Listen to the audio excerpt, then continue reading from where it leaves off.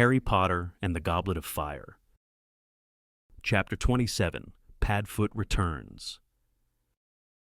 One of the best things about the aftermath of the second task was that everybody was very keen to hear details of what had happened down in the lake, which meant that Ron was getting to share Harry's limelight for once. Harry noticed that Ron's version of events changed subtly with every retelling. At first, he gave what seemed to be the truth. It tallied with Hermione's story. Anyway, Dumbledore had put all the hostages into a bewitched sleep in Professor McGonagall's office, first assuring them that they would be quite safe and would awake when they were back above the water. 1 week later, however, Ron was telling a thrilling tale of kidnap in which he struggled single-handedly against 50 heavily armed merpeople who had to beat him into submission before tying him up. "But I had my wand hidden up my sleeve," he assured Padma Patil, who seemed to be a lot keener on Ron now that he was getting so much attention and was making a point of talking to him every time they passed in the corridors. "I could have taken those mere idiots any time I wanted." "What were you going to do? Snore at them?" said Hermione waspishly. People had been teasing her so much about being the thing that Victor Crumb would most miss that she was in a rather tetchy mood. Ron's ears went red, and thereafter, he reverted to the bewitched sleep version of events. As they entered March, the weather became drier, but cruel winds skinned their hands and faces every time they went out onto the grounds. There were delays in the post because the owls kept being blown off course. The brown owl that Harry had sent to Sirius with the dates of the Hogsmeade weekend turned up at breakfast on Friday morning, with half its feathers sticking up the wrong way. Harry had no sooner torn off Sirius's reply than it took flight, clearly afraid it was going to be sent outside again. Sirius's letter was almost as short as the previous one. "Be at Stile at end of road, out of Hogsmeade, past Dervish, and bangs at 2 o'clock on Saturday afternoon. Bring as much food as you can." "He hasn't come back to Hogsmeade," said Ron incredulously. "It looks like it, doesn't it?" said Hermione. "I can't believe him," said Harry tensely. "If he's caught—" "Made it so far, though, hasn't he?" said Ron. "And it's not like the place is swarming with Dementors anymore." Harry folded up the letter, thinking, if he was honest with himself, he really wanted to see Sirius again. He therefore approached the final lesson of the afternoon, double potions, feeling considerably more cheerful than he usually did when descending the steps to the dungeons. Malfoy, Crabbe, and Goyle were standing in a huddle outside the classroom door with Pansy Parkinson's gang of Slytherin girls. All of them were looking at something Harry couldn't see and sniggering heartily. Pansy's pug-like face peered excitedly around Goyle's broad back as Harry, Ron, and Hermione approached. There they are, she giggled, and the knot of Slytherins broke apart. Harry saw that Pansy had a magazine in her hands, Witch Weekly. The moving picture on the front showed a curly-haired witch who was smiling toothily and pointing at a large sponge cake with her wand. "You might find something to interest you in there, Granger," Pansy said loudly, and she threw the magazine at Hermione, who caught it, looking startled. At that moment, the dungeon door opened, and Snape beckoned them all inside. Hermione, Harry, and Ron headed for a table at the back of the dungeon as usual. Once Snape had turned his back on them to write up the ingredients of today's potion on the blackboard, Hermione hastily rifled through the magazine under the desk. At last, in the center pages, Hermione found what they were looking for. Harry and Ron leaned in closer. A color photograph of Harry headed a short piece entitled Harry Potter's Secret Heartache. "A boy like no other, perhaps, yet a boy suffering all the usual pangs of adolescence," writes Rita Skeeter, deprived of love since the tragic demise of his parents. 14-year-old Harry Potter thought he had found solace in his steady girlfriend at Hogwarts. Muggle-born Hermione Granger? Little did he know that he would shortly be suffering yet another emotional blow in a life already littered with personal loss. Miss Granger, a plain but ambitious girl, seems to have a taste for famous wizards that Harry alone cannot satisfy. Since the arrival at Hogwarts of Victor Crumb, Bulgarian seeker and hero of the last World Quidditch Cup, Miss Granger has been toying with both boys' affections. Crumb, who is openly smitten with the devious Miss Granger, has already invited her to visit him in Bulgaria over the summer holidays, and insists that he has never felt this way about any other girl. However, it might not be Miss Granger's doubtful natural charms that have captured these unfortunate boys' interest. "She's really ugly," says Pansy Parkinson, a pretty and vivacious fourth-year student. "But she'd be well up to making a love potion. She's quite brainy. I think that's how she's doing it." Love potions are, of course, banned at Hogwarts, and no doubt Albus Dumbledore will want to investigate these claims. In the meantime, Harry Potter's well-wishers must hope that, next time, he bestows his heart on a worthier candidate. "I told you!" Ron hissed at Hermione as she stared down at the article. "I told you not to annoy Rita Skeeter. She's made you out to be some sort of Scarlet Woman." Hermione stopped looking astonished and snorted with laughter. "Scarlet Woman?" she repeated, shaking with suppressed giggles as she looked around at Ron. "It's what my mum calls them," Ron muttered, his ears going red. "If that's the best Rita can do, she's losing her touch," said Hermione, still giggling, as she threw Witch Weekly onto the empty chair beside her. What a pile of old rubbish. She looked over at the Slytherins, who were all watching her and Harry closely across the room to see if they had been upset by the article. Hermione gave them a sarcastic smile and a wave, and Harry, and Ron started unpacking the ingredients they would need for their wit-sharpening potion. "There's something funny, though," said Hermione 10 minutes later, holding her pestle suspended over a bowl of scarab beetles. "How could Rita Skeeter have known?" "Known what?" said Ron quickly. "You haven't been mixing up love potions, have you?" "Don't be stupid," Hermione snapped, starting to pound up her beetles again. "No, it's just, how did she know Victor asked me to visit him over the summer?" Hermione blushed scarlet as she said this and determinedly avoided Ron's eyes. "What?" said Ron, dropping his pestle with a loud clunk.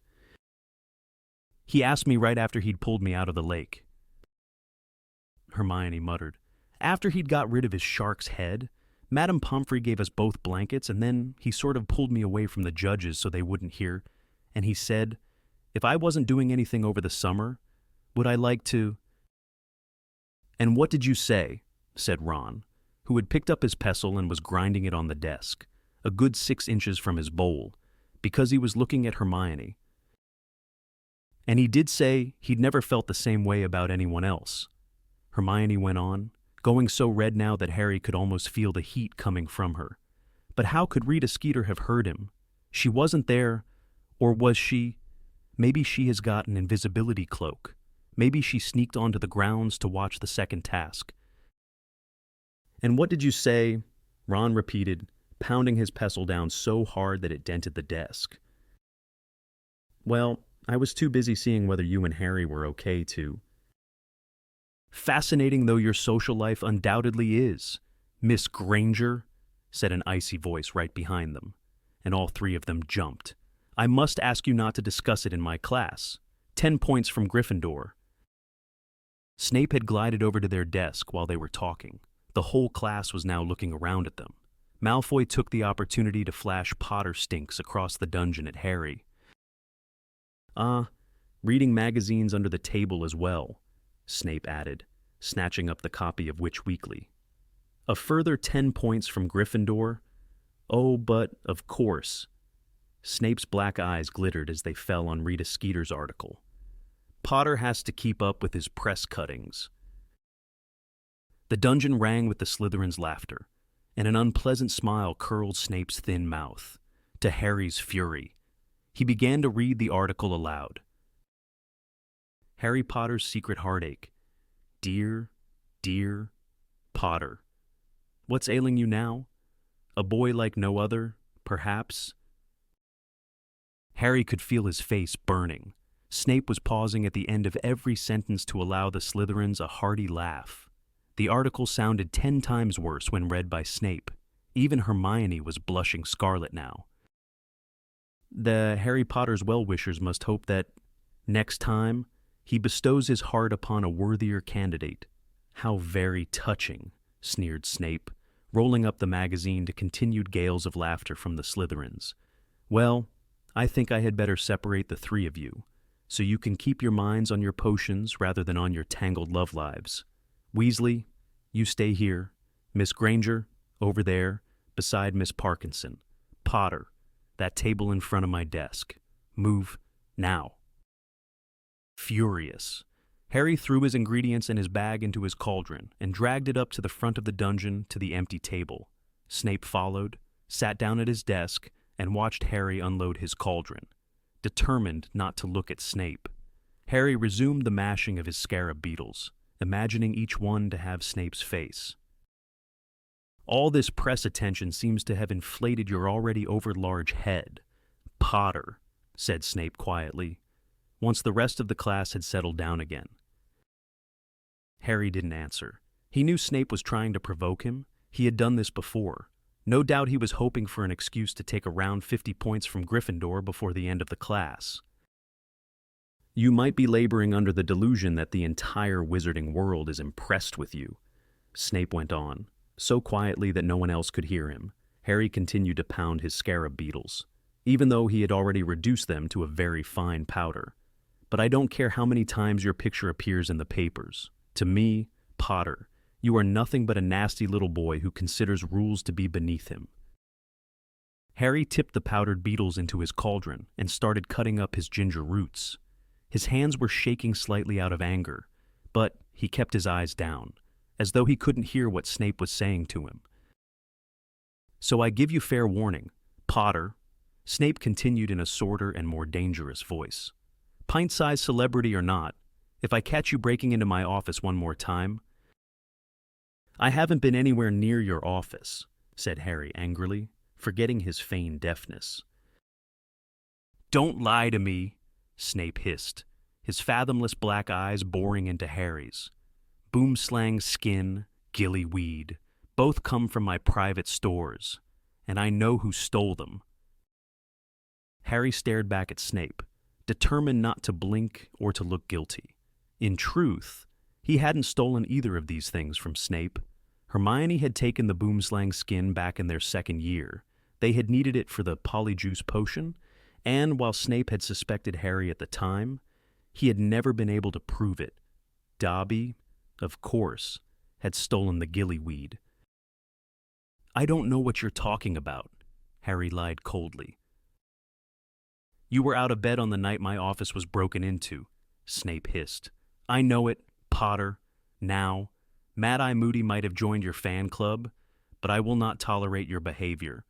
One more nighttime stroll into my office, Potter, and you will pay.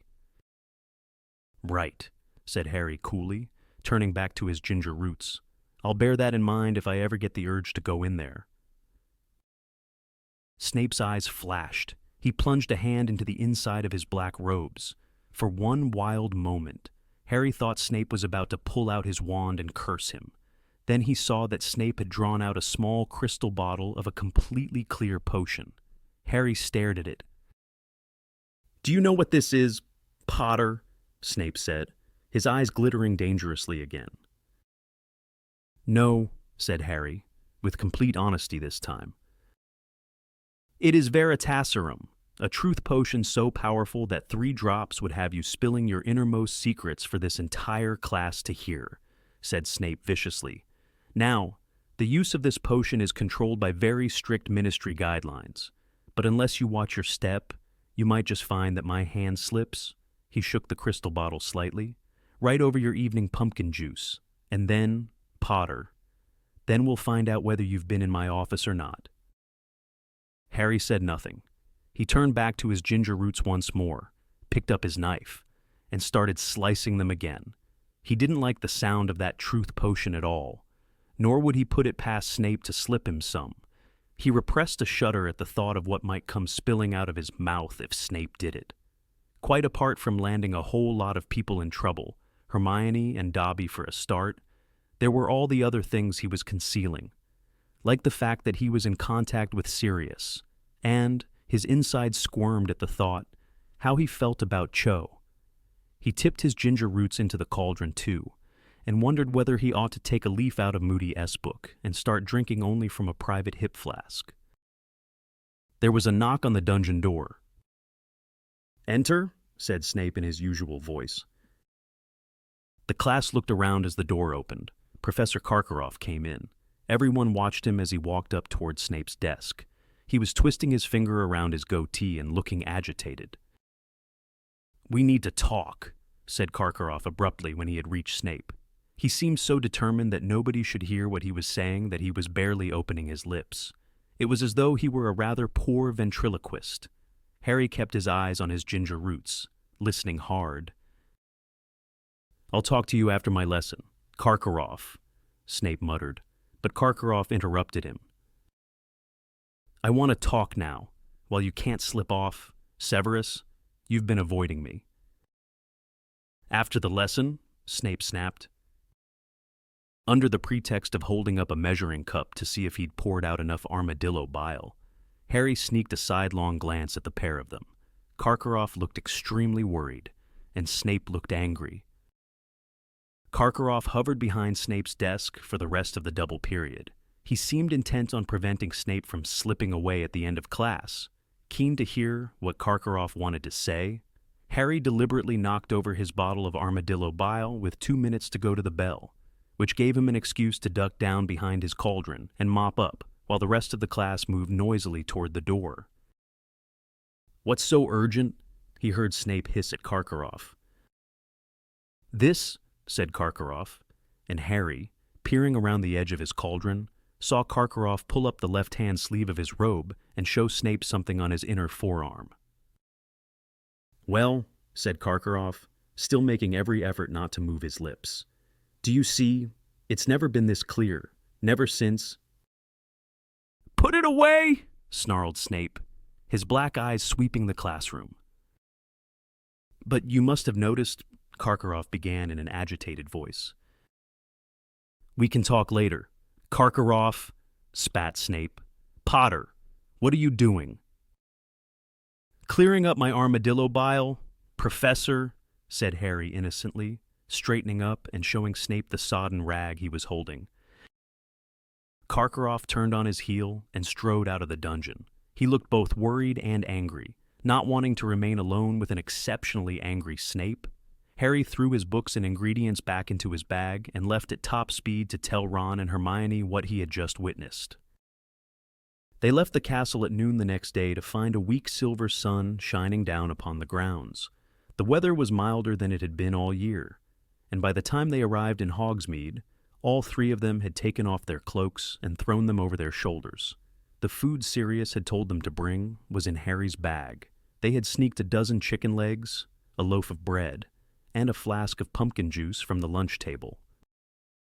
They went into Gladrag's Wizardwear to buy a present for Dobby, where they had fun selecting the most lurid socks they could find, including a pair patterned with flashing gold and silver stars, and another that screamed loudly when they became too smelly.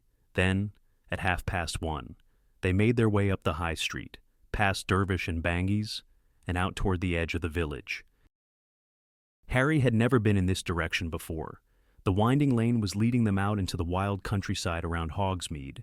The cottages were fewer here, and their gardens larger. They were walking toward the foot of the mountain in whose shadow Hogsmeade lay. Then they turned a corner and saw a stile at the end of the lane. Waiting for them, its front paws on the topmost bar, was a very large, shaggy black dog, which was carrying some newspapers in its mouth and looking very familiar. "Hello, Sirius," said Harry when they had reached him. The black dog sniffed Harry's bag eagerly, wagged its tail once, then turned and began to trot away from them across the scrubby patch of ground that rose to meet the rocky foot of the mountain. Harry, Ron, and Hermione climbed over the stile and followed. Sirius led them to the very foot of the mountain, where the ground was covered with boulders and rocks. It was easy for him, with his 4 paws, but Harry, Ron, and Hermione were soon out of breath. They followed Sirius higher, up onto the mountain itself. For nearly half an hour they climbed a steep, winding, and stony path, following Sirius's wagging tail, sweating in the sun, the shoulder straps of Harry's bag cutting into his shoulders. Then, at last, Sirius slipped out of sight, and when they reached the place where he had vanished, they saw a narrow fissure in the rock. They squeezed into it and found themselves in a cool, dimly lit cave, tethered at the end of it. One end of his rope around a large rock was Buckbeak the hippogriff, half gray horse, half giant eagle. Buckbeak's fierce orange eye flashed at the sight of them. All 3 of them bowed low to him, and after regarding them imperiously for a moment, Buckbeak bent his scaly front knees and allowed Hermione to rush forward and stroke his feathery neck. Harry, however, was looking at the black dog, which had just turned into his godfather. Sirius was wearing ragged gray robes, the same ones he had been wearing when he had left Azkaban. His black hair was longer than it had been when he had appeared in the fire, and it was untidy and matted once more. He looked very thin. "Chicken," he said hoarsely after removing the old daily prophets from his mouth and throwing them down onto the cave floor. Harry pulled open his bag and handed over the bundle of chicken legs and bread. "Thanks," said Sirius, opening it, grabbing a drumstick, sitting down on the cave floor, and tearing off a large chunk with his teeth. "I've been living off rats mostly, can't steal too much food from Hogsmeade. I'd draw attention to myself." He grinned up at Harry, but Harry returned the grin only reluctantly. "What are you doing here, Sirius?" he said. "Fulfilling my duty as godfather," said Sirius, gnawing on the chicken bone in a very dog-like way. "Don't worry about it. I'm pretending to be a lovable stray." He was still grinning, but seeing the anxiety in Harry's face, said more seriously, "I want to be on the spot. Your last letter, well, let's just say things are getting fishier. I've been stealing the paper every time someone throws one out. And by the looks of things, I'm not the only one who's getting worried." He nodded at the yellowing daily prophets on the cave floor, and Ron picked them up and unfolded them. Harry, however, continued to stare at Sirius. "What if they catch you? What if you're seen?" "You 3 and Dumbledore are the only ones around here who know I'm an animagus," said Sirius, shrugging, and continuing to devour the chicken leg. Ron nudged Harry and passed him the daily prophets. There were 2. The first bore the headline, "Mystery Illness of Bartemius Crouch." The second, "Ministry Witch, Still Missing Minister of Magic, Now Personally Involved." Harry scanned the story about Crouch. Phrases jumped out at him. "Hasn't been seen in public since November. House appears deserted. St. Mungo's Hospital for Magical Maladies and Injuries declined comment. Ministry refuses to confirm rumors of critical illness." "They're making it sound like he's dying," said Harry slowly. "But he can't be that ill if he managed to get up here."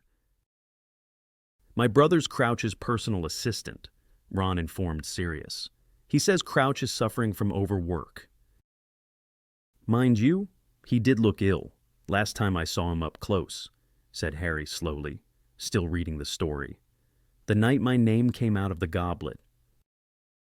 "Getting his comeuppance for sacking Winky? Isn't he?" said Hermione, an edge to her voice. She was stroking Buckbeak, who was crunching up Sirius's chicken bones. "I bet he wishes he hadn't done it now. Bet he feels the difference now she's not there to look after him." "Hermione's obsessed with house elves," Ron muttered to Sirius, casting Hermione a dark look.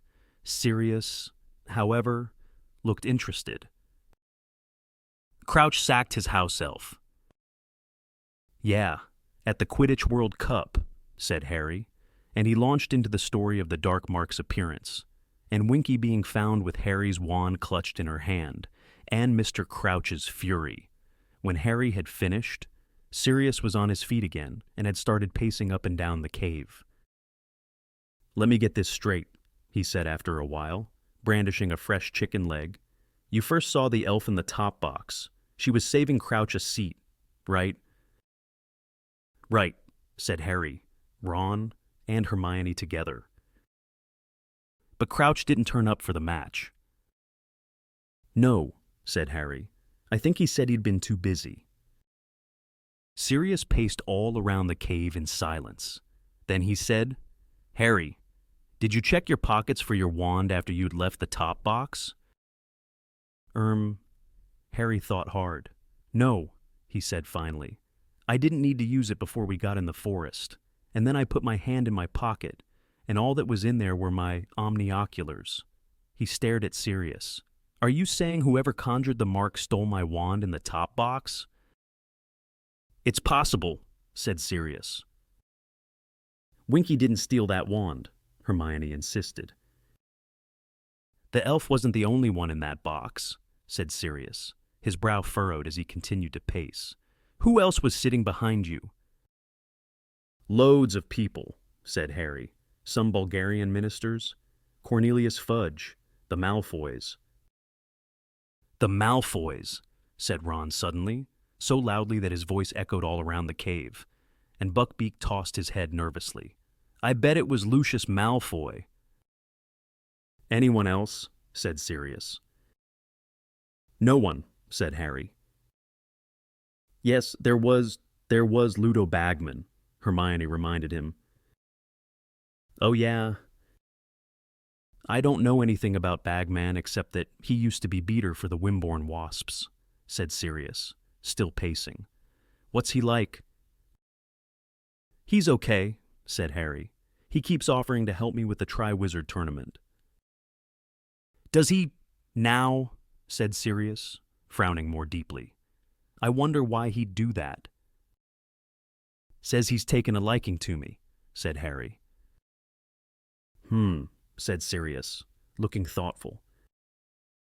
"We saw him in the forest just before the dark mark appeared," Hermione told Sirius. "Remember," she said to Harry and Ron. "Yeah, but he didn't stay in the forest, did he?" said Ron. "The moment we told him about the riot, he went off to the campsite." "How do you know?" Hermione shot back. "How do you know where he disapparated to?" "Come off it," said Ron incredulously. "Are you saying you reckon Ludo Bagman conjured the dark mark?" "It's more likely he did it than Winky," said Hermione stubbornly.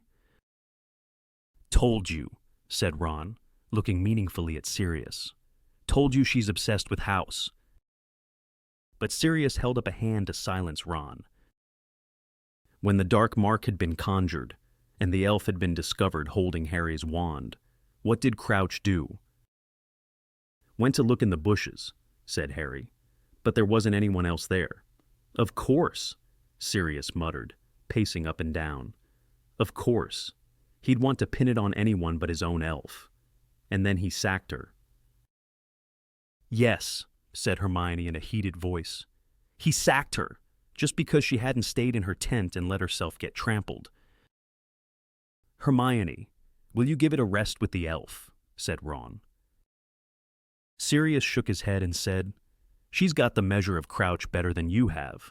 Ron, if you want to know what a man's like, take a good look at how he treats his inferiors, not his equals." He ran a hand over his unshaven face, evidently thinking hard. "All these absences of Barty Crouch's. He goes to the trouble of making sure his house elf saves him a seat at the Quidditch World Cup, but doesn't bother to turn up and watch. He works very hard to reinstate the Triwizard Tournament, and then stops coming to that too. It's not like Crouch. If he's ever taken a day off work because of illness before this, I'll eat Buckbeak." "Do you know Crouch, then?" said Harry. Sirius's face darkened. He suddenly looked as menacing as he had the night when Harry first met him, the night when Harry still believed Sirius to be a murderer. "Oh, I know Crouch all right," he said quietly. "He was the one who gave the order for me to be sent to Azkaban, without a trial." "What?" said Ron and Hermione together. "You're kidding," said Harry. "No, I'm not," said Sirius, taking another great bite of chicken. "Crouch used to be head of the Department of Magical Law Enforcement. Didn't you know?" Harry, Ron, and Hermione shook their heads. "He was tipped for the next Minister of Magic," said Sirius. "He's a great wizard, Barty Crouch, powerfully magical and power-hungry. Oh, never a Voldemort supporter," he said, reading the look on Harry's face. "No, Barty Crouch was always very outspoken against the dark side. But then, a lot of people who were against the dark side, well, you wouldn't understand. You're too young." "That's what my dad said at the World Cup," said Ron, with a trace of irritation in his voice. "Try us. Why don't you—" A grin flashed across Sirius's thin face. "All right, I'll try you." He walked once up the cave, back again, and then said, "Imagine that Voldemort's powerful now. You don't know who his supporters are. You don't know who's working for him and who isn't. You know he can control people so that they do terrible things without being able to stop themselves. You're scared for yourself, and your family, and your friends. Every week, news comes of more deaths, more disappearances, more torturing. The Ministry of Magic's in disarray. They don't know what to do. They're trying to keep everything hidden from the Muggles. But meanwhile, Muggles are dying too. Terror everywhere. Panic, confusion. That's how it used to be." "Well, times like that bring out the best in some people and the worst in others.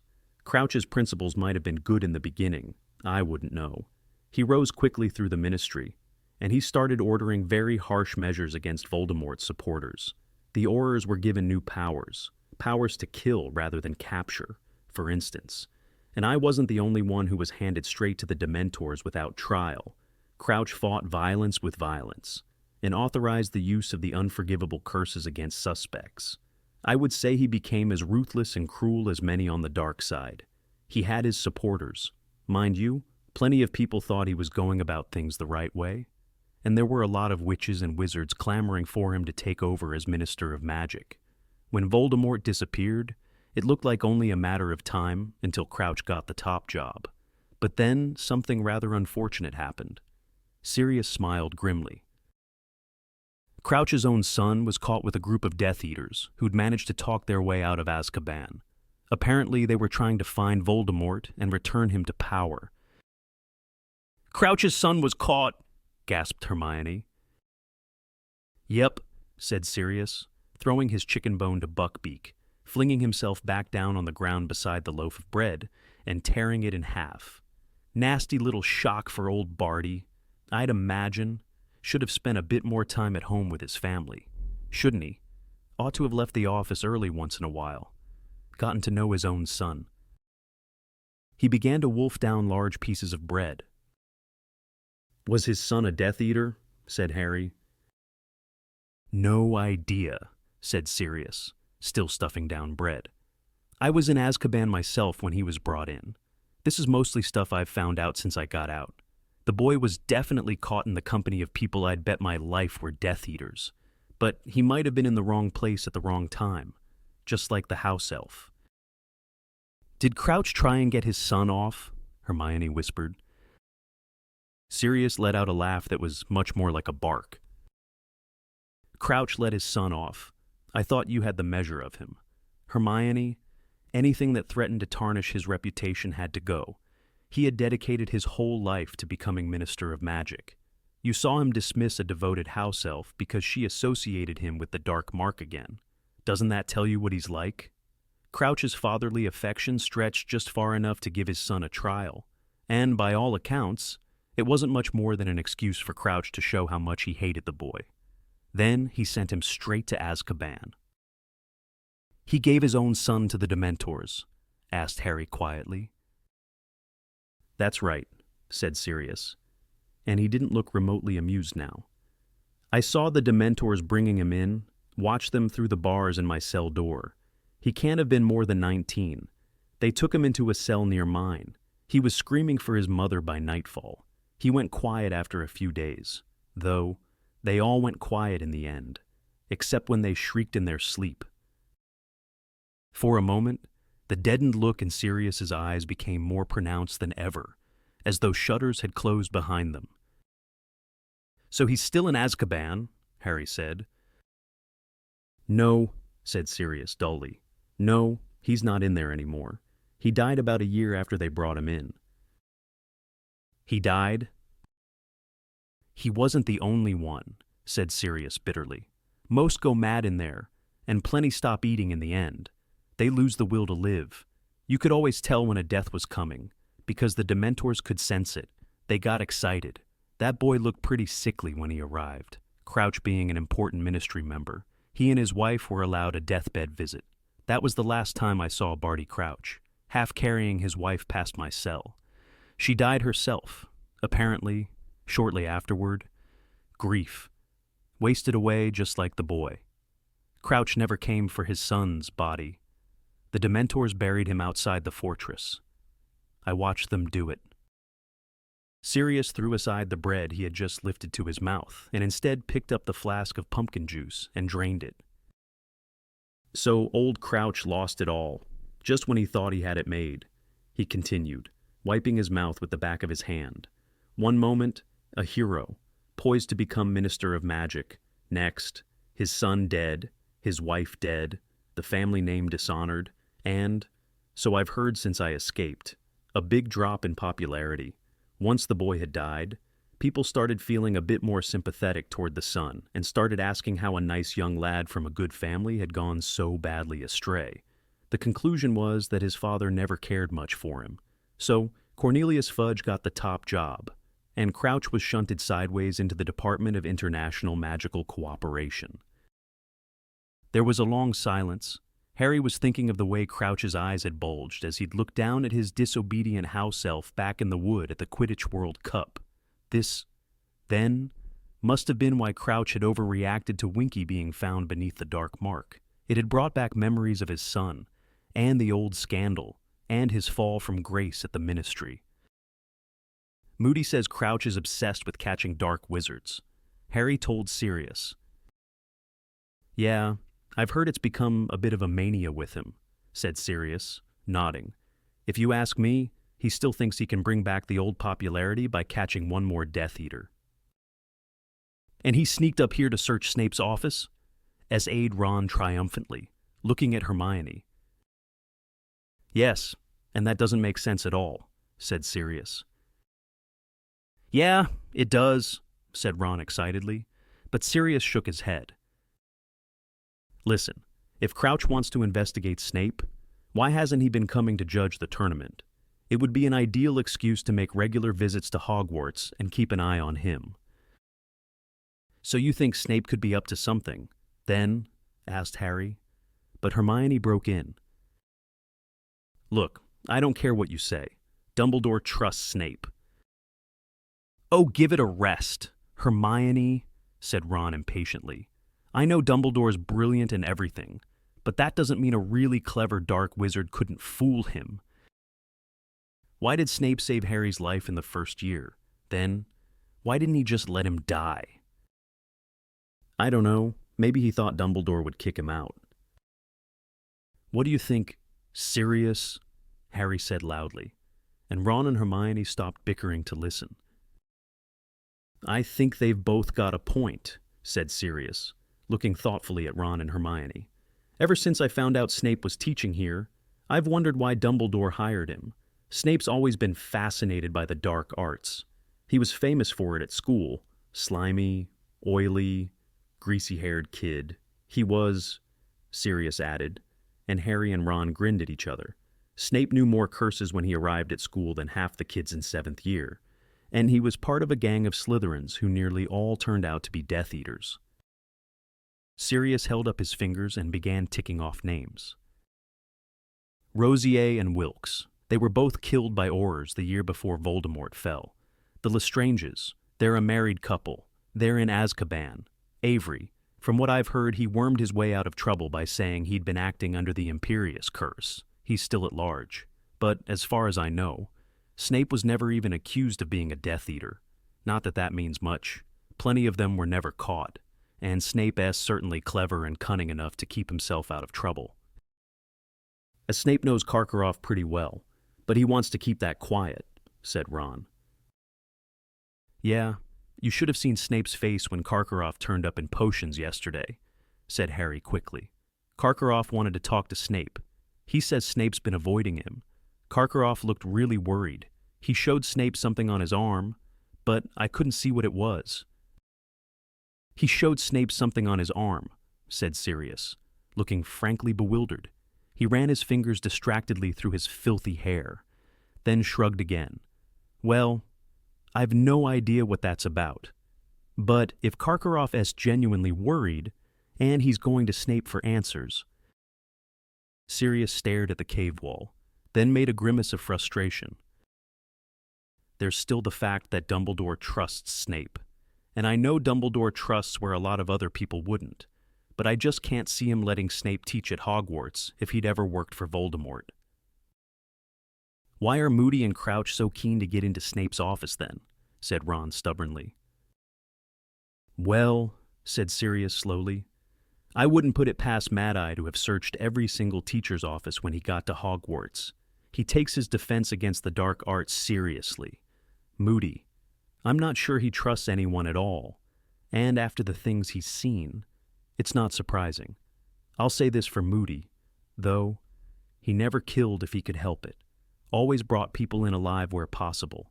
He was tough, but he never descended to the level of the Death Eaters. Crouch. Though, he's a different matter. Is he really ill? If he is, why did he make the effort to drag himself up to Snape's office? And if he's not, what's he up to? What was he doing at the World Cup that was so important he didn't turn up in the top box? What's he been doing while he should have been judging the tournament? Sirius lapsed into silence, still staring at the cave wall. Buckbeak was ferreting around on the rocky floor, looking for bones he might have overlooked. Finally, Sirius looked up at Ron. You say your brother S. Crouch's personal assistant. Any chance you could ask him if he's seen Crouch lately? I can try, said Ron doubtfully. Better not make it sound like I reckon Crouch is up to anything dodgy. Though, Percy loves Crouch. And you might try and find out whether they've got any leads on Bertha Jorkins while you're at it, said Sirius, gesturing to the second copy of the Daily Prophet. Bagman told me they hadn't, said Harry. Yes, he's quoted in the article in there, said Sirius, nodding at the paper, blustering on about how bad Bertha's memory is. Well, maybe she's changed since I knew her, but the Bertha I knew wasn't forgetful at all, quite the reverse. She was a bit dim, but she had an excellent memory for gossip. It used to get her into a lot of trouble. She never knew when to keep her mouth shut. I can see her being a bit of a liability at the Ministry of Magic. Maybe that's why Bagman didn't bother to look for her for so long. Sirius heaved an enormous sigh and rubbed his shadowed eyes. What's the time? Harry checked his watch, then remembered it hadn't been working since it had spent over an hour in the lake. It's 3:30, said Hermione.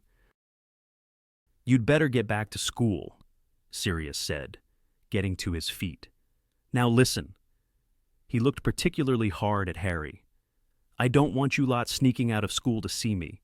All right, just send notes to me here. I still want to hear about anything odd, but you're not to go leaving Hogwarts without permission. It would be an ideal opportunity for someone to attack you.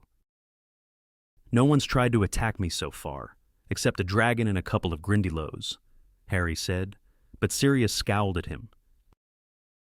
I don't care. I'll breathe freely again when this tournament's over, and that's not until June. And don't forget, if you're talking about me among yourselves, call me Snuffles. Okay. He handed Harry the empty napkin and flask and went to pat Buckbeak goodbye. I'll walk to the edge of the village with you, said Sirius. See if I can scrounge another paper. He transformed into the great black dog before they left the cave, and they walked back down the mountainside with him, across the boulder-strewn ground, and back to the stile. Here he allowed each of them to pat him on the head, before turning and setting off at a run around the outskirts of the village. Harry, Ron, and Hermione made their way back into Hogsmeade and up toward Hogwarts. Wonder if Percy knows all that stuff about Crouch, Ron said as they walked up the drive to the castle. But maybe he doesn't care. It'd probably just make him admire Crouch even more. Yeah, Percy loves rules. He'd just say Crouch was refusing to break them for his own son. Percy would never throw any of his family to the Dementors, said Hermione severely. I don't know, said Ron. If he thought we were standing in the way of his career, Percy's really ambitious. You know. They walked up the stone steps into the entrance hall, where the delicious smells of dinner wafted toward them from the great hall. Poor old Snuffles, said Ron, breathing deeply. He must really like you. Harry. Imagine having to live off rats. Chapter 28. The Madness of Mr. Crouch. Harry, Ron, and Hermione went up to the Owlery after breakfast on Sunday to send a letter to Percy, asking, as Sirius had suggested, whether he had seen Mr. Crouch lately. They used Hedwig, because it had been so long since she'd had a job. When they had watched her fly out of sight through the Owlery window, they proceeded down to the kitchen to give Dobby his new socks. The house elves gave them a very cheery welcome, bowing and curtsying and bustling around making tea again. Dobby was ecstatic about his present. Harry Potter is too good to Dobby, he squeaked, wiping large tears out of his enormous eyes. You saved my life with that gillyweed, Dobby. You really did, said Harry. No chance of more of those eclairs, is there? Said Ron, who was looking around at the beaming and bowing house elves. You've just had breakfast, said Hermione irritably, but a great silver platter of eclairs was already zooming toward them, supported by 4 elves. We should get some stuff to send up to Snuffles, Harry muttered. Good idea, said Ron. Give pigs something to do. You couldn't give us a bit of extra food, could you? He said to the surrounding elves, and they bowed delightedly and hurried off to get some more. Dobby, where's Winky? Said Hermione, who was looking around. Winky is over there by the fire, miss, said Dobby quietly, his ears drooping slightly. Oh dear, said Hermione as she spotted Winky. Harry looked over at the fireplace, too. Winky was sitting on the same stool as last time, but she had allowed herself to become so filthy that she was not immediately distinguishable from the smoke-blackened brick behind her. Her clothes were ragged and unwashed. She was clutching a bottle of butterbeer and swaying slightly on her stool, staring into the fire. As they watched her, she gave an enormous hiccup. Winky is getting through 6 bottles a day now, Dobby whispered to Harry. Well, it's not strong, that stuff, Harry said. But Dobby shook his head. 'Tis strong for a house elf, sir, he said. Winky hiccuped again. The elves who had brought the eclairs gave her disapproving looks as they returned to work. Winky is pining, Harry Potter, Dobby whispered sadly. Winky wants to go home. Winky still thinks Mr. Crouch is her master, sir, and nothing Dobby says will persuade her that Professor Dumbledore is her master now. Hey, Winky, said Harry, struck by a sudden inspiration, walking over to her and bending down. You don't know what Mr. Crouch might be up to, do you? Because he's stopped turning up to judge the Triwizard Tournament. Winky's eyes flickered, her enormous pupils focused on Harry. She swayed slightly again and then said, Master has stopped. Heck, coming. Yeah, said Harry. We haven't seen him since the first task. The Daily Prophet's saying he's ill. Winky swayed some more, staring blurrily at Harry. Master hick ill? Her bottom lip began to tremble. But we're not sure if that's true, said Hermione quickly. Master is needing his Winky, whimpered the elf. Master cannot manage all by himself. Other people manage to do their own housework. You know, Winky, Hermione said severely. Winky, is not only doing housework for Mr. Crouch. Winky squeaked indignantly, swaying worse than ever and slopping butterbeer down her already heavily stained blouse. Master is Hike, trusting Winky with Hick, the most important, Hick, the most secret. What? Said Harry. But Winky shook her head very hard, spilling more butterbeer down herself. Winky keeps, Hick, her master's secrets, she said mutinously, swaying very heavily now, frowning up at Harry with her eyes crossed. You is, Hick, nosing, you is. Winky must not talk like that to Harry Potter, said Dobby angrily. Harry Potter is brave and noble, and Harry Potter is not nosy. He is nosing, hish, into my masters, hish, private and secret, hish. Winky is a good house elf, hick. Winky keeps her silence, hick. People trying to, hick, pry and poke, hick. Winky's eyelids drooped, and suddenly, without warning, she slid off her stool into the hearth, snoring loudly. The empty bottle of butterbeer rolled away across the stone-flagged floor. Half a dozen house elves came hurrying forward, looking disgusted. One of them picked up the bottle. The others covered Winky with a large check tablecloth and tucked the ends in neatly, hiding her from view. We is sorry you had to see that, sirs and miss, squeaked a nearby elf, shaking his head and looking very ashamed. We is hoping you will not judge us all by Winky, sirs and miss. She's unhappy, said Hermione, exasperated. Why don't you try and cheer her up instead of covering her up? Begging your pardon, miss, said the house elf, bowing deeply again. But house elves has no right to be unhappy when there is work to be done and masters to be served. Oh, for heaven's sake, Hermione cried. Listen to me, all of you. You've got just as much right as wizards to be unhappy. You've got the right to wages and holidays and proper clothes. You don't have to do everything you're told. Look at Dobby. Miss will please keep Dobby out of this, Dobby mumbled, looking scared. The cheery smiles had vanished from the faces of the house elves around the kitchen. They were suddenly looking at Hermione as though she were mad and dangerous.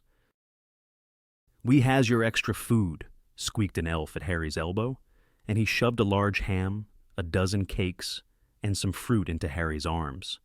Goodbye.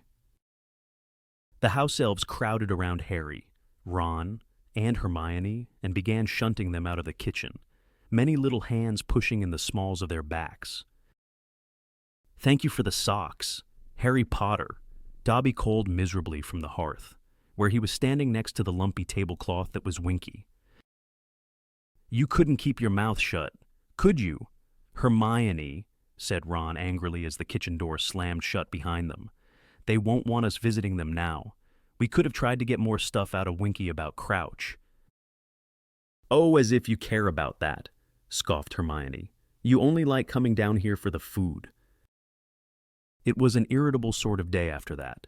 Harry got so tired of Ron and Hermione sniping at each other over their homework in the common room that he took Sirius's food up to the owlery that evening on his own. Pigwidgeon was much too small to carry an entire ham up to the mountain by himself, so Harry enlisted the help of 2 school screech owls as well. When they had set off into the dusk, looking extremely odd, carrying the large package between them, Harry leaned on the windowsill, looking out at the grounds, at the dark, rustling treetops of the forbidden forest, and the rippling sails of the Durmstrang ship.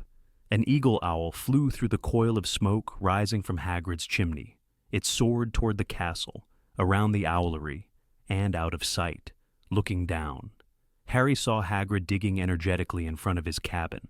Harry wondered what he was doing. It looked as though he were making a new vegetable patch. As he watched, Madame Maxime emerged from the Beauxbatons carriage and walked over to Hagrid. She appeared to be trying to engage him in conversation. Hagrid leaned upon his spade, but did not seem keen to prolong their talk, because Madame Maxime returned to the carriage shortly afterward. Unwilling to go back to Gryffindor Tower and listen to Ron and Hermione snarling at each other, Harry watched Hagrid digging until the darkness swallowed him and the owls around Harry began to awake, swooshing past him into the night. By breakfast the next day, Ron's and Hermione's bad moods had burnt out. And to Harry's relief, Ron's dark predictions that the house elves would send substandard food up to the Gryffindor table because Hermione had insulted them proved false. The bacon, eggs, and kippers were quite as good as usual. When the post owls arrived, Hermione looked up eagerly. She seemed to be expecting something. "Percy won't have had time to answer yet," said Ron. "We only sent Hedwig yesterday." "No, it's not that," said Hermione. "I've taken out a subscription to the Daily Prophet. I'm getting sick of finding everything out from the Slytherins." "Good thinking," said Harry, also looking up at the owls. "Hey, Hermione, I think you're in luck." A gray owl was soaring down toward Hermione. "It hasn't got a newspaper, though," she said, looking disappointed.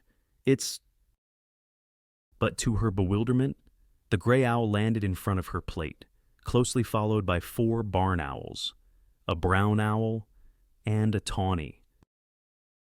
"How many subscriptions did you take out?" said Harry, seizing Hermione's goblet before it was knocked over by the cluster of owls, all of whom were jostling close to her, trying to deliver their own letter first.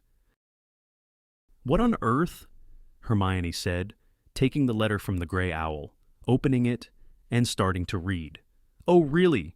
she sputtered, going rather red. "What's up?" said Ron. "It's— oh, how ridiculous." She thrust the letter at Harry, who saw that it was not handwritten, but composed from pasted letters that seemed to have been cut out of the Daily Prophet. "You are a wicked girl.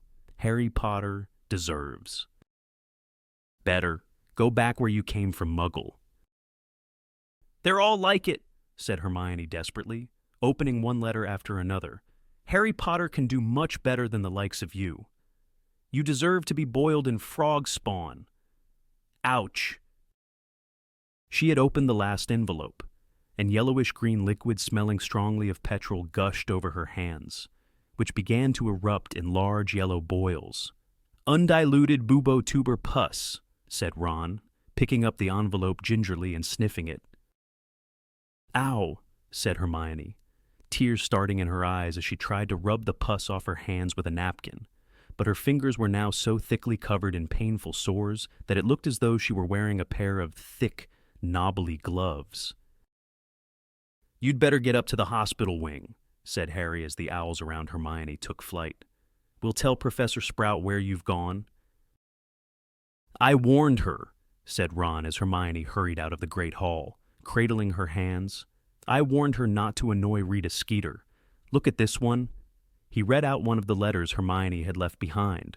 "I read in Witch Weekly about how you are playing Harry Potter false, and that boy has had enough hardship, and I will be sending you a curse by next post, as soon as I can find a big enough envelope. Blimey. She'd better watch out for herself." Hermione didn't turn up for herbology. As Harry and Ron left the greenhouse for their Care of Magical Creatures class, they saw Malfoy, Crabbe, and Goyle descending the stone steps of the castle.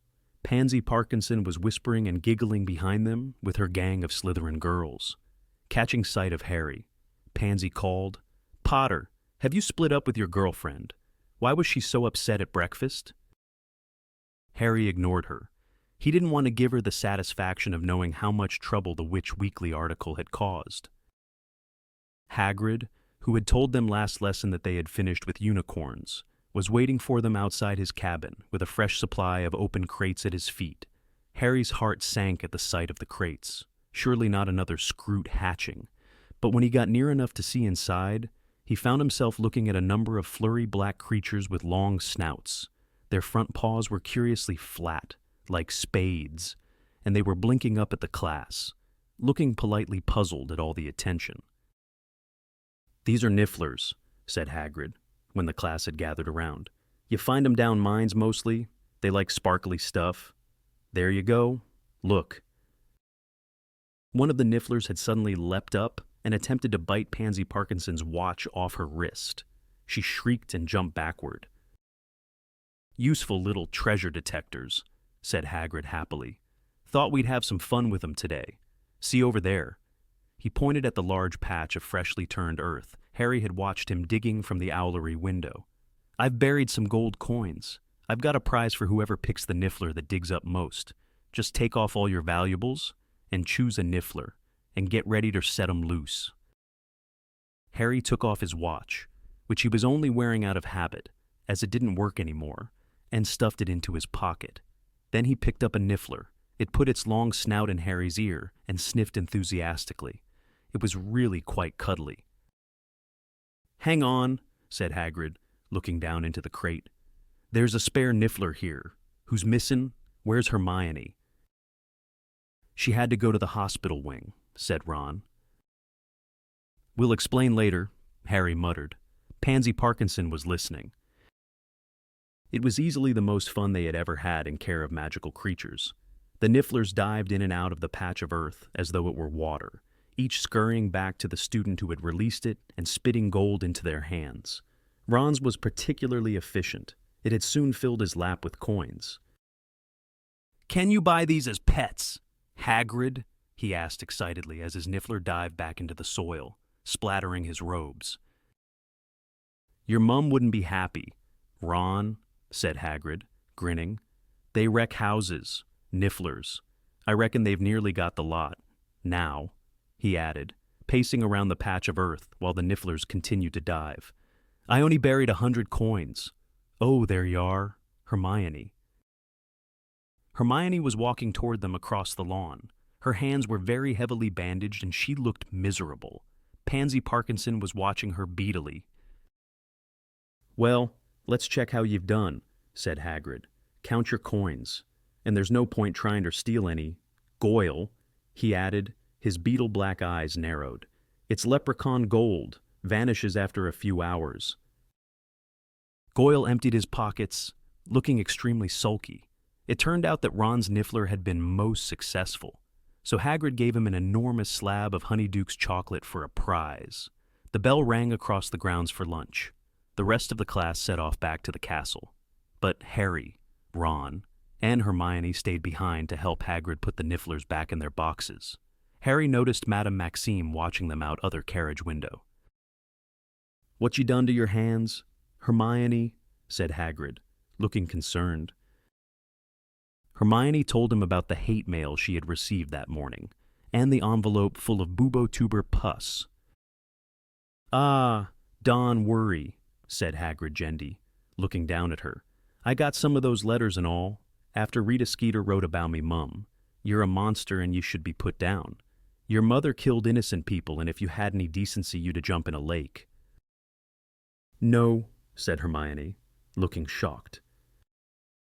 "Yeah," said Hagrid, heaving the niffler crates over by his cabin wall. "They're just nutters. Hermione, don't open 'em if you get any more. Chuck 'em straight in the fire."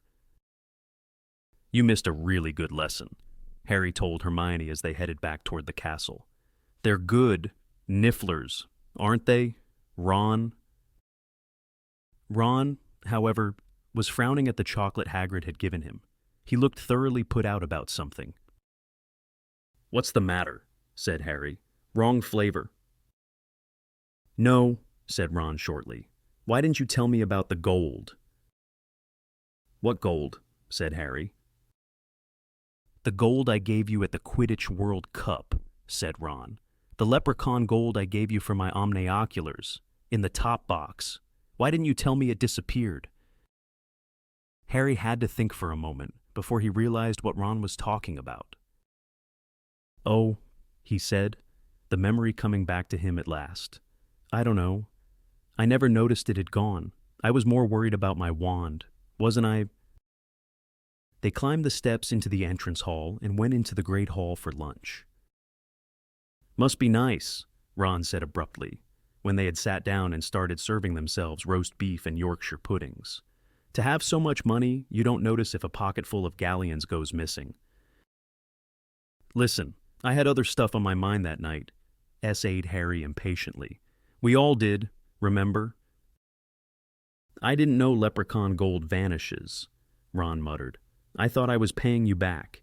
You shouldn't have given me that Chudley cannon hat for Christmas." "Forget it, all right," said Harry. Ron speared a roast potato on the end of his fork, glaring at it. Then he said, "I hate being poor."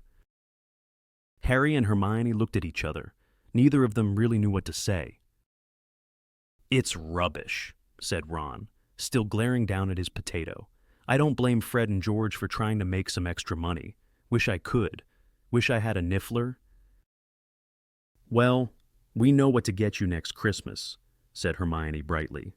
Then, when Ron continued to look gloomy, she said, "Come on, Ron, it could be worse. At least your fingers aren't full of pus."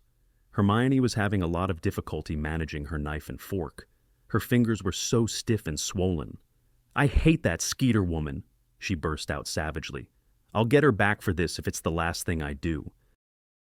Hate mail continued to arrive for Hermione over the following week, and although she followed Hagrid's advice and stopped opening it, several of her ill-wishers sent howlers, which exploded at the Gryffindor table and shrieked insults at her for the whole hall to hear. Even those people who didn't read Witch Weekly knew all about the supposed Harry, Crumb, Hermione triangle now. Harry was getting sick of telling people that Hermione wasn't his girlfriend. "It'll die down, though," he told Hermione. "If we just ignore it, people got bored with that stuff she wrote about me last time.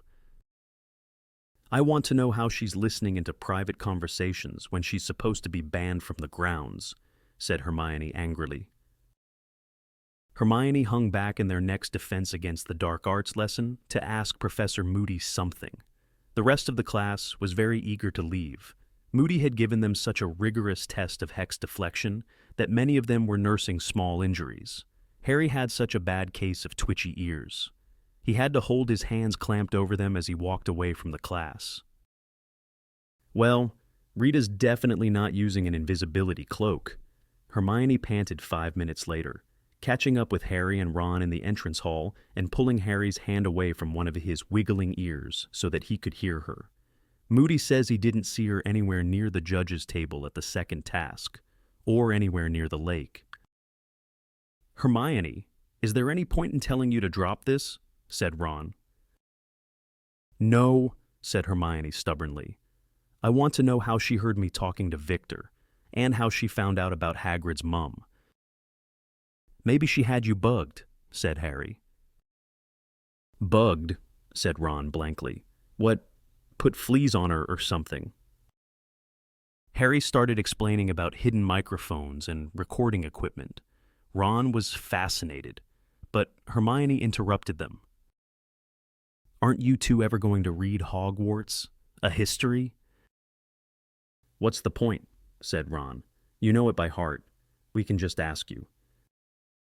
"All those substitutes for magic muggles use, electricity, computers, and radar, and all those things. They all go haywire around Hogwarts. There's too much magic in the air. No, Rita's using magic to eavesdrop. She must be. If I could just find out what it is. Ooh, if it's illegal, I'll have her." "Haven't we got enough to worry about?" Ron asked her. "Do we have to start a vendetta against Rita Skeeter as well?" "I'm not asking you to help," Hermione snapped.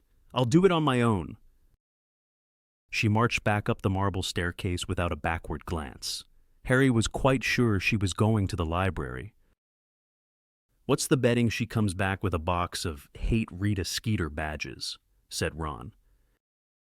Hermione, however, did not ask Harry and Ron to help her pursue vengeance against Rita Skeeter, for which they were both grateful, because their workload was mounting ever higher in the days before the Easter holidays.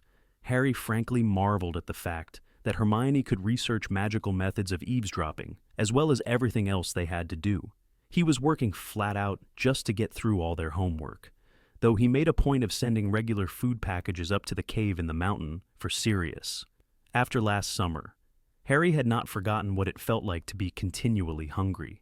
He enclosed notes to Sirius, telling him that nothing out of the ordinary had happened, and that they were still waiting for an answer from Percy. Hedwig didn't return until the end of the Easter holidays. Percy's letter was enclosed in a package of Easter eggs that Mrs. Weasley had sent. Both Harry's and Ron's were the size of dragon eggs and full of homemade toffee. Hermione's, however, was smaller than a chicken egg. Her face fell when she saw it. "Your mum doesn't read Witch Weekly, by any chance, does she, Ron?" she asked quietly. "Yeah," said Ron, whose mouth was full of toffee. "Gets it for the recipes." Hermione looked sadly at her tiny egg. "Don't you want to see what Percy's written?" Harry asked her hastily.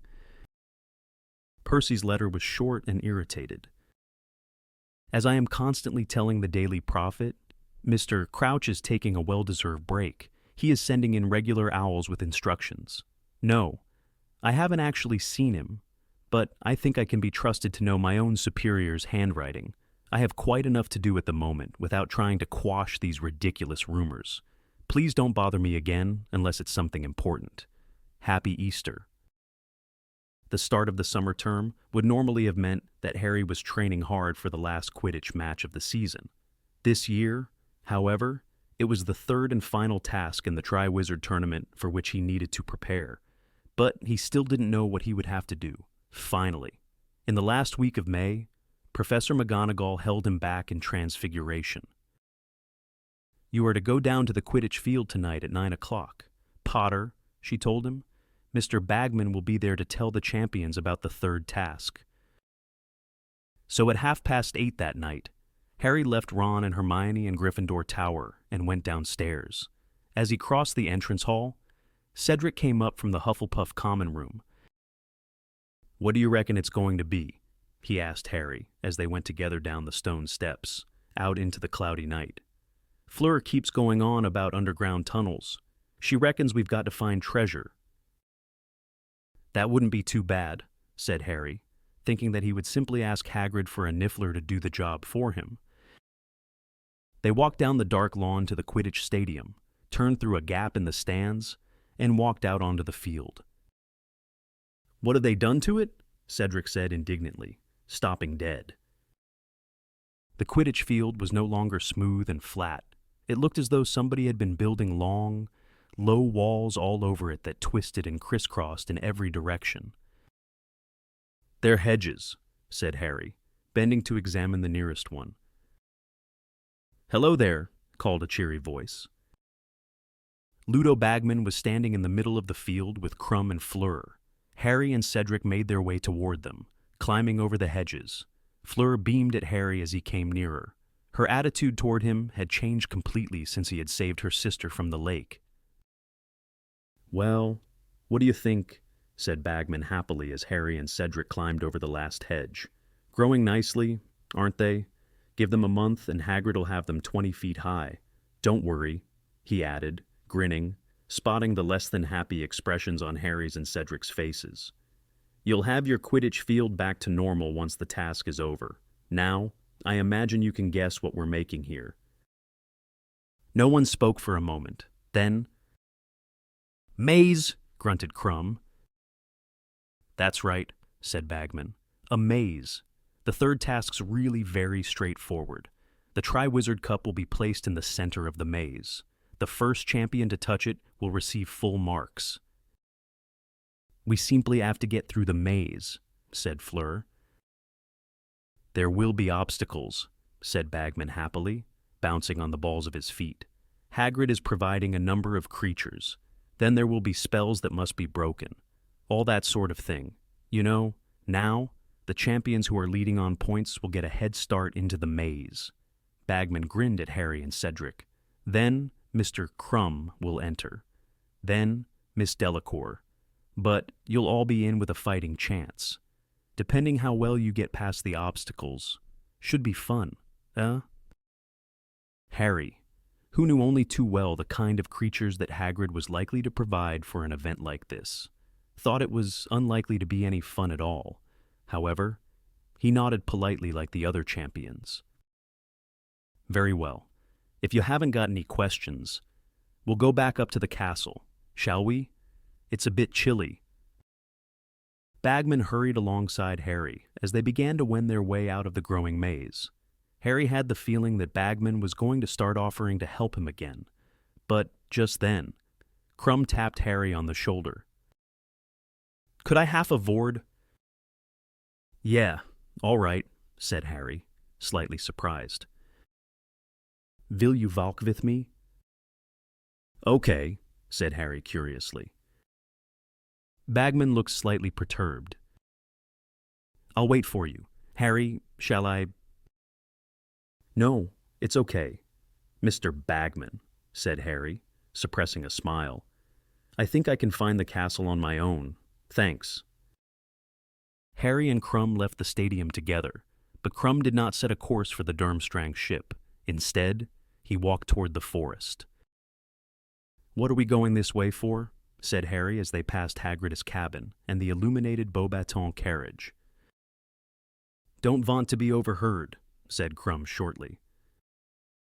When at last they had reached a quiet stretch of ground a short way from the Beauxbatons horses' paddock, Crumb stopped in the shade of the trees and turned to face Harry. I vant to know, he said, glowering, what there is between you and Hermione. Harry, who from Crumb's secretive manner had expected something much more serious than this, stared up at Crumb in amazement.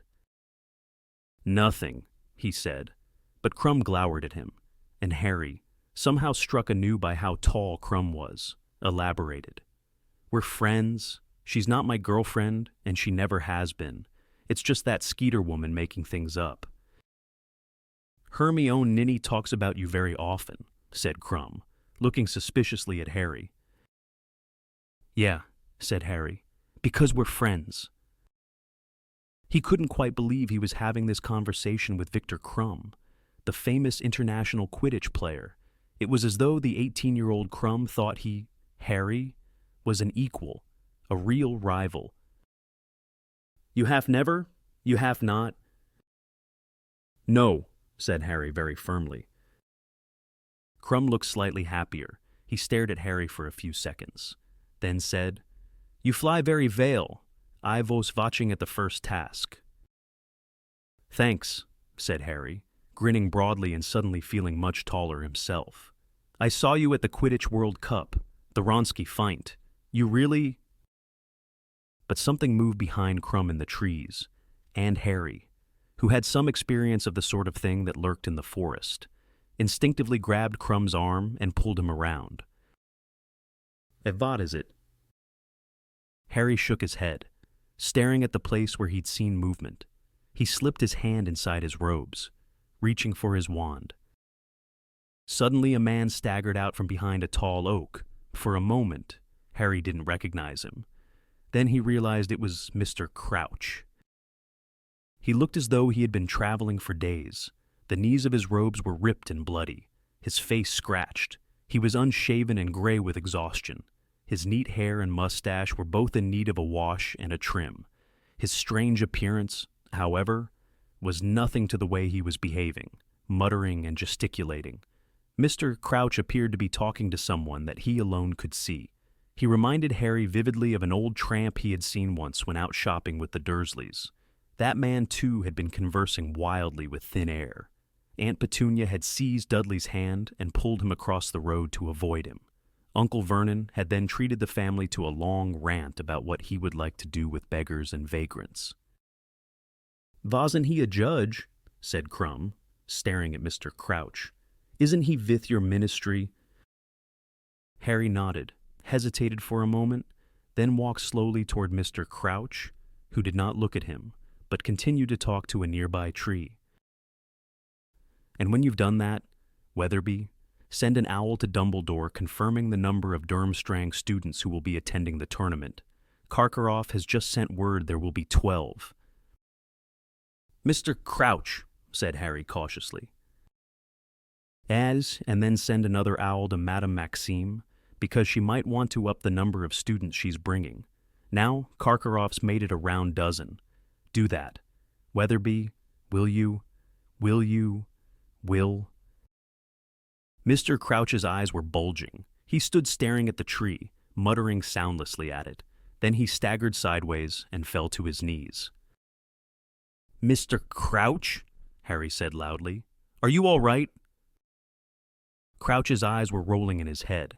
Harry looked around at Crumb, who had followed him into the trees, and was looking down at Crouch in alarm. "And what is wrong with him?" No idea, Harry muttered.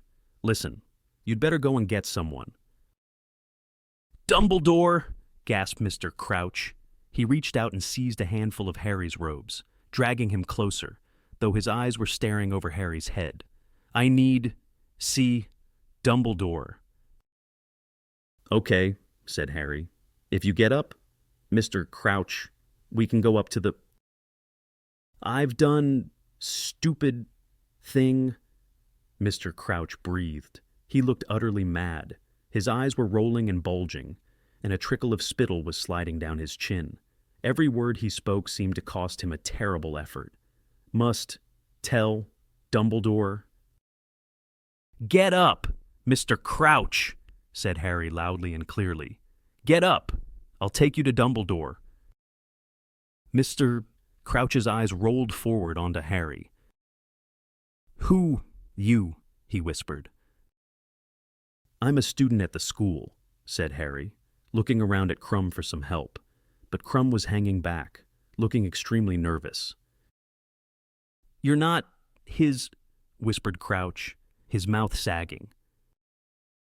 No, said Harry, without the faintest idea what Crouch was talking about. Dumbledore's... That's right, said Harry. Crouch was pulling him closer. Harry tried to loosen Crouch's grip on his robes, but it was too powerful. Warn, Dumbledore. I'll get Dumbledore if you let go of me, said Harry. Just let go, Mr. Crouch, and I'll get him. Thank you, Weatherby. And when you have done that, I would like a cup of tea. My wife and son will be arriving shortly. We are attending a concert tonight with Mr. and Mrs. Fudge. Crouch was now talking fluently to a tree again, and seemed completely unaware that Harry was there, which surprised Harry so much he didn't notice that Crouch had released him. Yes, my son has recently gained 12 OWLS. Most satisfactory. Yes. Thank you. Yes. Very proud indeed. Now, if you could bring me that memo from the Andorran Minister of Magic, I think I will have time to draft a response. You stay here with him, Harry said to Crumb. I'll get Dumbledore. I'll be quicker. I know where his office is. He is mad, said Crumb doubtfully, staring down at Crouch, who was still gabbling to the tree, apparently convinced it was Percy. Just stay with him, said Harry, starting to get up, but his movement seemed to trigger another abrupt change in Mr. Crouch, who seized him hard around the knees and pulled Harry back to the ground. Don't leave me, he whispered, his eyes bulging again. I escaped. Must warn. Must tell. See Dumbledore. My fault. All my fault. Bertha. Dead. All my fault. My son. My fault. Tell Dumbledore. Harry Potter. The Dark Lord. Stronger. Harry Potter. I'll get Dumbledore if you let me go. Mr. Crouch, said Harry. He looked furiously around at Crumb. Help me, will you? Looking extremely apprehensive, Crumb moved forward and squatted down next to Mr. Crouch.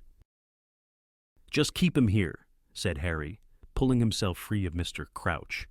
I'll be back with Dumbledore. Hurry, won't you? Crumb called after him as Harry sprinted away from the forest and up through the dark grounds.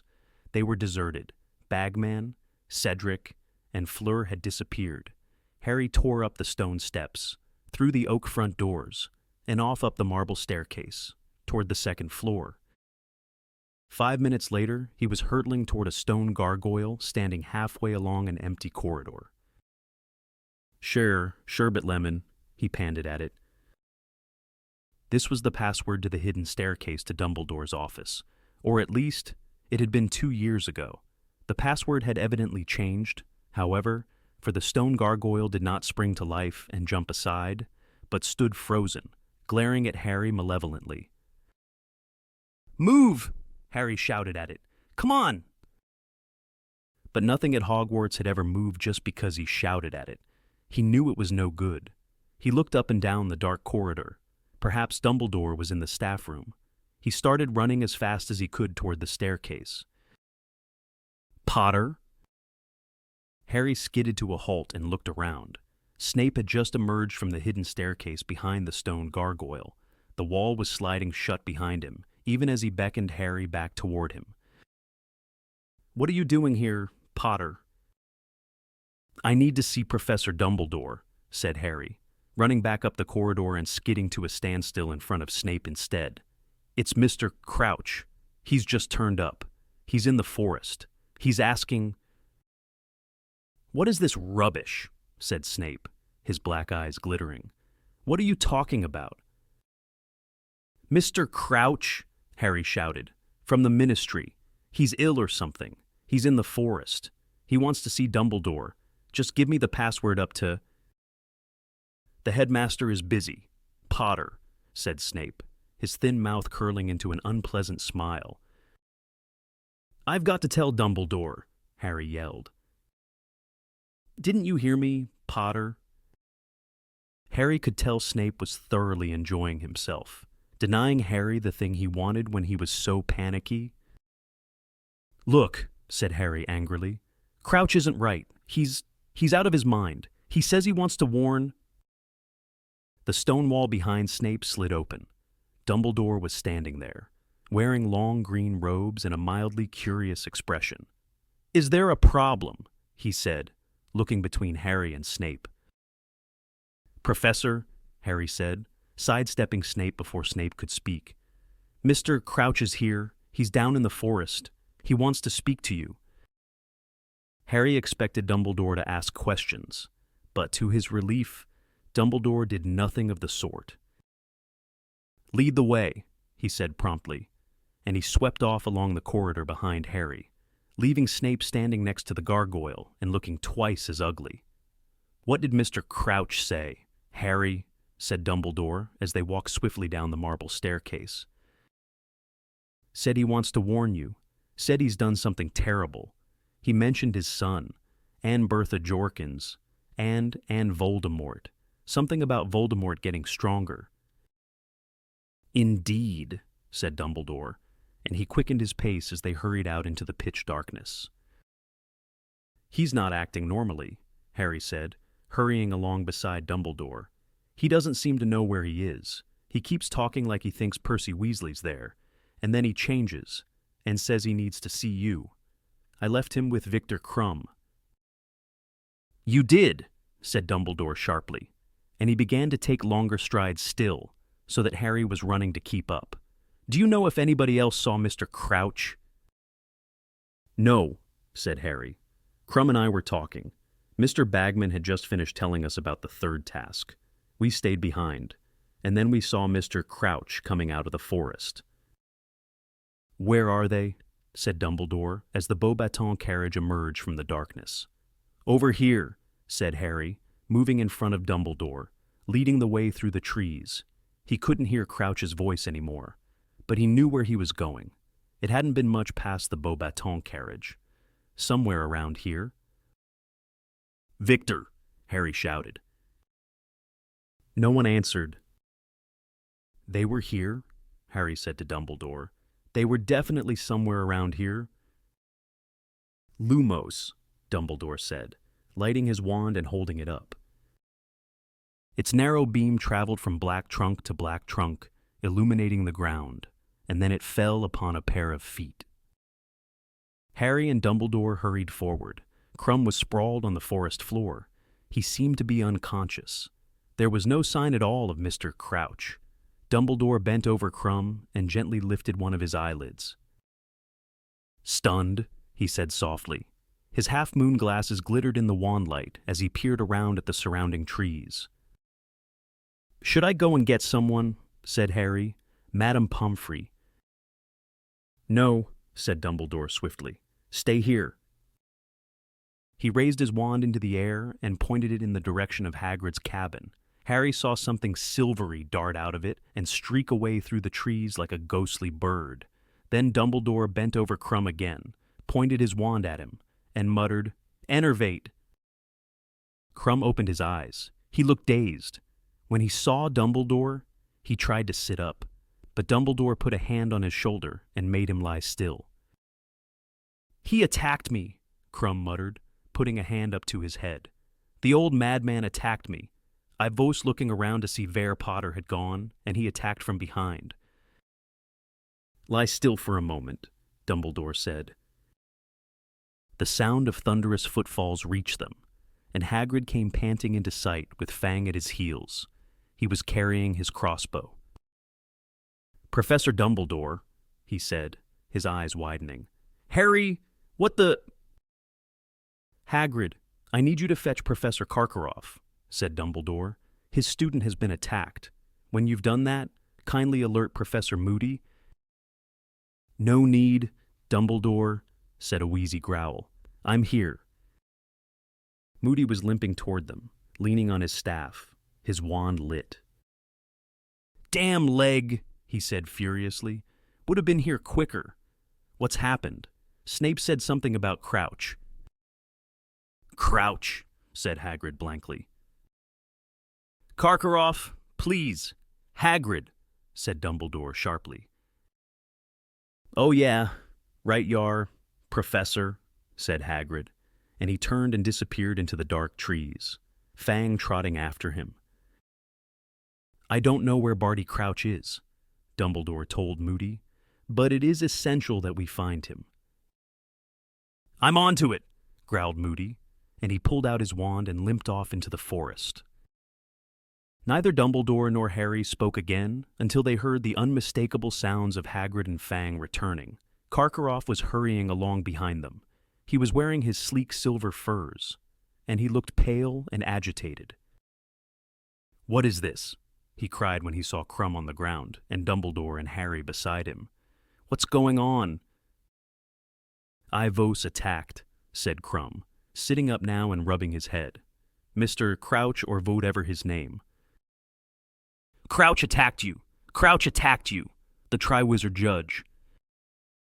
"Igor," Dumbledore began, but Karkaroff had drawn himself up, clutching his furs around him, looking livid.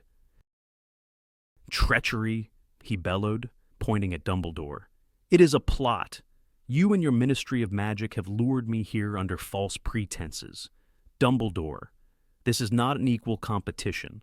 First you sneak Potter into the tournament, though he is underage. Now one of your Ministry friends attempts to put my champion out of action. I smell double dealing and corruption in this whole affair. And you, Dumbledore, you, with your talk of closer international. Wizarding links, of rebuilding old ties, of forgetting old differences, here's what I think of you." Karkaroff spat onto the ground at Dumbledore's feet. In one swift movement, Hagrid seized the front of Karkaroff's furs, lifted him into the air, and slammed him against a nearby tree. "Apologize!" Hagrid snarled as Karkaroff gasped for breath, Hagrid's massive fist at his throat, his feet dangling in midair. "Hagrid, no!" Dumbledore shouted, his eyes flashing. Hagrid removed the hand pinning Karkaroff to the tree, and Karkaroff slid all the way down the trunk and slumped in a huddle at its roots. A few twigs and leaves showered down upon his head. "Kindly escort Harry back up to the castle." "Hagrid," said Dumbledore sharply. Breathing heavily, Hagrid gave Karkaroff a glowering look. "Maybe I'd better stay here, Headmaster." "You will take Harry back to school." "Hagrid," Dumbledore repeated firmly. "Take him right up to Gryffindor Tower. And Harry, I want you to stay there. Anything you might want to do, any owls you might want to send, they can wait until morning. Do you understand me?" Yes," said Harry, staring at him. How had Dumbledore known that? At that very moment, he had been thinking about sending Pigwidgeon straight to Sirius, to tell him what had happened. "I'll leave Fang with you, Headmaster," Hagrid said, staring menacingly at Karkaroff, who was still sprawled at the foot of the tree, tangled in furs and tree roots. "Stay, Fang, come on, Harry." They marched in silence past the Beauxbatons carriage and up toward the castle. "How dare he?" Hagrid growled as they strode past the lake. "How dare he accuse Dumbledore? Like Dumbledore do anything like that. Like Dumbledore wanted you in the tournament in the first place. Worried? I don't know when I seen Dumbledore more worried than he's been lately. And you," Hagrid suddenly said angrily to Harry, who looked up at him, taken aback. "What were you doing? Wandering off with Ruddy Crumb. He's from Durmstrang. Harry, could have jinxed you right there. Couldn't he? Hasn't Moody taught you nothing? Magine letting him lure you off on your own." "Crumb's all right," said Harry as they climbed the steps into the entrance hall. "He wasn't trying to jinx me. He just wanted to talk about Hermione. I'll be having a few words with her, and all," said Hagrid grimly, stomping up the stairs. "The less you lot have to do with these foreigners, the happier you'll be. Ye can trust any of 'em." "You were getting on all right with Madame Maxime," Harry said, annoyed. "Don't you talk to me about her," said Hagrid, and he looked quite frightening for a moment. "I've got her number now, trying to get back in me good books, trying to get me to tell her what's coming in the third task. Ha! You can't trust any of 'em." Hagrid was in such a bad mood. Harry was quite glad to say goodbye to him in front of the fat lady. He clambered through the portrait hole into the common room and hurried straight for the corner where Ron and Hermione were sitting, to tell them what had happened. Chapter 29, The Dream. "It comes down to this," said Hermione, rubbing her forehead. "Either Mr. Crouch attacked Victor, or somebody else attacked both of them when Victor wasn't looking." "It must have been Crouch," said Ron at once. "That's why he was gone when Harry and Dumbledore got there. He'd done a runner." "I don't think so," said Harry, shaking his head. "He seemed really weak. I don't reckon he was up to disapparating or anything." "You can't disapparate on the Hogwarts grounds. Haven't I told you enough times?" said Hermione. "Okay, how's this for a theory?" said Ron excitedly. "Crumb attacked Crouch. No, wait for it, and then stunned himself. And Mr. Crouch evaporated. Did he?" said Hermione coldly. "Oh yeah."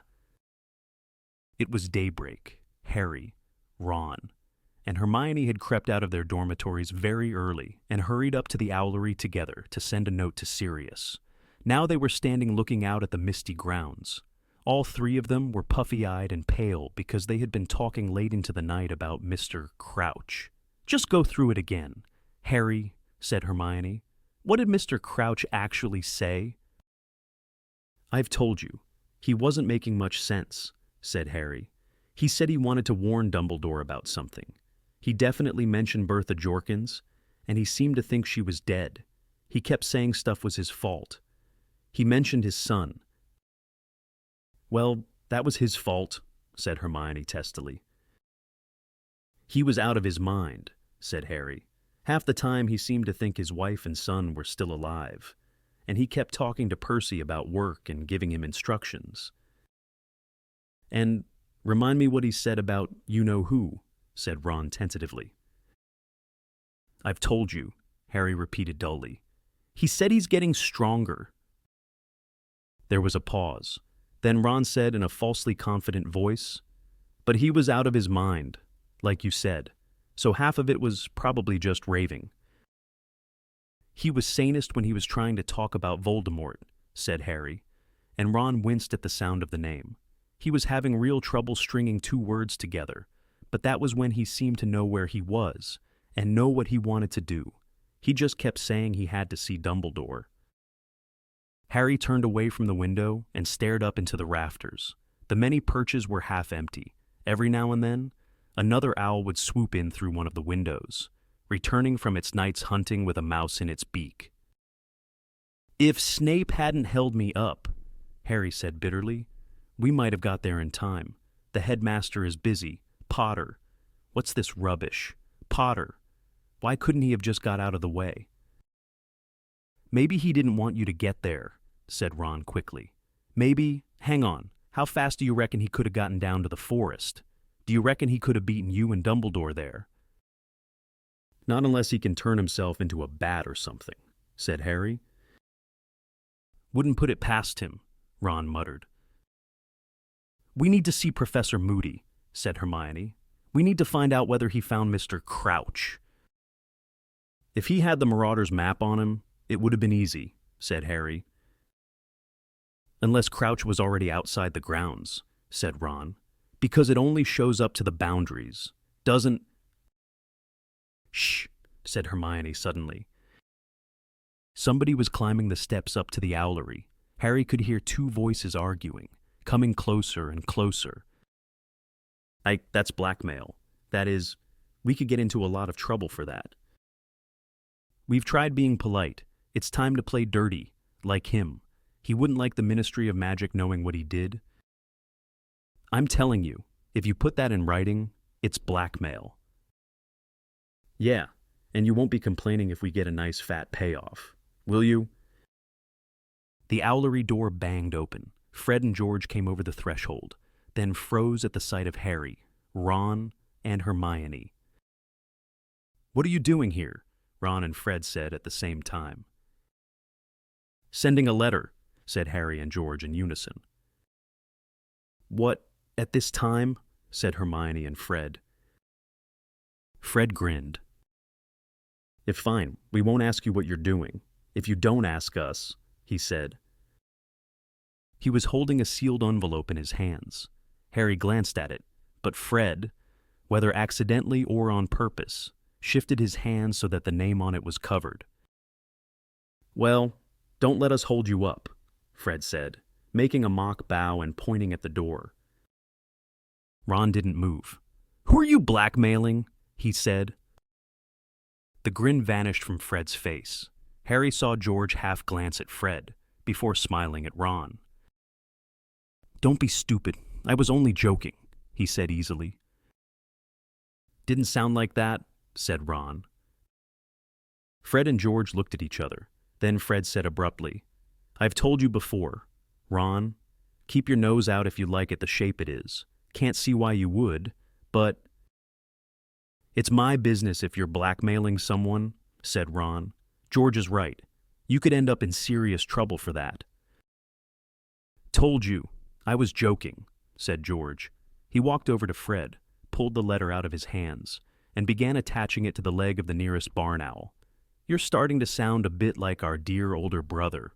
You are. Ron, carry on like this and you'll be made a prefect." "No, I won't," said Ron hotly.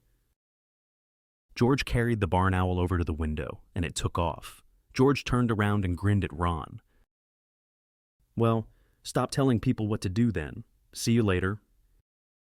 He and Fred left the owlery. Harry, Ron, and Hermione stared at one another.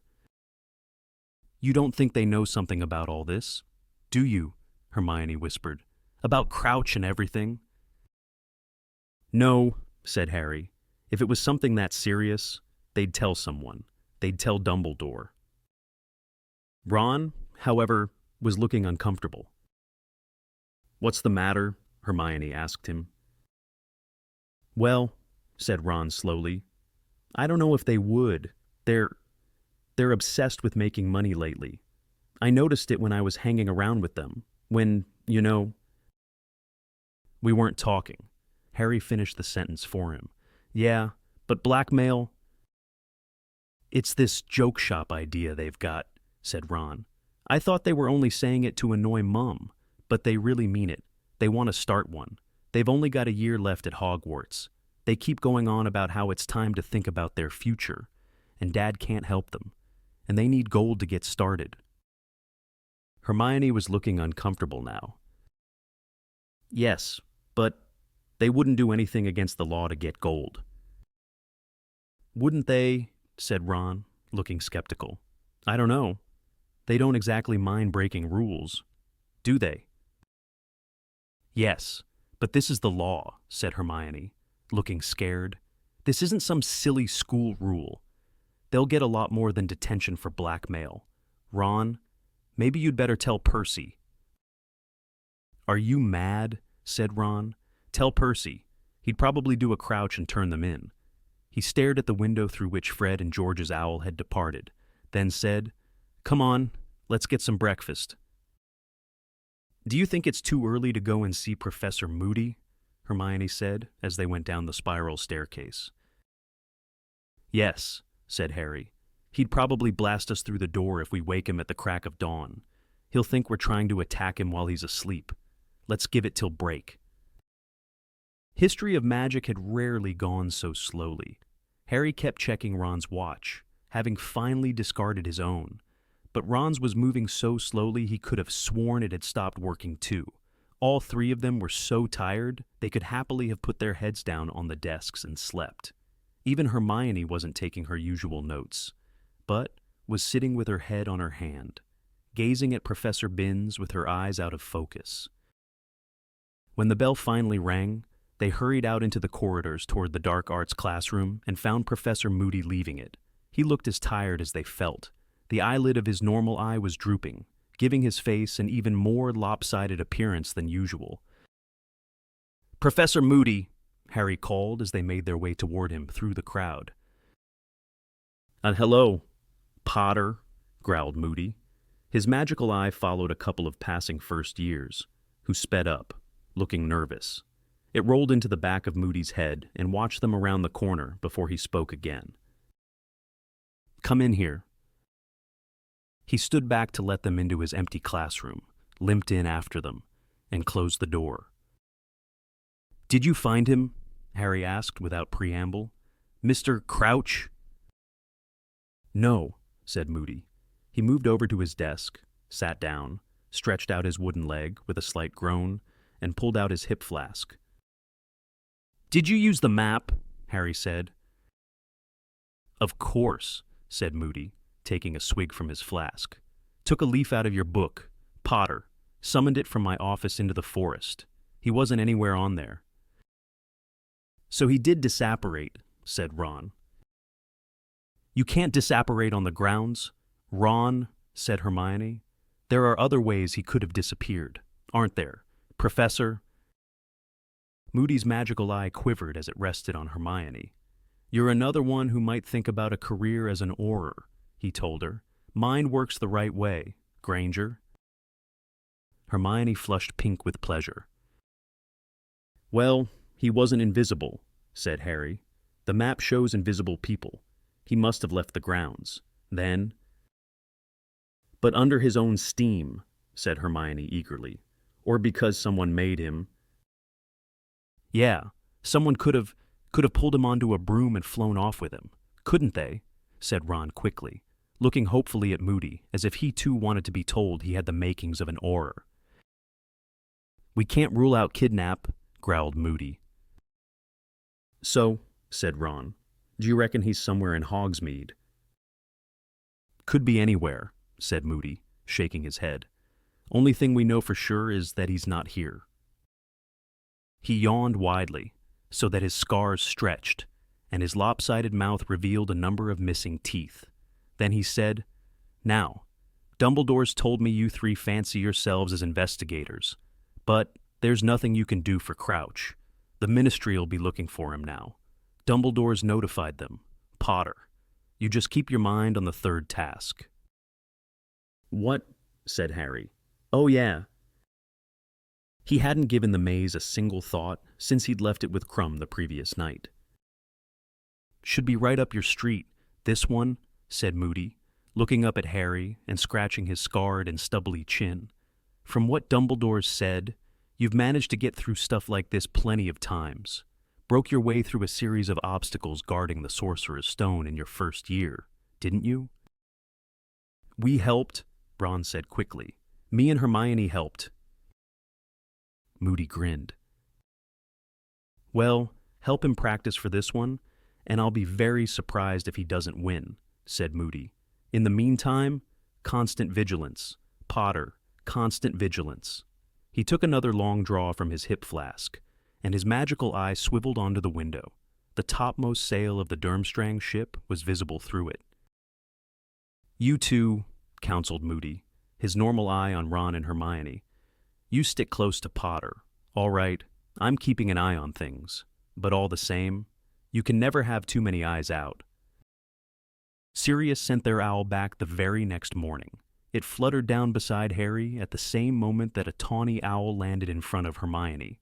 clutching a copy of the Daily Prophet in its beak. She took the newspaper, scanned the first few pages, said, "Ha! She hasn't got wind of Crouch." Then joined Ron and Harry in reading what Sirius had to say on the mysterious events of the night before last. "Harry, what do you think you are playing at? Walking off into the forest with Victor Crumb?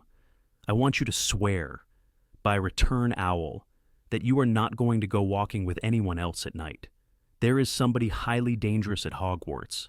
It is clear to me that they wanted to stop Crouch from seeing Dumbledore, and you were probably feet away from them in the dark. You could have been killed. Your name didn't get into the Goblet of Fire by accident. If someone's trying to attack you, they're on their last chance. Stay close to Ron and Hermione. Do not leave Gryffindor Tower after hours. And arm yourself for the third task. Practice stunning and disarming. A few hexes wouldn't go amiss either. There's nothing you can do about Crouch. Keep your head down and look after yourself. I'm waiting for your letter, giving me your word you won't stray out of bounds again. Sirius." "Who's he, to lecture me about being out of bounds?" said Harry in mild indignation, as he folded up Sirius's letter and put it inside his robes. "After all the stuff he did at school?" "He's worried about you," said Hermione sharply. "Just like Moody and Hagrid, so listen to them." "No one's tried to attack me all year," said Harry. "No one's done anything to me except put your name in the Goblet of Fire," said Hermione. "And they must have done that for a reason. Harry, Snuffles is right. Maybe they've been biding their time. Maybe this is the task they're going to get you." "Look," said Harry impatiently. "Let's say Sirius is right, and someone stunned Crumb to kidnap Crouch. Well, they would have been in the trees near us, wouldn't they? But they waited till I was out of the way until they acted, didn't they? So, it doesn't look like I'm their target, does it?" "They couldn't have made it look like an accident if they'd murdered you in the forest," said Hermione. "But if you die during a task—" "They didn't care about attacking Crumb, did they?" said Harry. "Why didn't they just polish me off at the same time? They could have made it look like Crumb and I had a duel or something." "Harry, I don't understand it either," said Hermione desperately. "I just know there are a lot of odd things going on, and I don't like it. Moody's right. Sirius is right. You've got to get in training for the third task, straight away. And you make sure you write back to Sirius and promise him you're not going to go sneaking off alone again." The Hogwarts grounds never looked more inviting than when Harry had to stay indoors. For the next few days he spent all of his free time either in the library with Hermione and Ron, looking up hexes, or else in empty classrooms, which they sneaked into to practice. Harry was concentrating on the stunning spell, which he had never used before. The trouble was that practicing it involved certain sacrifices on Ron's and Hermione's part. "Can't we kidnap Mrs. Norris?"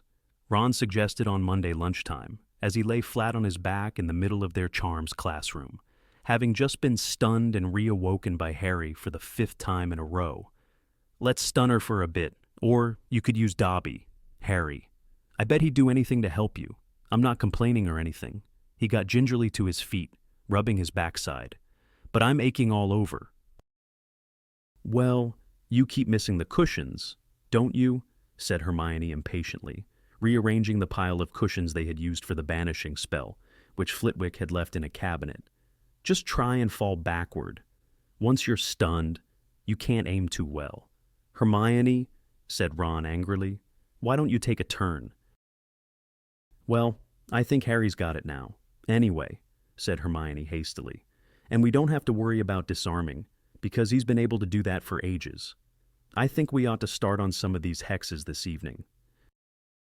She looked down the list they had made in the library. "I like the look of this one," she said. "This impediment curse should slow down anything that's trying to attack you. Harry, we'll start with that one." The bell rang. They hastily shoved the cushions back into Flitwick's cupboard and slipped out of the classroom. "See you at dinner," said Hermione, and she set off for arithmancy, while Harry and Ron headed toward North Tower and divination. Broad strips of dazzling gold sunlight tell across the corridor from the high windows. The sky outside was so brightly blue it looked as though it had been enameled. "It's going to be boiling in Trelawney's room. She never puts out that fire," said Ron as they started up the staircase toward the silver ladder and the trap door. He was quite right. The dimly lit room was swelteringly hot. The fumes from the perfumed fire were heavier than ever. Harry's head swam as he made his way over to one of the curtained windows. While Professor Trelawney was looking the other way, disentangling her shawl from a lamp. He opened it an inch or so and settled back in his chintz armchair, so that a soft breeze played across his face. It was extremely comfortable. "My dears," said Professor Trelawney, sitting down in her winged armchair in front of the class and peering around at them all with her strangely enlarged eyes. "We have almost finished our work on planetary divination. Today, however, will be an excellent opportunity to examine the effects of Mars, for he is placed most interestingly at the present time. If you will all look this way, I will dim the lights." She waved her wand and the lamps went out. The fire was the only source of light now. Professor Trelawney bent down and lifted, from under her chair, a miniature model of the solar system, contained within a glass dome. It was a beautiful thing. Each of the moons glimmered in place around the 9 planets and the fiery sun, all of them hanging in thin air beneath the glass. Harry watched lazily as Professor Trelawney began to point out the fascinating angle Mars was making to Neptune. The heavily perfumed fumes washed over him, and the breeze from the window played across his face. He could hear an insect humming gently somewhere behind the curtain. His eyelids began to droop. He was riding on the back of an eagle owl, soaring through the clear blue sky toward an old, ivy-covered house set high on a hillside. Lower and lower they flew, the wind blowing pleasantly in Harry's face, until they reached a dark and broken window in the upper story of the house and entered. Now they were flying along a gloomy passageway, to a room at the very end. Through the door they went, into a dark room whose windows were boarded up. Harry had left the owl's back. He was watching, now, as it fluttered across the room, into a chair with its back to him. There were 2 dark shapes on the floor beside the chair. Both of them were stirring. One was a huge snake. The other was a man, a short, balding man, a man with watery eyes and a pointed nose. He was wheezing and sobbing on the hearth rug. "You are in luck, Wormtail," said a cold, high-pitched voice from the depths of the chair in which the owl had landed. "You are very fortunate indeed. Your blunder has not ruined everything. He is dead." "My lord," gasped the man on the floor. "My lord, I am so pleased, and so sorry." "Nagini," said the cold voice, "you are out of luck. I will not be feeding Wormtail to you, after all. But never mind, never mind. There is still Harry Potter." The snake hissed. Harry could see its tongue fluttering. "Now, Wormtail," said the cold voice, "perhaps one more little reminder why I will not tolerate another blunder from you." "My lord, no, I beg you." The tip of a wand emerged from around the back of the chair. It was pointing at Wormtail. "Crucio," said the cold voice. Wormtail screamed as though every nerve in his body were on fire. The screaming filled Harry's ears as the scar on his forehead seared with pain. He was yelling too. Voldemort would hear him, would know he was there. Harry. Harry opened his eyes. He was lying on the floor of Professor Trelawney's room, with his hands over his face. His scar was still burning so badly that his eyes were watering. The pain had been real. The whole class was standing around him, and Ron was kneeling next to him, looking terrified. "You all right?" he said. "Of course he isn't," said Professor Trelawney, looking thoroughly excited. Her great eyes loomed over Harry, gazing at him. What was it? Potter? A premonition? An apparition? What did you see? "Nothing," Harry lied. He sat up. He could feel himself shaking. He couldn't stop himself from looking around, into the shadows behind him. Voldemort's voice had sounded so close. "You were clutching your scar," said Professor Trelawney. "You were rolling on the floor, clutching your scar. Come now, Potter. I have experience in these matters." Harry looked up at her. "I need to go to the hospital wing. I think," he said, "bad headache." "My dear, you were undoubtedly stimulated by the extraordinary clairvoyant vibrations of my room," said Professor Trelawney. "If you leave now, you may lose the opportunity to see further than you have ever." "I don't want to see anything except a headache cure," said Harry. He stood up. The class backed away. They all looked unnerved. "See you later," Harry muttered to Ron, and he picked up his bag and headed for the trapdoor, ignoring Professor Trelawney, who was wearing an expression of great frustration, as though she had just been denied a real treat. When Harry reached the bottom of her stepladder, however, he did not set off for the hospital wing. He had no intention whatsoever of going there. Sirius had told him what to do if his scar hurt him again, and Harry was going to follow his advice. He was going straight to Dumbledore's office. He marched down the corridors, thinking about what he had seen in the dream. It had been as vivid as the one that had awoken him on Privet Drive. He ran over the details in his mind, trying to make sure he could remember them. He had heard Voldemort accusing Wormtail of making a blunder, but the owl had brought good news. The blunder had been repaired. Somebody was dead. So, Wormtail was not going to be fed to the snake. Harry, was going to be fed to it instead. Harry had walked right past the stone gargoyle guarding the entrance to Dumbledore's office without noticing. He blinked, looked around, realized what he had done, and retraced his steps, stopping in front of it. Then he remembered that he didn't know the password. "Sherbet lemon," he tried tentatively. The gargoyle did not move.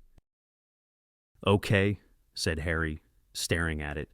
"Pear drop, licorice wand, fizzing Whizbee, Drooble's best blowing gum, Bertie Bott's every flavor beans. Oh no, he doesn't like them, does he? Oh, just open, can't you?" he said angrily. "I really need to see him. It's urgent." The gargoyle remained immovable. Harry kicked it, achieving nothing but an excruciating pain in his big toe. "Chocolate frog!" he yelled angrily, standing on one leg. "Sugar quill! Cockroach cluster!" The gargoyle sprang to life and jumped aside. Harry blinked. "Cockroach cluster?" he said, amazed. "I was only joking?" He hurried through the gap in the walls and stepped onto the foot of a spiral stone staircase, which moved slowly upward as the doors closed behind him, taking him up to a polished oak door with a brass door knocker. He could hear voices from inside the office. He stepped off the moving staircase and hesitated, listening. "Dumbledore, I'm afraid I don't see the connection. Don't see it at all."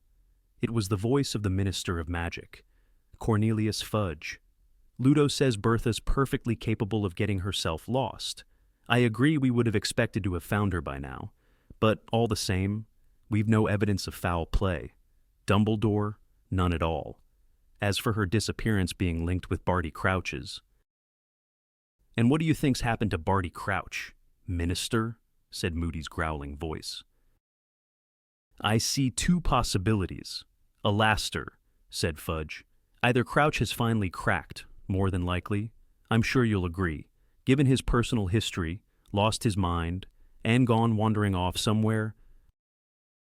He wandered extremely quickly, if that is the case. Cornelius," said Dumbledore calmly. "Or else, well," Fudge sounded embarrassed. "Well, I'll reserve judgment until after I've seen the place where he was found. But you say it was just past the Beauxbatons carriage. Dumbledore, you know what that woman is." "I consider her to be a very able headmistress and an excellent dancer," said Dumbledore quietly. "Dumbledore, come," said Fudge angrily. "Don't you think you might be prejudiced in her favor because of Hagrid? They don't all turn out harmless, if, indeed, you can call Hagrid harmless, with that monster fixation he's got. I no more suspect Madame Maxime than Hagrid, said Dumbledore, just as calmly. I think it possible that it is you who are prejudiced. Cornelius. Can we wrap up this discussion? Growled Moody. Yes, let's go down to the grounds. Then, said Fudge impatiently. No, it's not that, said Moody. It's just that Potter wants a word with you. Dumbledore. He's just outside the door. Chapter 30. The Pensieve. The door of the office opened. Hello, Potter, said Moody. Come in, then. Harry walked inside. He had been inside Dumbledore's office once before. It was a very beautiful, circular room, lined with pictures of previous headmasters and headmistresses of Hogwarts, all of whom were fast asleep, their chests rising and falling gently. Cornelius Fudge was standing beside Dumbledore's desk, wearing his usual pinstriped cloak and holding his lime-green bowler hat. Harry, said Fudge jovially, moving forward. How are you? Fine, Harry lied. We were just talking about the night when Mr. Crouch turned up on the grounds, said Fudge. It was you who found him, was it not? Yes, said Harry. Then, feeling it was pointless to pretend that he hadn't overheard what they had been saying, he added, I didn't see Madame Maxime anywhere, though, and she'd have a job hiding, wouldn't she? Dumbledore smiled at Harry behind Fudge's back, his eyes twinkling. Yes, well, said Fudge, looking embarrassed. We're about to go for a short walk on the grounds. Harry, if you'll excuse us, perhaps if you just go back to your class. I wanted to talk to you, Professor, Harry said quickly, looking at Dumbledore, who gave him a swift, searching look. Wait here for me, Harry, he said. Our examination of the grounds will not take long. They trooped out in silence past him and closed the door. After a minute or so, Harry heard the clunks of Moody's wooden leg growing fainter in the corridor below. He looked around. Hello, Fawkes, he said. Fawkes, Professor Dumbledore's phoenix, was standing on his golden perch beside the door, the size of a swan, with magnificent scarlet and gold plumage. He swished his long tail and blinked benignly at Harry. Harry sat down in a chair in front of Dumbledore's desk. For several minutes, he sat and watched the old headmasters and headmistresses snoozing in their frames, thinking about what he had just heard, and running his fingers over his scar. It had stopped hurting now. He felt much calmer, somehow, now that he was in Dumbledore's office. Knowing he would shortly be telling him about the dream, Harry looked up at the walls behind the desk. The patched and ragged sorting hat was standing on a shelf. A glass case next to it held a magnificent silver sword with large rubies set into the hilt, which Harry recognized as the one he himself had pulled out of the sorting hat in his second year. The sword had once belonged to Godric Gryffindor, founder of Harry's house. He was gazing at it, remembering how it had come to his aid when he had thought all hope was lost, when he noticed a patch of silvery light dancing and shimmering on the glass case. He looked around for the source of the light and saw a sliver of silver white shining brightly from within a black cabinet behind him, whose door had not been closed properly. Harry hesitated, glanced at Fawkes, then got up, walked across the office, and pulled open the cabinet door. A shallow stone basin lay there, with odd carvings around the edge, runes and symbols that Harry did not recognize. The silvery light was coming from the basin's contents, which were like nothing Harry had ever seen before. He could not tell whether the substance was liquid or gas. It was a bright, whitish silver, and it was moving ceaselessly. The surface of it became ruffled like water beneath wind, and then, like clouds, separated and swirled smoothly. It looked like light made liquid, or like wind made solid. Harry couldn't make up his mind. He wanted to touch it, to find out what it felt like, but nearly 4 years' experience of the magical world told him that sticking his hand into a bowl full of some unknown substance was a very stupid thing to do.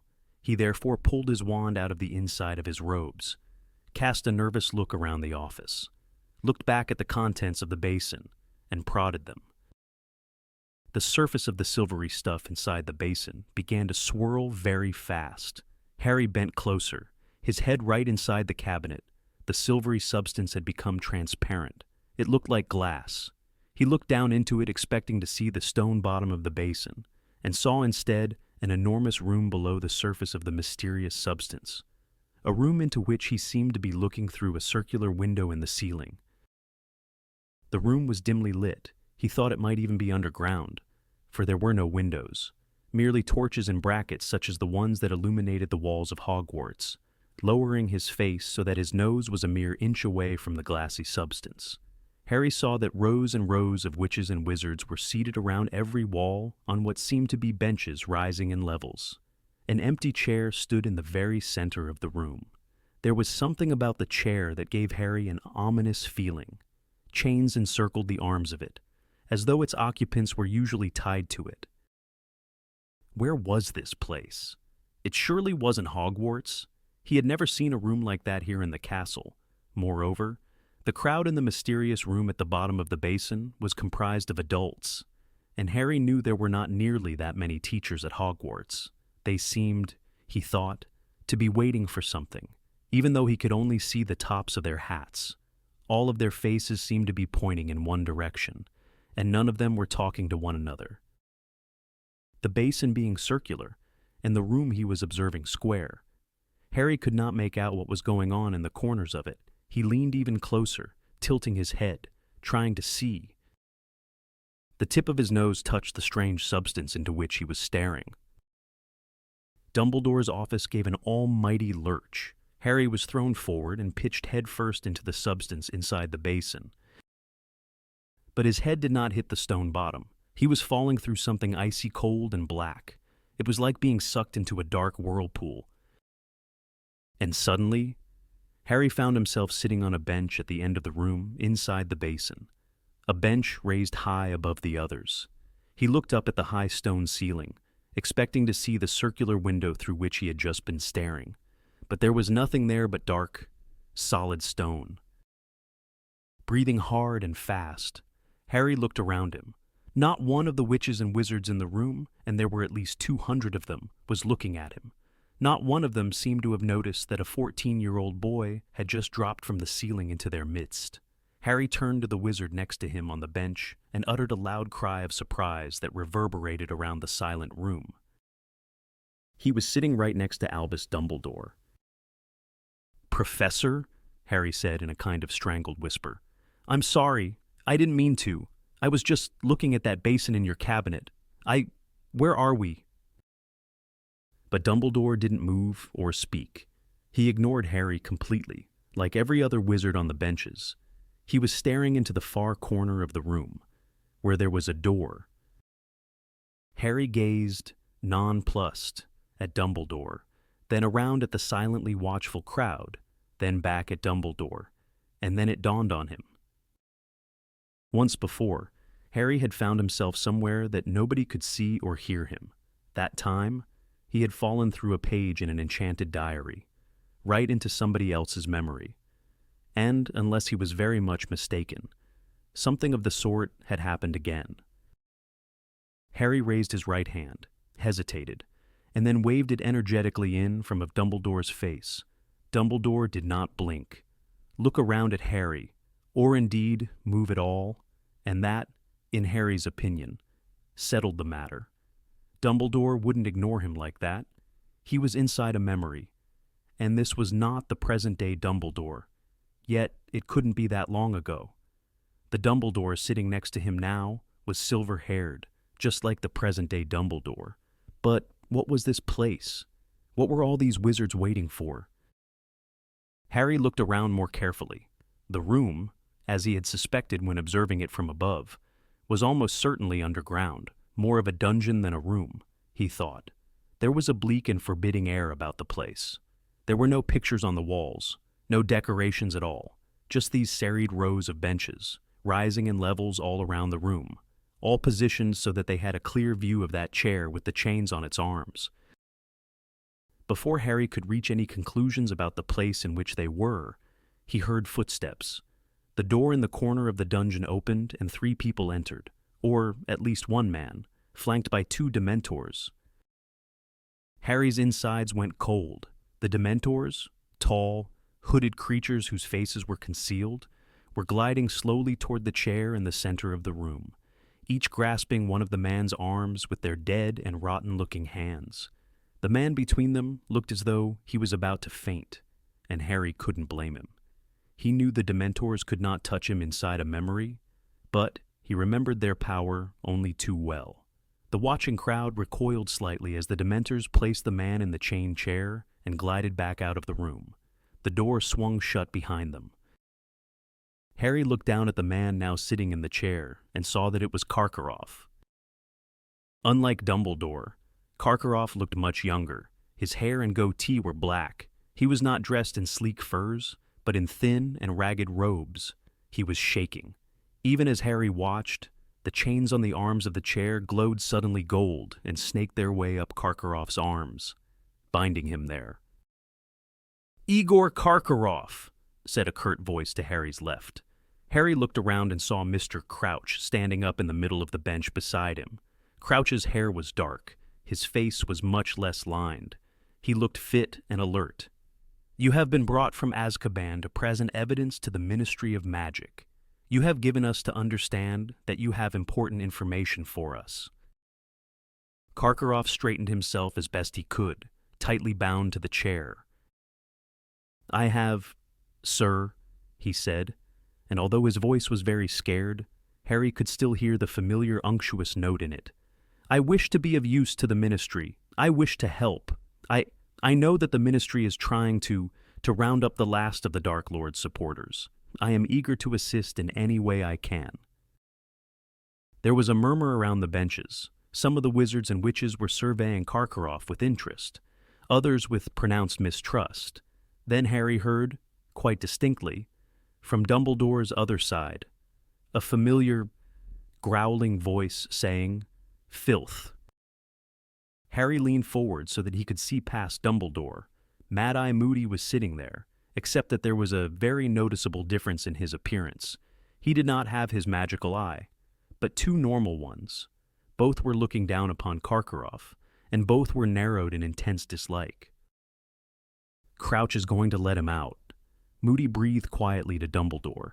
"He's done a deal with him. Took me 6 months to track him down, and Crouch is going to let him go if he's got enough new names. Let's hear his information, I say, and throw him straight back to the Dementors." Dumbledore made a small noise of dissent through his long, crooked nose. I was forgetting. You don't like the Dementors, do you, Albus?" said Moody with a sardonic smile. "No," said Dumbledore calmly. "I'm afraid I don't. I have long felt the Ministry is wrong to ally itself with such creatures. But for filth like this," Moody said softly. "You say you have names for us. Karkaroff," said Mr. Crouch. "Let us hear them, please." "You must understand," said Karkaroff hurriedly, "that he who must not be named operated always in the greatest secrecy. He preferred that we, I mean to say, his supporters, and I regret now, very deeply, that I ever counted myself among them." "Get on with it," sneered Moody. "We never knew the names of every one of our fellows. He alone knew exactly who we all were. Which was a wise move, wasn't it, as it prevented someone like you, Karkaroff, from turning all of them in," muttered Moody. "Yet you say you have some names for us," said Mr. Crouch. I do," said Karkaroff breathlessly, "and these were important supporters. Mark you, people I saw with my own eyes doing his bidding. I give this information as a sign that I fully and totally renounce him, and am filled with a remorse so deep I can barely—" "These names are—" said Mr. Crouch sharply. Karkaroff drew a deep breath. "There was Antonin Dolohov. he said. I saw him torture countless muggles and non-supporters of the Dark Lord. And helped him do it, murmured Moody. We have already apprehended Dolohov, said Crouch. He was caught shortly after yourself. Indeed, said Karkaroff, his eyes widening. I am delighted to hear it. But he didn't look it. Harry could tell that this news had come as a real blow to him. One of his names was worthless. Any others? Said Crouch coldly. Why, yes, there was Rosier, said Karkaroff hurriedly. Evan Rosier. Rosier is dead, said Crouch. He was caught shortly after you were too. He preferred to fight rather than come quietly and was killed in the struggle. Took a bit of me with him, though, whispered Moody to Harry's right. Harry looked around at him once more, and saw him indicating the large chunk out of his nose to Dumbledore. No more than Rosier deserved, said Karkaroff, a real note of panic in his voice now. Harry could see that he was starting to worry that none of his information would be of any use to the Ministry. Karkaroff's eyes darted toward the door in the corner, behind which the Dementors undoubtedly still stood, waiting. Any more, said Crouch. Yes, said Karkaroff. There was Travers. He helped murder the McKinnons. Mulciber. He specialized in the Imperious Curse, forced countless people to do horrific things. Rookwood, who was a spy, and passed he who must not be named useful information from inside the Ministry itself. Harry could tell that, this time, Karkaroff had struck gold. The watching crowd was all murmuring together. Rookwood, said Mr. Crouch, nodding to a witch sitting in front of him, who began scribbling upon her piece of parchment. Augustus Rookwood of the Department of Mysteries. The very same, said Karkaroff eagerly. I believe he used a network of well-placed wizards, both inside the Ministry and out, to collect information. But Travers and Mulciber we have, said Mr. Crouch. Very well. Karkaroff, if that is all, you will be returned to Azkaban while we decide. Not yet, cried Karkaroff, looking quite desperate. Wait, I have more. Harry could see him sweating in the torchlight, his white skin contrasting strongly with the black of his hair and beard. Snape! He shouted. Severus Snape! Snape has been cleared by this council, said Crouch disdainfully. He has been vouched for by Albus Dumbledore. No, shouted Karkaroff, straining at the chains that bound him to the chair. I assure you, Severus Snape is a Death Eater. Dumbledore had gotten to his feet. I have given evidence already on this matter, he said calmly. Severus Snape was indeed a Death Eater. However, he rejoined our side before Lord Voldemort's downfall and turned spy for us. At great personal risk, he is now no more a Death Eater than I am. Harry turned to look at Mad-Eye Moody. He was wearing a look of deep skepticism behind Dumbledore's back. Very well, Karkaroff, Crouch said coldly. You have been of assistance. I shall review your case. You will return to Azkaban in the meantime. Mr. Crouch's voice faded. Harry looked around. The dungeon was dissolving as though it were made of smoke. Everything was fading. He could see only his own body. All else was swirling darkness. And then, the dungeon returned. Harry was sitting in a different seat, still on the highest bench, but now to the left side of Mr. Crouch. The atmosphere seemed quite different, relaxed, even cheerful. The witches and wizards all around the walls were talking to one another, almost as though they were at some sort of sporting event. Harry noticed a witch halfway up the rows of benches opposite. She had short blonde hair, was wearing magenta robes, and was sucking the end of an acid green quill. It was, unmistakably, a younger Rita Skeeter. Harry looked around. Dumbledore was sitting beside him again, wearing different robes. Mr. Crouch looked more tired and somehow fiercer. Gaunter. Harry understood. It was a different memory, a different day, a different trial. The door in the corner opened, and Ludo Bagman walked into the room. This was not, however, a Ludo Bagman gone to seed, but a Ludo Bagman who was clearly at the height of his Quidditch-playing fitness. His nose wasn't broken now.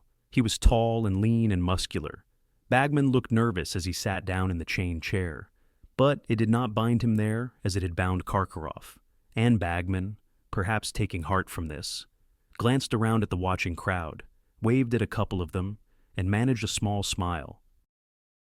"Hey, Ludo Bagman, you have been brought here in front of the Council of Magical Law to answer charges relating to the activities of the Death Eaters," said Mr. Crouch. "We have heard the evidence against you and are about to reach our verdict. Do you have anything to add to your testimony before we pronounce judgment?" Harry couldn't believe his ears. Ludo Bagman, a Death Eater. "Only," said Bagman, smiling awkwardly, "well, I know I've been a bit of an idiot." One or two wizards and witches in the surrounding seats smiled indulgently. Mr. Crouch did not appear to share their feelings. He was staring down at Ludo Bagman with an expression of the utmost severity and dislike. "You never spoke a truer word, boy," someone muttered dryly to Dumbledore behind Harry. He looked around and saw Moody sitting there again. "If I didn't know he'd always been dim, I'd have said some of those bludgers had permanently affected his brain." "Ludovic Bagman, you were caught passing information to Lord Voldemort's supporters," said Mr. Crouch. "For this, I suggest a term of imprisonment in Azkaban lasting no less than—" But there was an angry outcry from the surrounding benches. Several of the witches and wizards around the walls stood up, shaking their heads, and even their fists, at Mr. Crouch. "But I've told you, I had no idea," Bagman called earnestly over the crowd's babble, his round blue eyes widening. "None at all. Old Rookwood was a friend of my dad's. Never crossed my mind he was in with you-know-who. I thought I was collecting information for our side, and Rookwood kept talking about getting me a job in the ministry later on, once my Quidditch days are over. You know, I mean, I can't keep getting hit by bludgers for the rest of my life, can I?" There were titters from the crowd. "It will be put to the vote," said Mr. Crouch coldly. He turned to the right-hand side of the dungeon. "The jury will please raise their hands, those in favor of imprisonment." Harry looked toward the right-hand side of the dungeon. Not one person raised their hand. Many of the witches and wizards around the walls began to clap. One of the witches on the jury stood up. "Yes," barked Crouch. "We'd just like to congratulate Mr. Bagman on his splendid performance for England in the Quidditch match against Turkey last Saturday," the witch said breathlessly. Mr. Crouch looked furious. The dungeon was ringing with applause now. Bagman got to his feet and bowed, beaming. "Despicable!" Mr. Crouch spat at Dumbledore, sitting down as Bagman walked out of the dungeon. "Rook would get him a job indeed. The day Ludo Bagman joins us will be a sad day indeed for the ministry." And the dungeon dissolved again. When it had returned, Harry looked around. He and Dumbledore were still sitting beside Mr. Crouch, but the atmosphere could not have been more different. There was total silence, broken only by the dry sobs of a frail, wispy-looking witch in the seat next to Mr. Crouch. She was clutching a handkerchief to her mouth with trembling hands. Harry looked up at Crouch and saw that he looked gaunter and grayer than ever before. A nerve was twitching in his temple. "Bring them in," he said, and his voice echoed through the silent dungeon. The door in the corner opened yet again. 6 Dementors entered this time, flanking a group of 4 people. Harry saw the people in the crowd turn to look up at Mr. Crouch. A few of them whispered to one another. The Dementors placed each of the 4 people in the 4 chairs, with chained arms that now stood on the dungeon floor.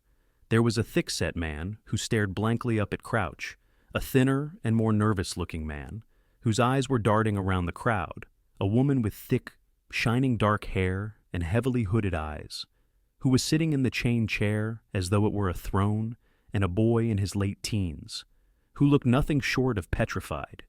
He was shivering, his straw-colored hair all over his face, his freckled skin milk white.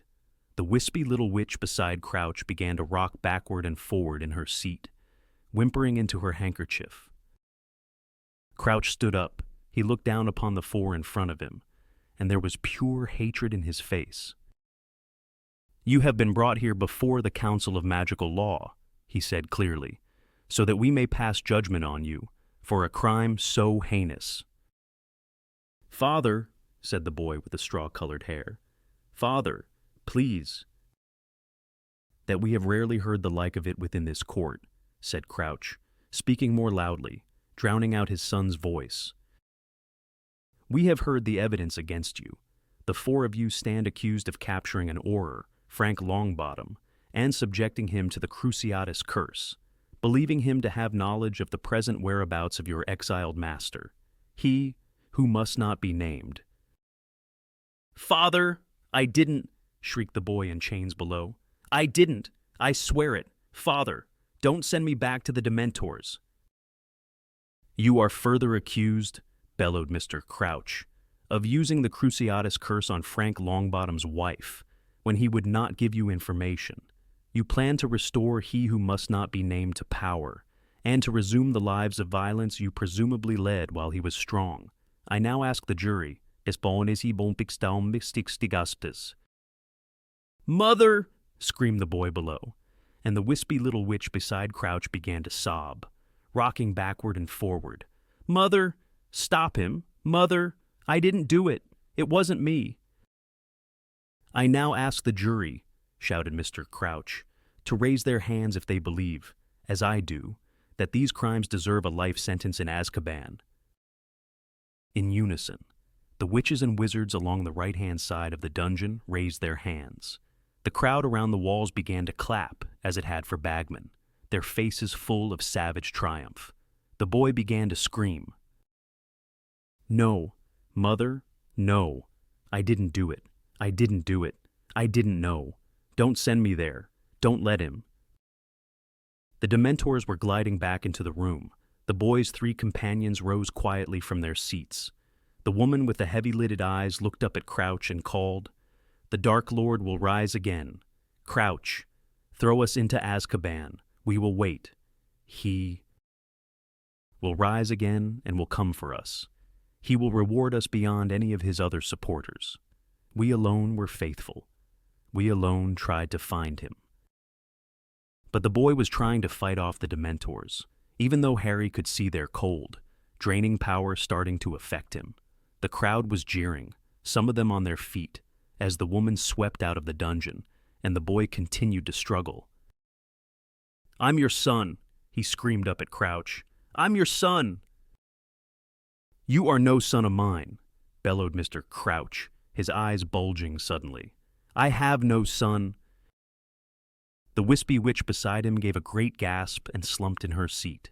She had fainted. Crouch appeared not to have noticed. "Take them away!" Crouch roared at the Dementors, spit flying from his mouth. "Take them away, and may they rot there." Father, I wasn't involved. No, Father, please." "I think, Harry, it is time to return to my office," said a quiet voice in Harry's ear. Harry started. He looked around. Then he looked on his other side. There was an Albus Dumbledore sitting on his right, watching Crouch's son being dragged away by the Dementors, and there was an Albus Dumbledore on his left, looking right at him. "Come," said the Dumbledore on his left, and he put his hand under Harry's elbow. Harry felt himself rising into the air. The dungeon dissolved around him. For a moment, all was blackness, and then he felt as though he had done a slow-motion somersault, suddenly landing flat on his feet, in what seemed like the dazzling light of Dumbledore's sunlit office. The stone basin was shimmering in the cabinet in front of him, and Albus Dumbledore was standing beside him. "Professor," Harry gasped. "I know I shouldn't have. I didn't mean. The cabinet door was sort of open and—" "I quite understand," said Dumbledore. He lifted the basin, carried it over to his desk, placed it upon the polished top, and sat down in the chair behind it. He motioned for Harry to sit down opposite him. Harry did so, staring at the stone basin. The contents had returned to their original, silvery white state, swirling and rippling beneath his gaze. What is it? Harry asked shakily. This, it is called a pensive, said Dumbledore. I sometimes find, and I am sure you know the feeling, that I simply have too many thoughts and memories crammed into my mind. Said Harry, who couldn't truthfully say that he had ever felt anything of the sort. At these times, said Dumbledore, indicating the stone basin, I use the pensive. One simply siphons the excess thoughts from one's mind, pours them into the basin, and examines them at one's leisure. It becomes easier to spot patterns and links, you understand, when they are in this form. You mean, that stuff's your thoughts? Harry said, staring at the swirling white substance in the basin. Certainly, said Dumbledore. Let me show you. Dumbledore drew his wand out of the inside of his robes and placed the tip into his own silvery hair, near his temple. When he took the wand away, hair seemed to be clinging to it. But then Harry saw that it was in fact a glistening strand of the same strange silvery white substance that filled the pensive. Dumbledore added this fresh thought to the basin, and Harry, astonished, saw his own face swimming around the surface of the bowl. Dumbledore placed his long hands on either side of the pensive and swirled it, rather as a gold prospector would pan for fragments of gold, and Harry saw his own face change smoothly into Snape's, who opened his mouth and spoke to the ceiling, his voice echoing slightly. It's coming back. Karkaroff's too, stronger and clearer than ever. A connection I could have made without assistance, Dumbledore sighed. But never mind. He peered over the top of his half-moon spectacles at Harry, who was gaping at Snape's face, which was continuing to swirl around the bowl.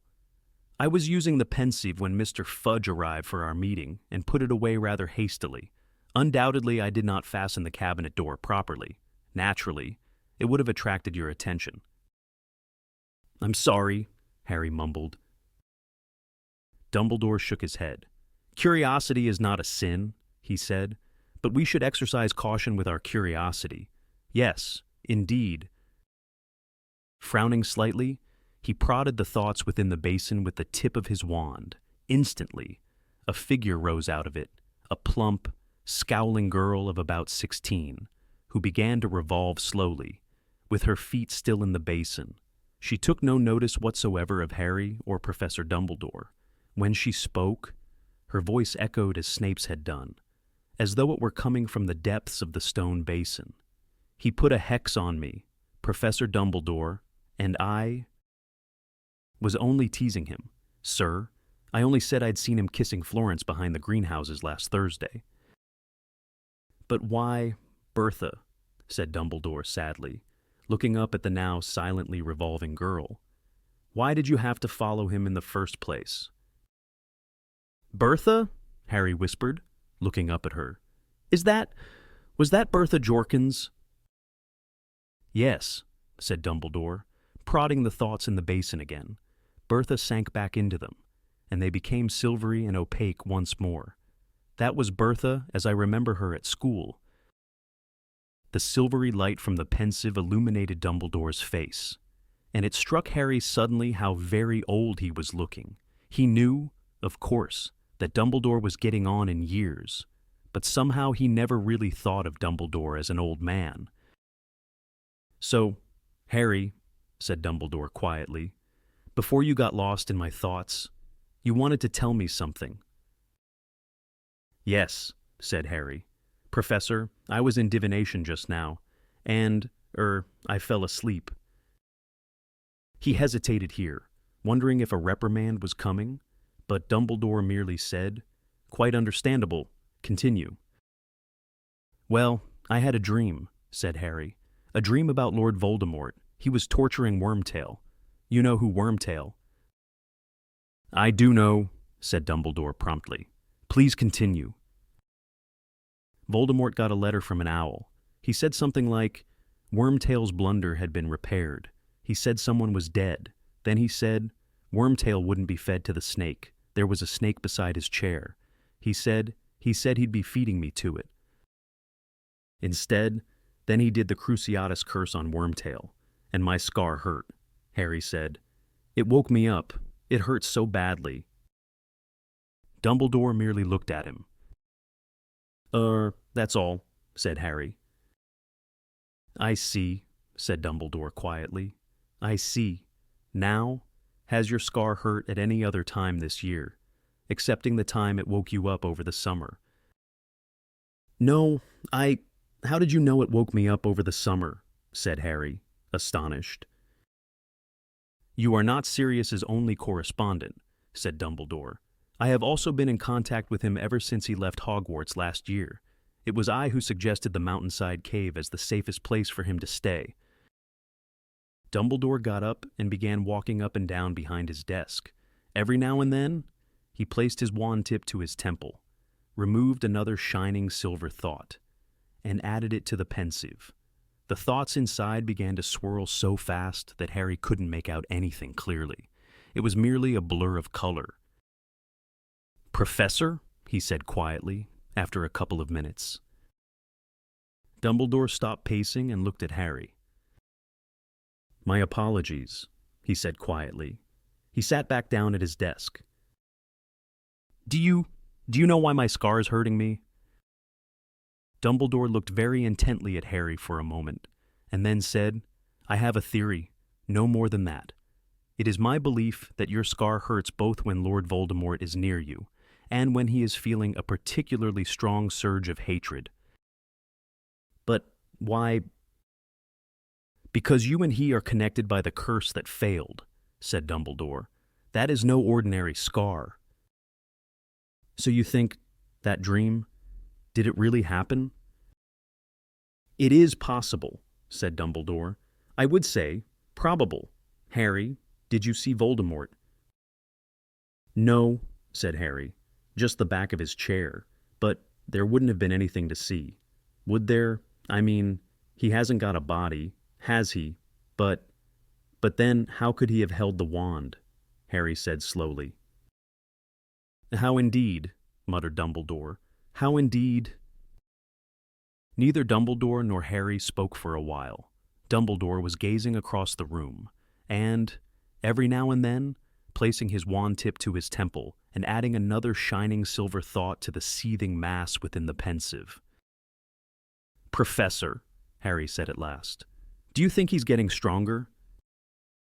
"Voldemort," said Dumbledore, looking at Harry over the pensieve. It was the characteristic, piercing look Dumbledore had given him on other occasions, and always made Harry feel as though Dumbledore were seeing right through him in a way that even Moody's magical eye could not. "Once again, Harry, I can only give you my suspicions." Dumbledore sighed again, and he looked older and wearier than ever. "The years of Voldemort's ascent to power," he said, "were marked with disappearances. Bertha Jorkins has vanished without a trace in the place where Voldemort was certainly known to be last. Mr. Crouch, too, has disappeared, within these very grounds. And there was a third disappearance, one which the Ministry, I regret to say, do not consider of any importance, for it concerns a Muggle. His name was Frank Bryce. He lived in the village where Voldemort's father grew up, and he has not been seen since last August. You see, I read the Muggle newspapers, unlike most of my Ministry friends." Dumbledore looked very seriously at Harry. "These disappearances seem to me to be linked. The Ministry disagrees, as you may have heard, while waiting outside my office." Harry nodded. Silence fell between them again, Dumbledore extracting thoughts every now and then.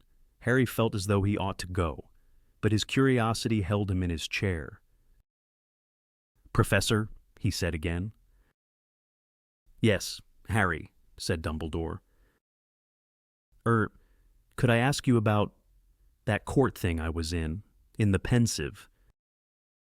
"You could," said Dumbledore heavily. "I attended it many times, but some trials come back to me more clearly than others, particularly now. You know the trial you found me in, the one with Crouch's son. Well, were they talking about Neville's parents?" Dumbledore gave Harry a very sharp look. "Has Neville never told you why he has been brought up by his grandmother?" he said. Harry shook his head, wondering, as he did so, how he could have failed to ask Neville this, in almost 4 years of knowing him. Yes, they were talking about Neville's parents, said Dumbledore. His father, Frank, was an Auror just like Professor Moody. He and his wife were tortured for information about Voldemort's whereabouts after he lost his powers. As you heard. So they're dead, said Harry quietly. No, said Dumbledore, his voice full of a bitterness Harry had never heard there before. They are insane. They are both in St. Mungo's Hospital for Magical Maladies and Injuries. I believe Neville visits them, with his grandmother, during the holidays. They do not recognize him. Harry sat there, horror-struck. He had never known, never, in 4 years, bothered to find out. The Longbottoms were very popular, said Dumbledore. The attacks on them came after Voldemort's fall from power, just when everyone thought they were safe. Those attacks caused a wave of fury such as I have never known. The Ministry was under great pressure to catch those who had done it. Unfortunately, the Longbottoms' evidence was, given their condition, none too reliable. Then Mr. Crouch's son might not have been involved, said Harry slowly. Dumbledore shook his head. As to that, I have no idea. Harry sat in silence once more, watching the contents of the pensive swirl. There were 2 more questions he was burning to ask, but they concerned the guilt of living people. He said, Mr. Bagman has never been accused of any dark activity since, said Dumbledore calmly. Right, said Harry hastily, staring at the contents of the pensieve again, which were swirling more slowly now that Dumbledore had stopped adding thoughts. And, but the pensieve seemed to be asking his question for him. Snape's face was swimming on the surface again. Dumbledore glanced down into it, and then up at Harry. No more has Professor Snape, he said. Harry looked into Dumbledore's light blue eyes, and the thing he really wanted to know spilled out of his mouth before he could stop it.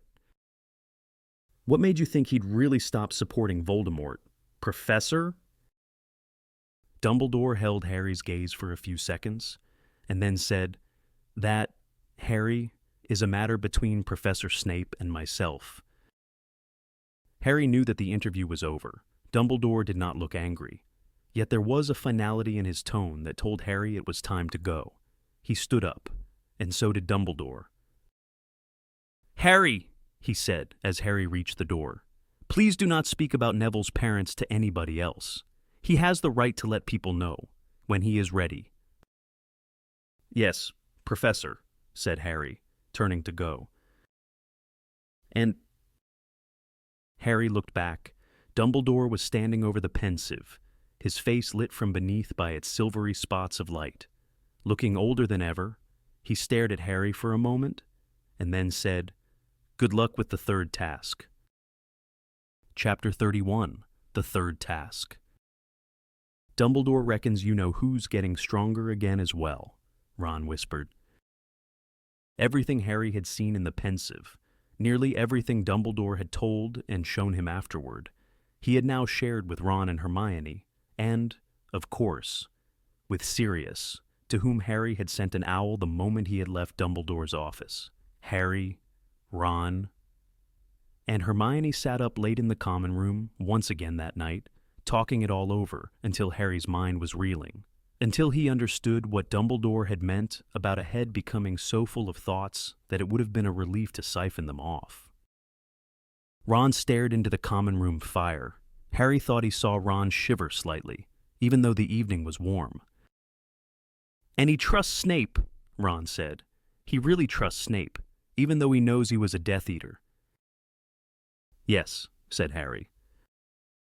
Hermione had not spoken for 10 minutes. She was sitting with her forehead in her hands, staring at her knees. Harry thought she too looked as though she could have done with a pensieve. Rita Skeeter, she muttered finally. How can you be worrying about her now? Said Ron, in utter disbelief. I'm not worrying about her, Hermione said to her knees. I'm just thinking.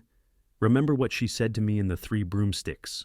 I know things about Ludo Bagman that would make your hair curl. This is what she meant, isn't it? She reported his trial.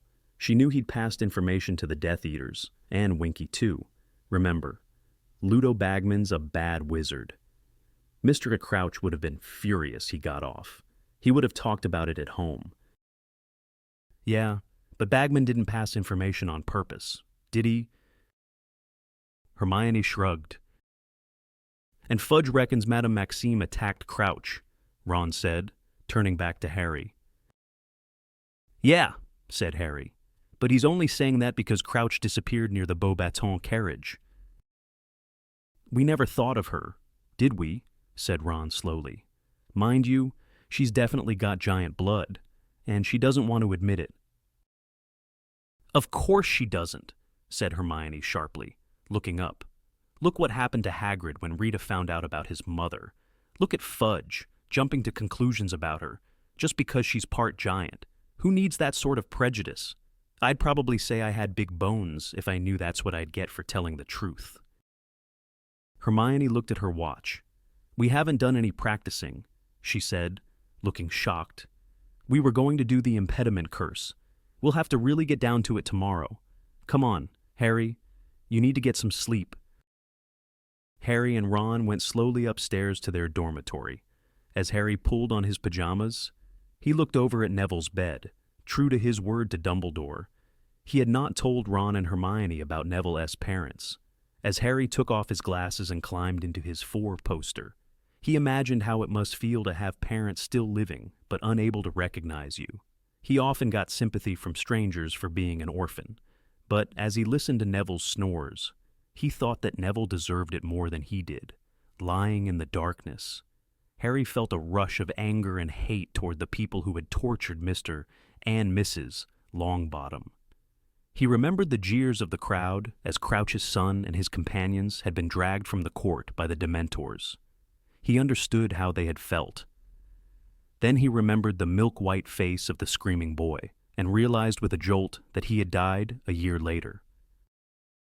It was Voldemort, Harry thought, staring up at the canopy of his bed in the darkness. It all came back to Voldemort. He was the one who had torn these families apart, who had ruined all these lives. Ron and Hermione were supposed to be studying for their exams, which would finish on the day of the third task, but they were putting most of their efforts into helping Harry prepare. Don't worry about it, Hermione said shortly when Harry pointed this out to them, and said he didn't mind practicing on his own for a while. At least we'll get top marks in defense against the dark arts. We'd never have found out about all these hexes in class. Good training for when we're all Aurors, said Ron excitedly, attempting the impediment curse on a wasp that had buzzed into the room and making it stop dead in midair. The mood in the castle as they entered June became excited and tense again. Everyone was looking forward to the third task, which would take place a week before the end of term. Harry was practicing hexes at every available moment. He felt more confident about this task than either of the others. Difficult and dangerous though it would undoubtedly be. Moody was right. Harry had managed to find his way past monstrous creatures and enchanted barriers before now. And this time, he had some notice, some chance to prepare himself for what lay ahead. Tired of walking in on Harry, Hermione, and Ron all over the school, Professor McGonagall had given them permission to use the empty Transfiguration classroom at lunchtimes. Harry had soon mastered the impediment curse, a spell to slow down and obstruct attackers, the reductor curse, which would enable him to blast solid objects out of his way, and the 4-point spell, a useful discovery of Hermione's that would make his wand point due north, therefore enabling him to check whether he was going in the right direction within the maze. He was still having trouble with the shield charm, though this was supposed to cast a temporary, invisible wall around himself that deflected minor curses. Hermione managed to shatter it with a well-placed Jellylegs jinx, and Harry wobbled around the room for 10 minutes afterward before she had looked up the counter jinx. You're still doing really well, though, Hermione said encouragingly, looking down her list and crossing off those spells they had already learned. Some of these are bound to come in handy. "Come and look at this," said Ron, who was standing by the window. He was staring down onto the grounds. "What's Malfoy doing?" Harry and Hermione went to see Malfoy, Crabbe, and Goyle were standing in the shadow of a tree below. Crabbe and Goyle seemed to be keeping a lookout. Both were smirking. Malfoy was holding his hand up to his mouth and speaking into it. "He looks like he's using a walkie-talkie," said Harry curiously. "He can't be," said Hermione. "I've told you, those sorts of things don't work around Hogwarts. Come on, Harry," she added briskly, turning away from the window and moving back into the middle of the room. "Let's try that shield charm again." Sirius was sending daily owls now, like Hermione. He seemed to want to concentrate on getting Harry through the last task, before they concerned themselves with anything else. He reminded Harry in every letter that whatever might be going on outside the walls of Hogwarts was not Harry's responsibility, nor was it within his power to influence it. "If Voldemort is really getting stronger again," he wrote, "my priority is to ensure your safety. He cannot hope to lay hands on you while you are under Dumbledore's protection. But, all the same, take no risks. Concentrate on getting through that maze safely, and then we can turn our attention to other matters." Harry's nerves mounted as June the 24th drew closer, but they were not as bad as those he had felt before the first and second tasks. For one thing, he was confident that, this time, he had done everything in his power to prepare for the task. For another, this was the final hurdle, and however well or badly he did, the tournament would at last be over, which would be an enormous relief. Breakfast was a very noisy affair at the Gryffindor table on the morning of the third task. The post owls appeared, bringing Harry a good luck card from Sirius. It was only a piece of parchment, folded over and bearing a muddy paw print on its front. But Harry appreciated it all the same. A screech owl arrived for Hermione, carrying her morning copy of the Daily Prophet as usual. She unfolded the paper, glanced at the front page, and spat out a mouthful of pumpkin juice all over it. "What?" said Harry and Ron together, staring at her. "Nothing," said Hermione quickly, trying to shove the paper out of sight. But Ron grabbed it. He stared at the headline and said, "No way, not today, that old cow." "What?" said Harry. "Rita Skeeter again." "No," said Ron, and just like Hermione, he attempted to push the paper out of sight. "It's about me, isn't it?" said Harry. "No," said Ron, in an entirely unconvincing tone, but before Harry could demand to see the paper, Draco Malfoy shouted across the Great Hall from the Slytherin table, "And hey, Potter, how's your head? You feeling all right? Sure you're not going to go berserk on us?" Malfoy was holding a copy of the Daily Prophet, too. Slytherins up and down the table were sniggering, twisting in their seats to see Harry's reaction. "Let me see it," Harry said to Ron. "Give it here." Very reluctantly, Ron handed over the newspaper. Harry turned it over and found himself staring at his own picture, beneath the banner headline. "Harry Potter, Disturbed and Dangerous. The boy who defeated he who must not be named is unstable and possibly dangerous," writes Rita Skeeter, special correspondent. Alarming evidence has recently come to light about Harry Potter's strange behavior, which casts doubts upon his suitability to compete in a demanding competition like the Triwizard Tournament, or even to attend Hogwarts School. Potter, the Daily Prophet can exclusively reveal, regularly collapses at school, and is often heard to complain of pain in the scar on his forehead, relic of the curse with which you-know-who attempted to kill him. On Monday last, midway through a divination lesson, your Daily Prophet reporter witnessed Potter storming from the class, claiming that his scar was hurting too badly to continue studying. It is possible, say top experts at St. Mungo's Hospital for Magical Maladies and Injuries, that Potter's brain was affected by the attack inflicted upon him by you-know-who, and that his insistence that the scar is still hurting is an expression of his deep-seated confusion. He might even be pretending, said one specialist. This could be a plea for attention. The Daily Prophet, however, has unearthed worrying facts about Harry Potter that Albus Dumbledore, headmaster of Hogwarts, has carefully concealed from the wizarding public. Potter can speak Parseltongue, reveals Draco Malfoy, a Hogwarts fourth year. There were a lot of attacks on students a couple of years ago, and most people thought Potter was behind them after they saw him lose his temper at a dueling club and set a snake on another boy. It was all hushed up, though. But he's made friends with werewolves and giants, too. We think he'd do anything for a bit of power. Parseltongue, the ability to converse with snakes, has long been considered a dark art. Indeed. The most famous Parselmouth of our times is none other than you-know-who himself, a member of the Dark Force Defense League, who wished to remain unnamed, stated that he would regard any wizard who could speak Parseltongue as worthy of investigation. Personally, I would be highly suspicious of anybody who could converse with snakes, as serpents are often used in the worst kinds of dark magic, and are historically associated with evildoers. Similarly, anyone who seeks out the company of such vicious creatures as werewolves and giants would appear to have a fondness for violence. Albus Dumbledore should surely consider whether a boy such as this should be allowed to compete in the Triwizard Tournament.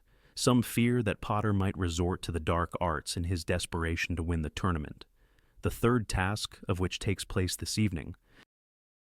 "Gone off me a bit, hasn't she?" said Harry lightly, folding up the paper.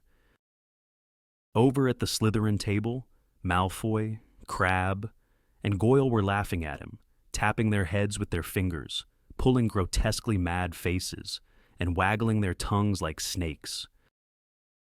"How did she know your scar hurt in divination?" Ron said. "There's no way she was there.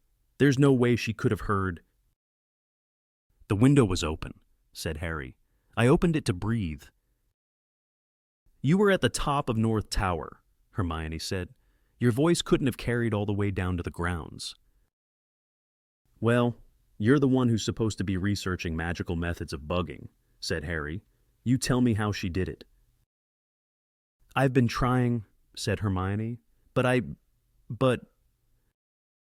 An odd, dreamy expression suddenly came over Hermione's face. She slowly raised a hand and ran her fingers through her hair. "Are you all right?" said Ron, frowning at her. "Yes," said Hermione breathlessly. She ran her fingers through her hair again, and then held her hand up to her mouth, as though speaking into an invisible walkie-talkie. Harry and Ron stared at each other.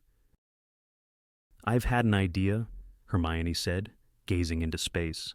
"I think I know, because then no one would be able to see, even Moody, and she'd have been able to get onto the window ledge. But she's not allowed. She's definitely not allowed. I think we've got her. Just give me 2 seconds in the library, just to make sure." With that, Hermione seized her school bag and dashed out of the Great Hall. "Oi," Ron called after her. "We've got our History of Magic exam in 10 minutes. "Blimey," he said, turning back to Harry. "She must really hate that Skeeter woman to risk missing the start of an exam. What are you going to do in Binns's class? Read again." Exempt from the end-of-term tests as a Triwizard champion, Harry had been sitting in the back of every exam class so far, looking up fresh hexes for the third task. "Suppose so," Harry said to Ron, but just then, Professor McGonagall came walking alongside the Gryffindor table toward him. "Potter, the champions are congregating in the chamber off the hall after breakfast," she said. "But the task's not till tonight," said Harry, accidentally spilling scrambled eggs down his front, afraid he had mistaken the time. "I'm aware of that. Potter," she said. "The champions' families are invited to watch the final task. You know, this is simply a chance for you to greet them." She moved away. Harry gaped after her. "She doesn't expect the Dursleys to turn up, does she?" he asked Ron blankly. "Dunno," said Ron. "Harry, I'd better hurry. I'm going to be late for Binns. See you later."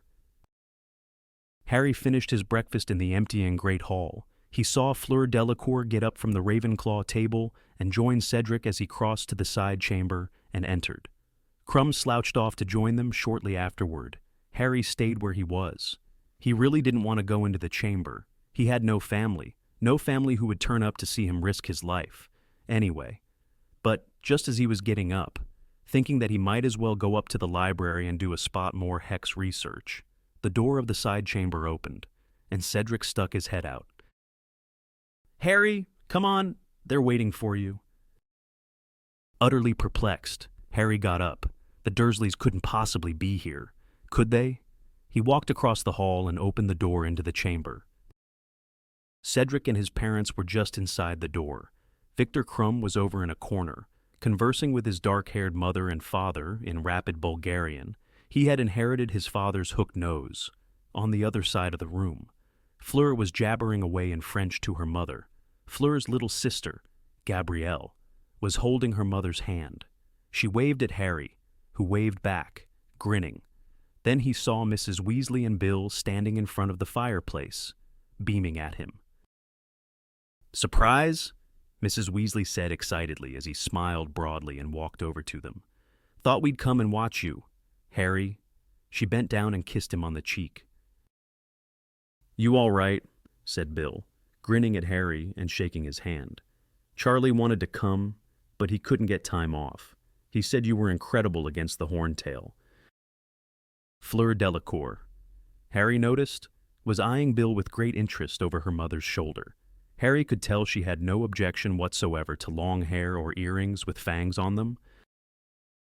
"This is really nice of you," Harry muttered to Mrs. Weasley. "I thought for a moment, the Dursleys—" said Mrs. Weasley, pursing her lips. She had always refrained from criticizing the Dursleys in front of Harry, but her eyes flashed every time they were mentioned. "It's great being back here," said Bill, looking around the chamber. Violet says the fat lady's friend winked at him from her frame. "Haven't seen this place for 5 years. Is that picture of the Mad Knight still around? Sir Cadogan?" "Oh yeah," said Harry, who had met Sir Cadogan the previous year. "And the fat lady?" said Bill. "She was here in my time," said Mrs. Weasley. "She gave me such a telling off one night when I got back to the dormitory at 4 a.m. "What were you doing out of your dormitory at 4 a.m?" said Bill, surveying his mother with amazement.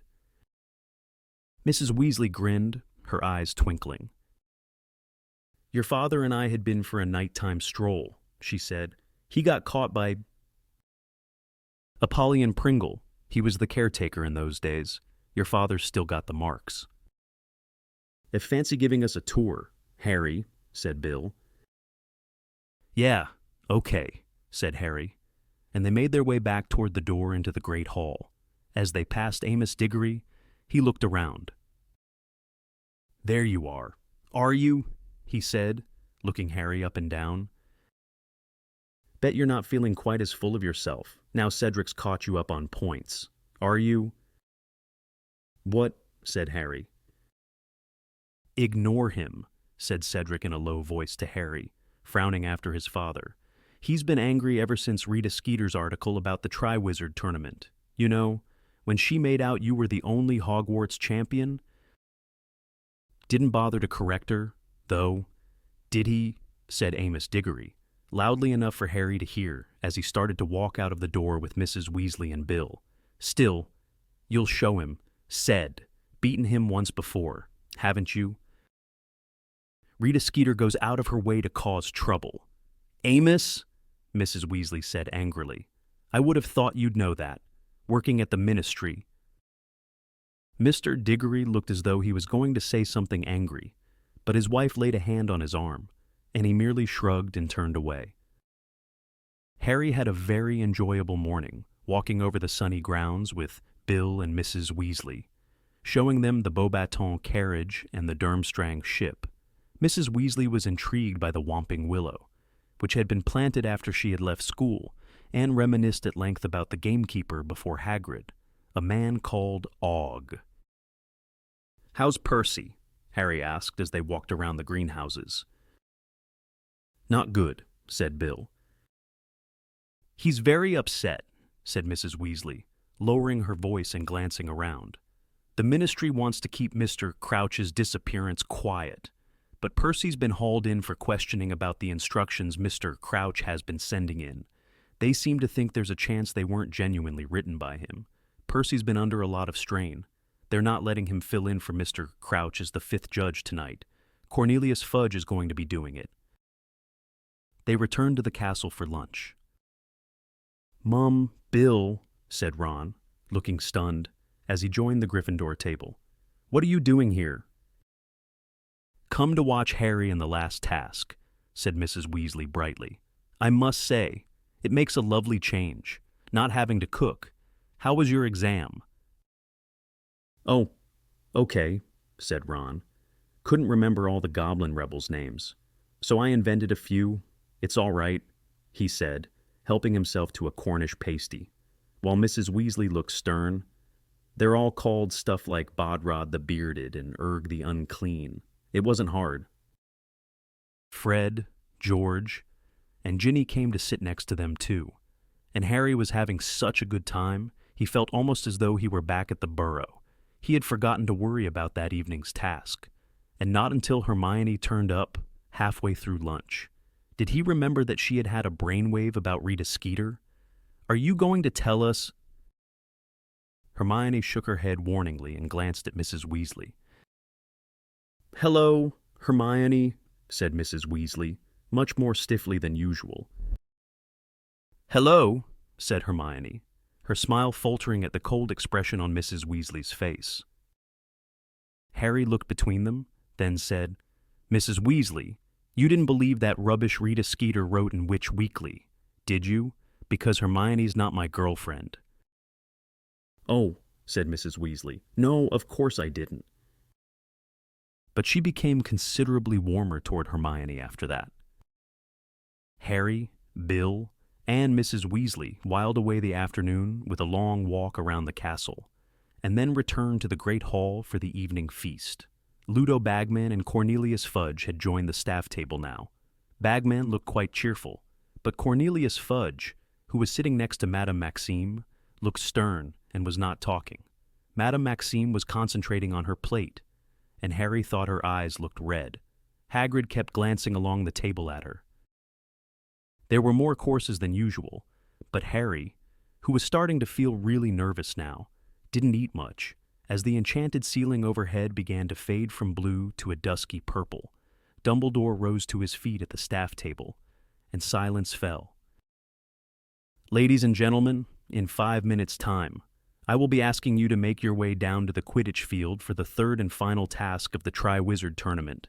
Will the champions please follow Mr. Bagman down to the stadium now?" Harry got up. The Gryffindors all along the table were applauding him. The Weasleys and Hermione all wished him good luck, and he headed off out of the great hall with Cedric, Fleur, and Victor. "Feeling all right, Harry?" Bagman asked as they went down the stone steps onto the grounds. "Confident?" "I'm okay," said Harry. It was sort of true. He was nervous, but he kept running over all the hexes and spells he had been practicing in his mind as they walked, and the knowledge that he could remember them all made him feel better.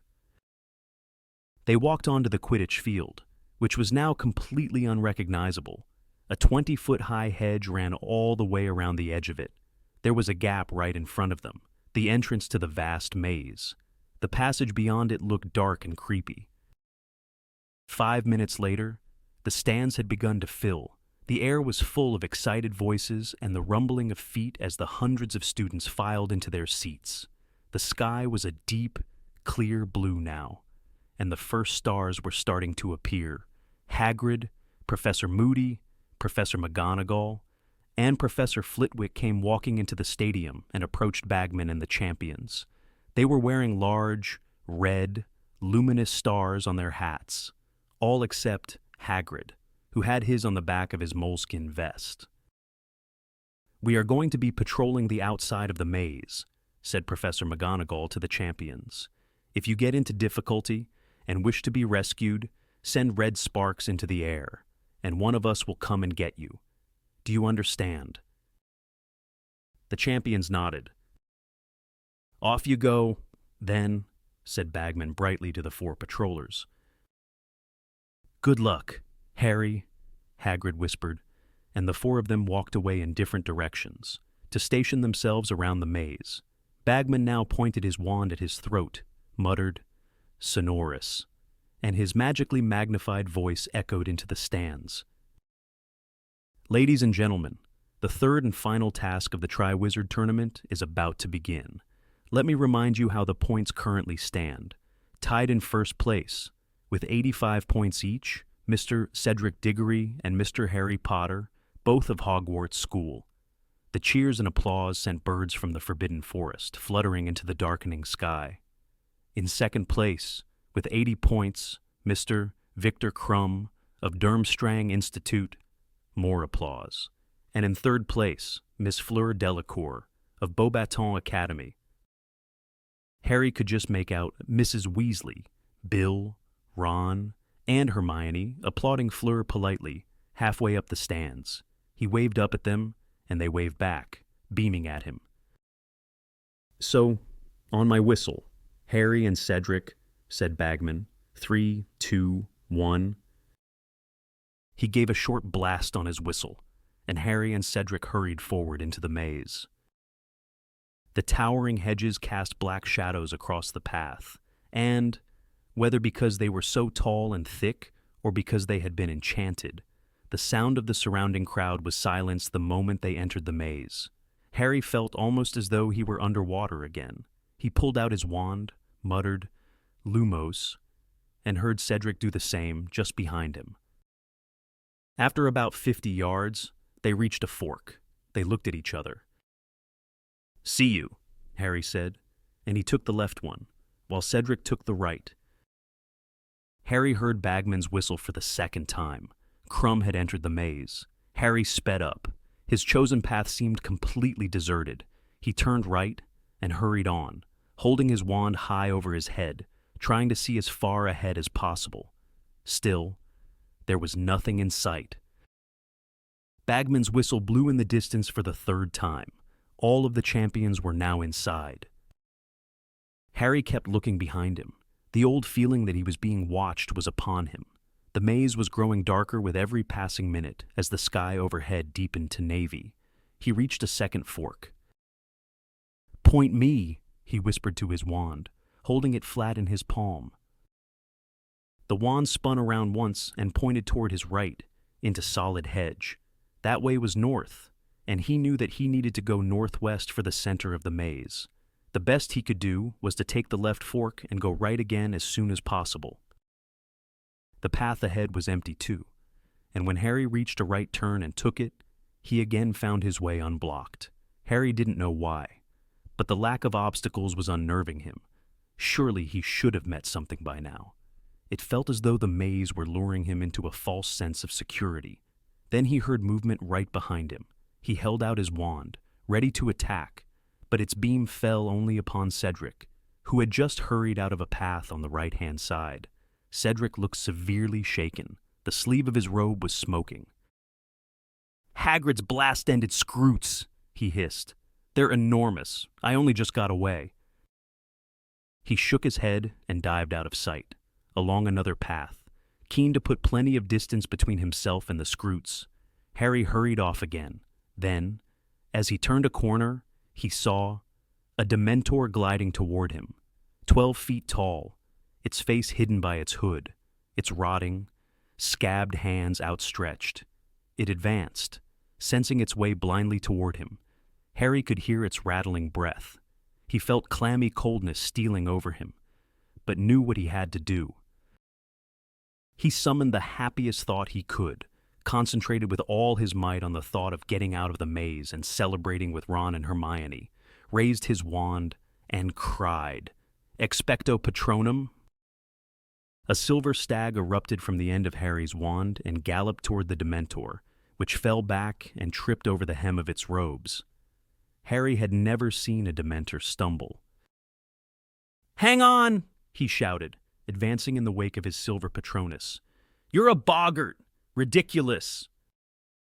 There was a loud crack, and the shapeshifter exploded in a wisp of smoke. The silver stag faded from sight. Harry wished it could have stayed. He could have used some company. But he moved on, quickly and quietly as possible, listening hard, his wand held high once more. Left, right, left again. Twice he found himself facing dead ends. He did the 4-point spell again and found that he was going too far east. He turned back, took a right turn, and saw an odd golden mist floating ahead of him. Harry approached it cautiously, pointing the wand's beam at it. This looked like some kind of enchantment. He wondered whether he might be able to blast it out of the way. "Reducio," he said. The spell shot straight through the mist, leaving it intact. He supposed he should have known better. The reductor curse was for solid objects. What would happen if he walked through the mist? Was it worth chancing it, or should he double back? He was still hesitating when a scream shattered the silence. "Fleur!" Harry yelled. There was silence. He stared all around him. What had happened to her? Her scream seemed to have come from somewhere ahead. He took a deep breath and ran through the enchanted mist. The world turned upside down. Harry was hanging from the ground, with his hair on end, his glasses dangling off his nose, threatening to fall into the bottomless sky. He clutched them to the end of his nose and hung there, terrified. It felt as though his feet were glued to the grass, which had now become the ceiling. Below him, the dark, star-spangled heavens stretched endlessly. He felt as though if he tried to move one of his feet, he would fall away from the earth completely. "Think," he told himself, as all the blood rushed to his head. "Think." But not one of the spells he had practiced had been designed to combat a sudden reversal of ground and sky. Did he dare move his foot? He could hear the blood pounding in his ears.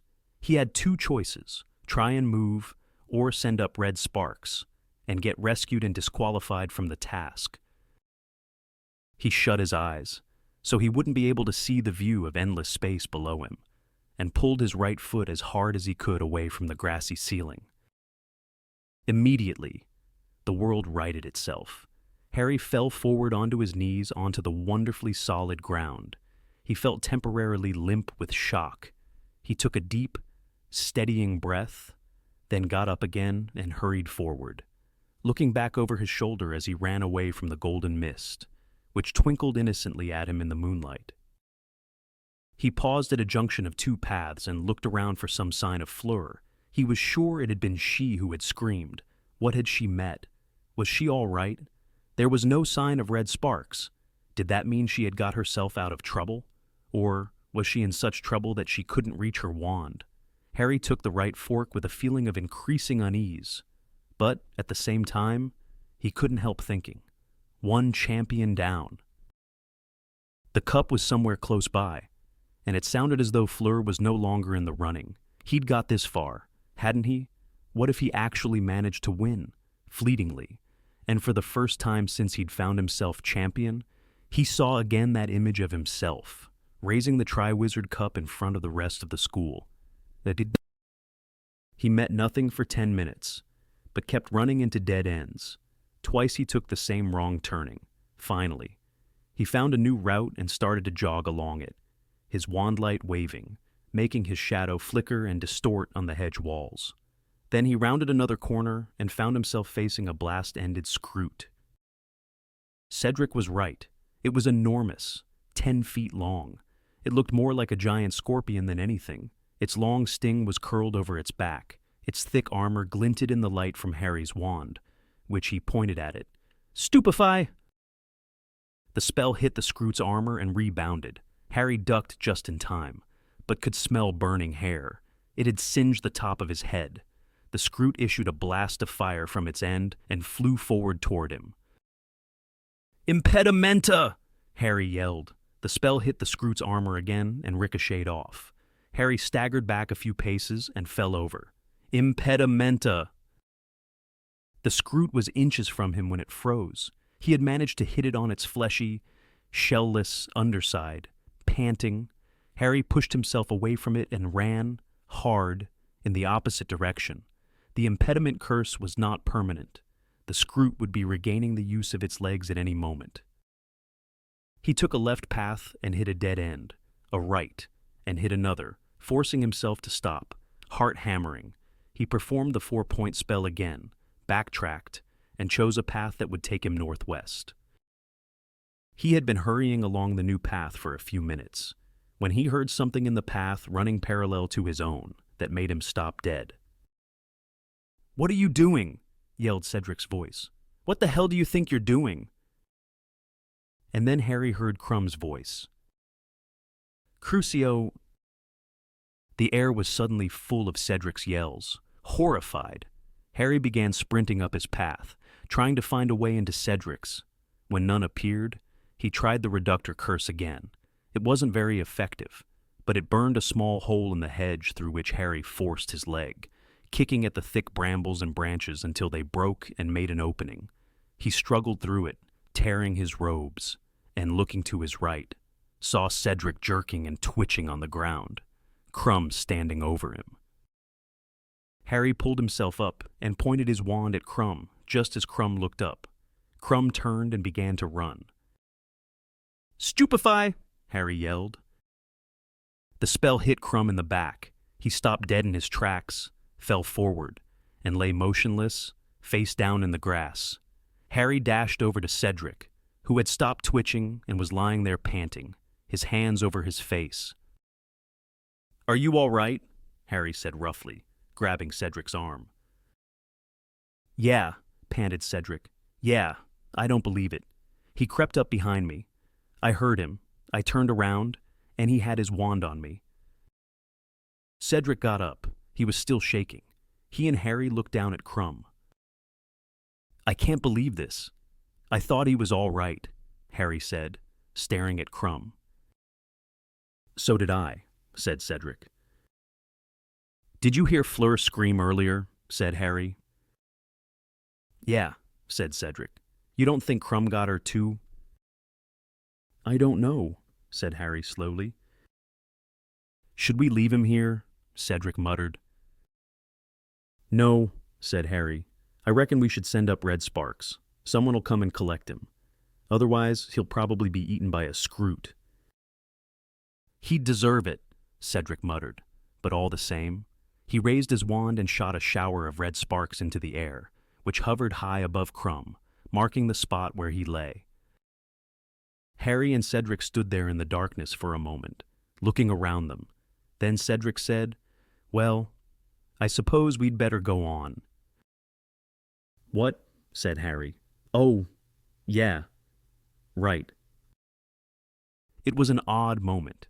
He and Cedric had been briefly united against Crumb. Now the fact that they were opponents came back to Harry. The two of them proceeded up the dark path without speaking. Then Harry turned left and Cedric right. Cedric's footsteps soon died away. Harry moved on, continuing to use the 4-point spell, making sure he was moving in the right direction. It was between him and Cedric now.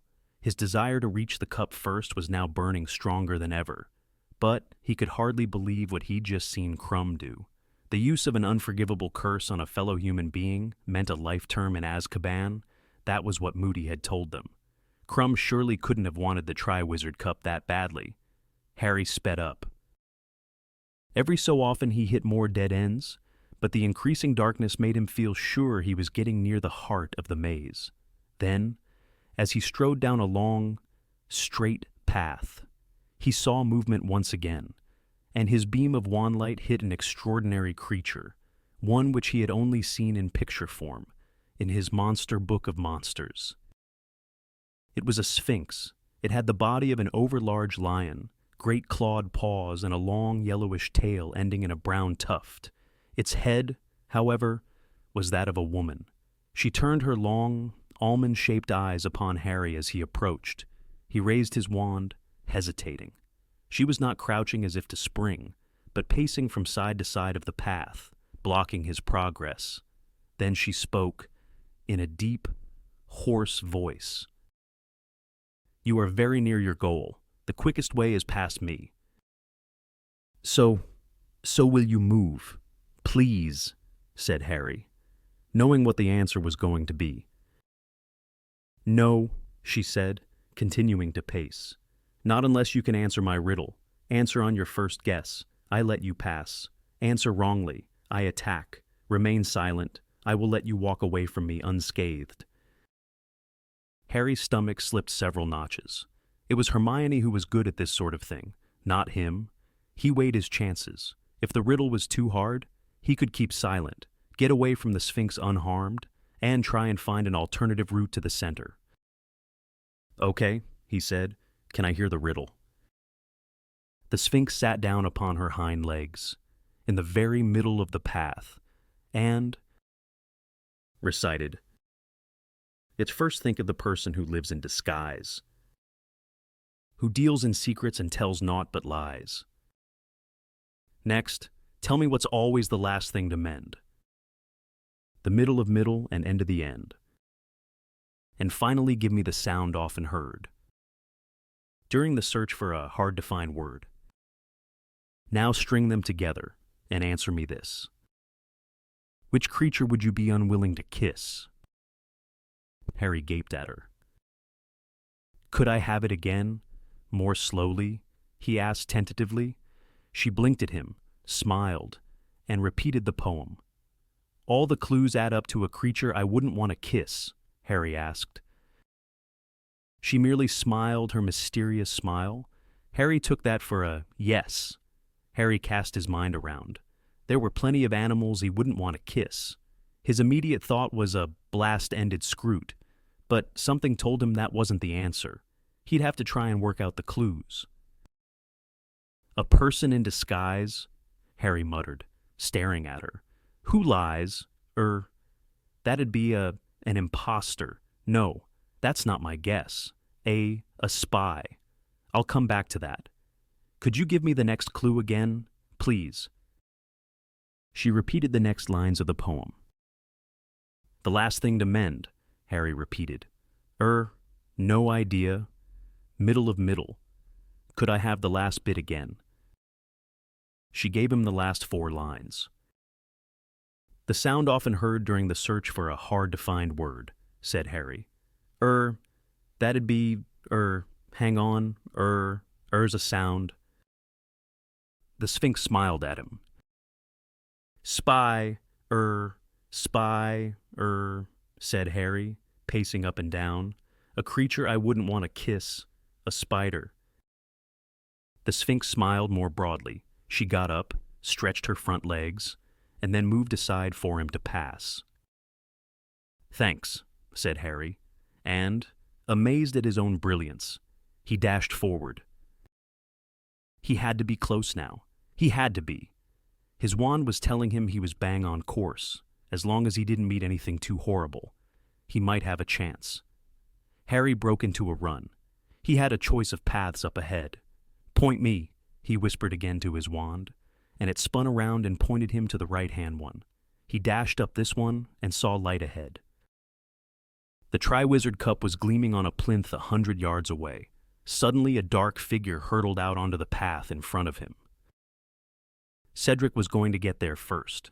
Cedric was sprinting as fast as he could toward the cup, and Harry knew he would never catch up. Cedric was much taller, had much longer legs. Then Harry saw something immense over a hedge to his left, moving quickly along a path that intersected with his own. It was moving so fast Cedric was about to run into it, and Cedric, his eyes on the cup, had not seen it. Cedric, Harry bellowed, on your left. Cedric looked around just in time to hurl himself past the thing and avoid colliding with it. But in his haste, he tripped. Harry saw Cedric's wand fly out of his hand as a gigantic spider stepped into the path and began to bear down upon Cedric. Stupefy! Harry yelled. The spell hit the spider's gigantic, hairy black body. But for all the good it did, he might as well have thrown a stone at it. The spider jerked, scuttled around, and ran at Harry instead. Stupefy. Impedimenta, stupefy. But it was no use. The spider was either so large or so magical that the spells were doing no more than aggravating it. Harry had one horrifying glimpse of 8 shining black eyes and razor-sharp pincers before it was upon him. He was lifted into the air in its front legs, struggling madly. He tried to kick it, his leg connected with the pincers, and next moment he was in excruciating pain. He could hear Cedric yelling, "Stupefy!" too, but his spell had no more effect than Harry's. Harry raised his wand as the spider opened its pincers once more and shouted, "Expelliarmus!" It worked. The disarming spell made the spider drop him, but that meant that Harry fell 12 feet onto his already injured leg, which crumpled beneath him. Without pausing to think, he aimed high at the spider's underbelly, as he had done with the Scroot, and shouted, "Stupefy!" just as Cedric yelled the same thing. The 2 spells combined did what one alone had not. The spider keeled over sideways, flattening a nearby hedge and strewing the path with a tangle of hairy legs. "Harry!" he heard Cedric shouting. "You all right? Did it fall on you?" "No!" Harry called back, panting. He looked down at his leg. It was bleeding freely.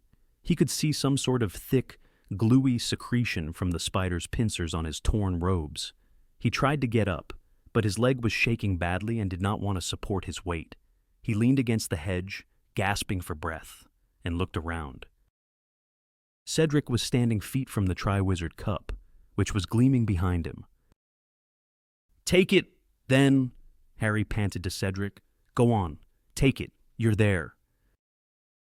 But Cedric didn't move. He merely stood there, looking at Harry. Then he turned to stare at the cup. Harry saw the longing expression on his face in its golden light. Cedric looked around at Harry again, who was now holding onto the hedge to support himself. Cedric took a deep breath. "You take it, you should win. That's twice you've saved my neck in here." "That's not how it's supposed to work," Harry said. He felt angry. His leg was very painful. He was aching all over from trying to throw off the spider, and after all his efforts, Cedric had beaten him to it, just as he'd beaten Harry to ask Cho to the ball. The one who reaches the cup first gets the points. That's you. I'm telling you, I'm not going to win any races on this leg. Cedric took a few paces nearer to the stunned spider, away from the cup, shaking his head. "No," he said. "Stop being noble," said Harry irritably. "Just take it, then we can get out of here." Cedric watched Harry steadying himself, holding tight to the hedge. "You told me about the dragons," Cedric said. "I would have gone down in the first task if you hadn't told me what was coming." "I had help on that too," Harry snapped, trying to mop up his bloody leg with his robes. "You helped me with the egg. We're square." "I had help on the egg in the first place," said Cedric. "We're still square," said Harry, testing his leg gingerly. It shook violently as he put weight on it. He had sprained his ankle when the spider had dropped him. "You should have got more points on the second task," said Cedric mulishly. "You stayed behind to get all the hostages. I should have done that." "I was the only one who was thick enough to take that song seriously," said Harry bitterly. "Just take the cup." "No," said Cedric.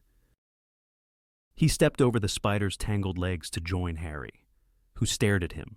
Cedric was serious. He was walking away from the sort of glory Hufflepuff House hadn't had in centuries. "Go on," Cedric said. He looked as though this was costing him every ounce of resolution he had, but his face was set. His arms were folded. He seemed decided. Harry looked from Cedric to the cup. For one shining moment, he saw himself emerging from the maze, holding it. He saw himself holding the Triwizard Cup aloft, heard the roar of the crowd, saw Cho's face shining with admiration, more clearly than he had ever seen it before. And then the picture faded, and he found himself staring at Cedric's shadowy, stubborn face. "Both of us," Harry said. "What?" "We'll take it at the same time. It's still a Hogwarts victory. We'll tie for it." Cedric stared at Harry. He unfolded his arms. You sure?" "Yeah," said Harry. "Yeah. We've helped each other out, haven't we? We both got here. Let's just take it together." For a moment, Cedric looked as though he couldn't believe his ears. Then his face split in a grin. "You're on," he said. "Come here." He grabbed Harry's arm below the shoulder and helped Harry limp toward the plinth where the cup stood. When they had reached it, they both held a hand out over one of the cup's gleaming handles. "On 3, right," said Harry. 1, 2, 3. He and Cedric both grasped a handle. Instantly, Harry felt a jerk somewhere behind his navel. His feet had left the ground. He could not unclench the hand holding the Triwizard Cup. It was pulling him onward in a howl of wind and swirling color. Cedric at his side. Chapter 32. Flesh, Blood, and Bone. Harry felt his feet slam into the ground. His injured leg gave way, and he fell forward. His hand let go of the Triwizard Cup at last. He raised his head. "Where are we?" he said. Cedric shook his head. He got up, pulled Harry to his feet, and they looked around. They had left the Hogwarts grounds completely. They had obviously traveled miles, perhaps hundreds of miles, for even the mountains surrounding the castle were gone. They were standing instead in a dark and overgrown graveyard. The black outline of a small church was visible beyond a large yew tree to their right. A hill rose above them to their left. Harry could just make out the outline of a fine old house on the hillside. Cedric looked down at the Triwizard Cup and then up at Harry. "Did anyone tell you the cup was a portkey?" he asked. "Nope," said Harry. He was looking around the graveyard. It was completely silent and slightly eerie. "Is this supposed to be part of the task?" "I don't know," said Cedric. He sounded slightly nervous. "Wands out, do you reckon?" "Yeah," said Harry, glad that Cedric had made the suggestion rather than him. They pulled out their wands. Harry kept looking around him. He had, yet again, the strange feeling that they were being watched. "Someone's coming," he said suddenly.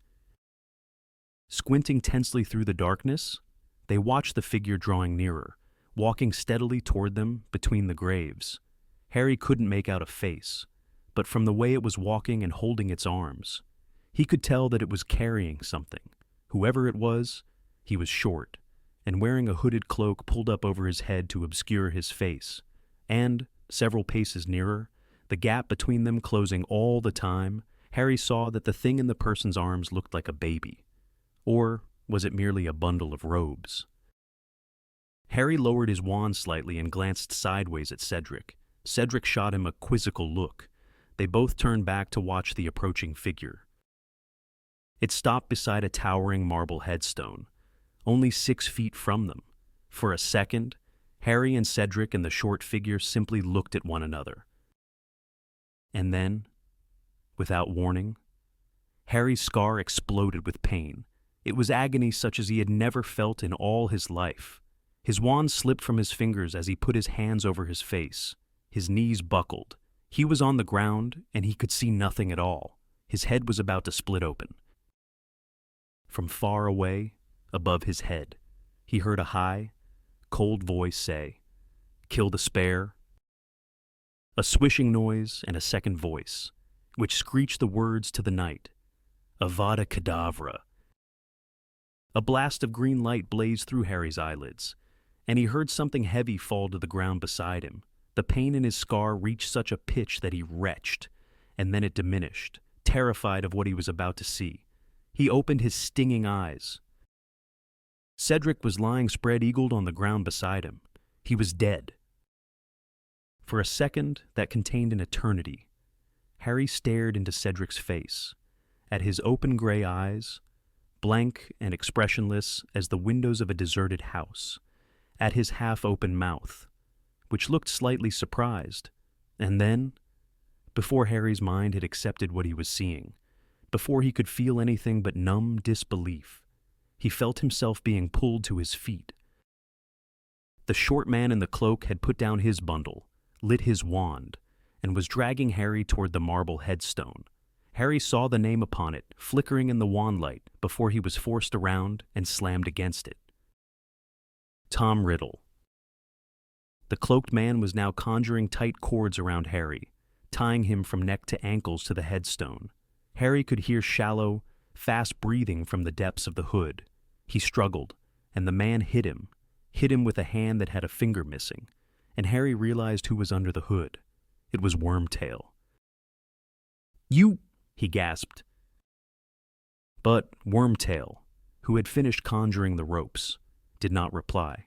He was busy checking the tightness of the cords, his fingers trembling uncontrollably, rumbling over the knots, once sure that Harry was bound so tightly to the headstone that he couldn't move an inch. Wormtail drew a length of some black material from the inside of his cloak and stuffed it roughly into Harry's mouth. Then, without a word, he turned from Harry and hurried away. Harry couldn't make a sound, nor could he see where Wormtail had gone. He couldn't turn his head to see beyond the headstone. He could see only what was right in front of him. Cedric's body was lying some 20 feet away. Some way beyond him, glinting in the starlight, lay the Triwizard Cup. Harry's wand was on the ground at Cedric's feet. The bundle of robes that Harry had thought was a baby was close by, at the foot of the grave. It seemed to be stirring fretfully. Harry watched it, and his scar seared with pain again. And he suddenly knew that he didn't want to see what was in those robes. He didn't want that bundle opened. He could hear noises at his feet. He looked down and saw a gigantic snake slithering through the grass, circling the headstone where he was tied, Wormtail's fast. Wheezy breathing was growing louder again. It sounded as though he was forcing something heavy across the ground. Then he came back within Harry's range of vision, and Harry saw him pushing a stone cauldron to the foot of the grave. It was full of what seemed to be water. Harry could hear it slopping around, and it was larger than any cauldron Harry had ever used. A great stone belly large enough for a full-grown man to sit in. The thing inside the bundle of robes on the ground was stirring more persistently, as though it was trying to free itself. Now, Wormtail was busying himself at the bottom of the cauldron with a wand. Suddenly, there were crackling names beneath it. The large snake slithered away into the darkness. The liquid in the cauldron seemed to heat very fast. The surface began not only to bubble, but to send out fiery sparks, as though it were on fire. Steam was thickening, blurring the outline of Wormtail tending the fire. The movements beneath the robes became more agitated, and Harry heard the high, cold voice again. "Hurry!" The whole surface of the water was alight with sparks now. It might have been encrusted with diamonds. "It is ready, master." "Now," said the cold voice. Wormtail pulled open the robes on the ground, revealing what was inside them, and Harry let out a yell that was strangled in the wad of material blocking his mouth. It was as though Wormtail had flipped over a stone and revealed something ugly, slimy, and blind, but worse, 100 times worse. The thing Wormtail had been carrying had the shape of a crouched human child, except that Harry had never seen anything less like a child. It was hairless and scaly-looking, a dark, raw, reddish-black. Its arms and legs were thin and feeble, and its face, no child alive ever had a face like that, flat and snake-like, with gleaming red eyes. The thing seemed almost helpless. It raised its thin arms, put them around Wormtail's neck, and Wormtail lifted it. As he did so, his hood fell back, and Harry saw the look of revulsion on Wormtail's weak, pale face in the firelight as he carried the creature to the rim of the cauldron. For one moment, Harry saw the evil, flat face illuminated in the sparks dancing on the surface of the potion.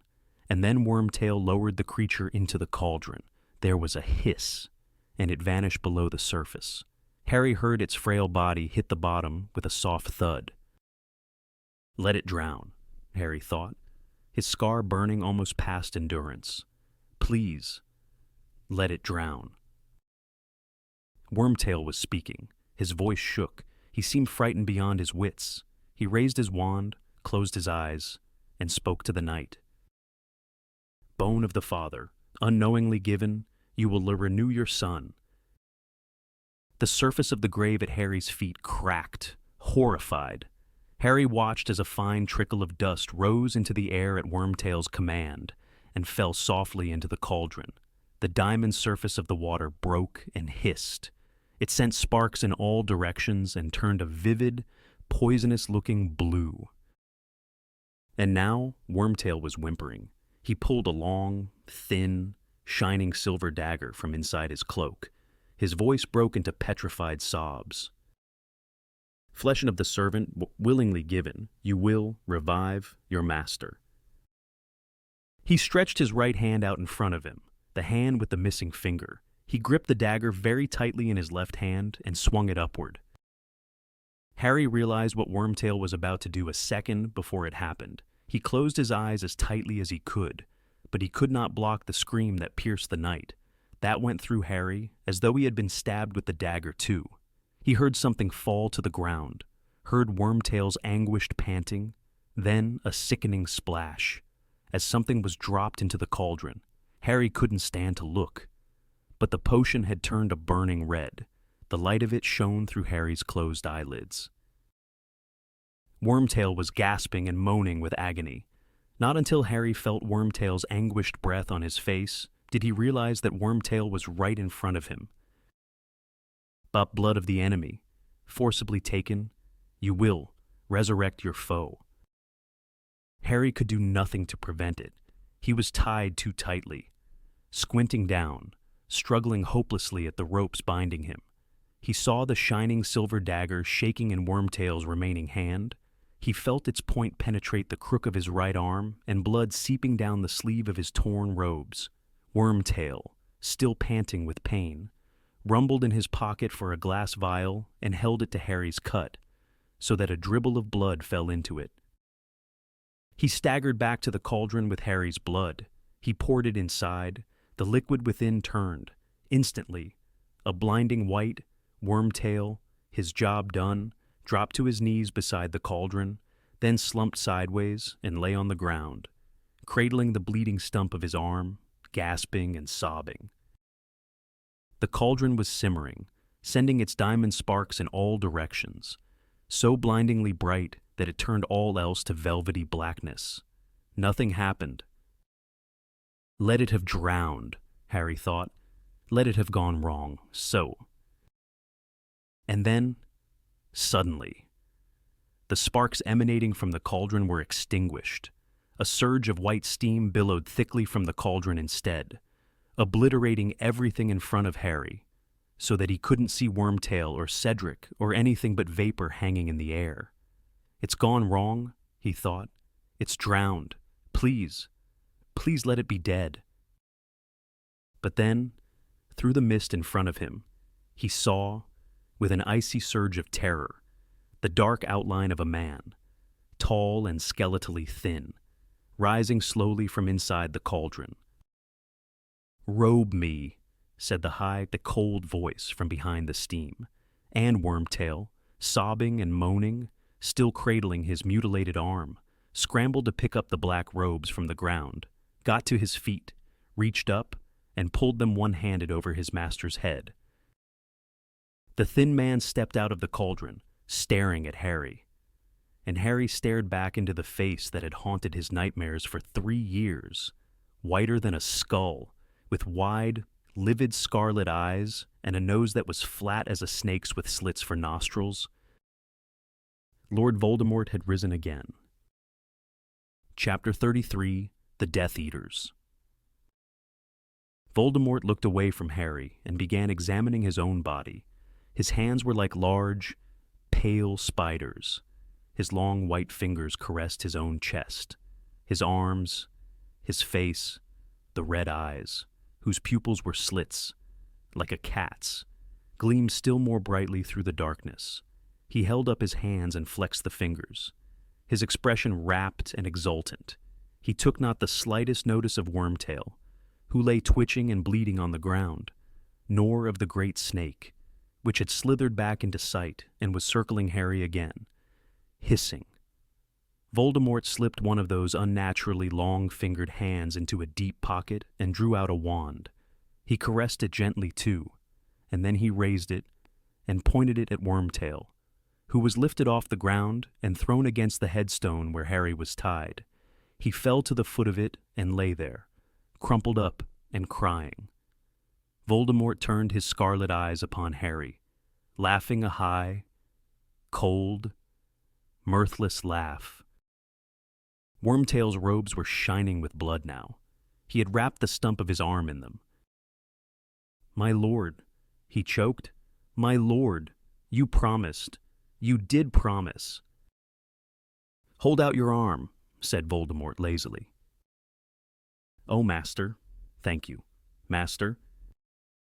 He extended the bleeding stump, but Voldemort laughed again. The other arm, Wormtail. "Master, please, please." Voldemort bent down and pulled out Wormtail's left arm.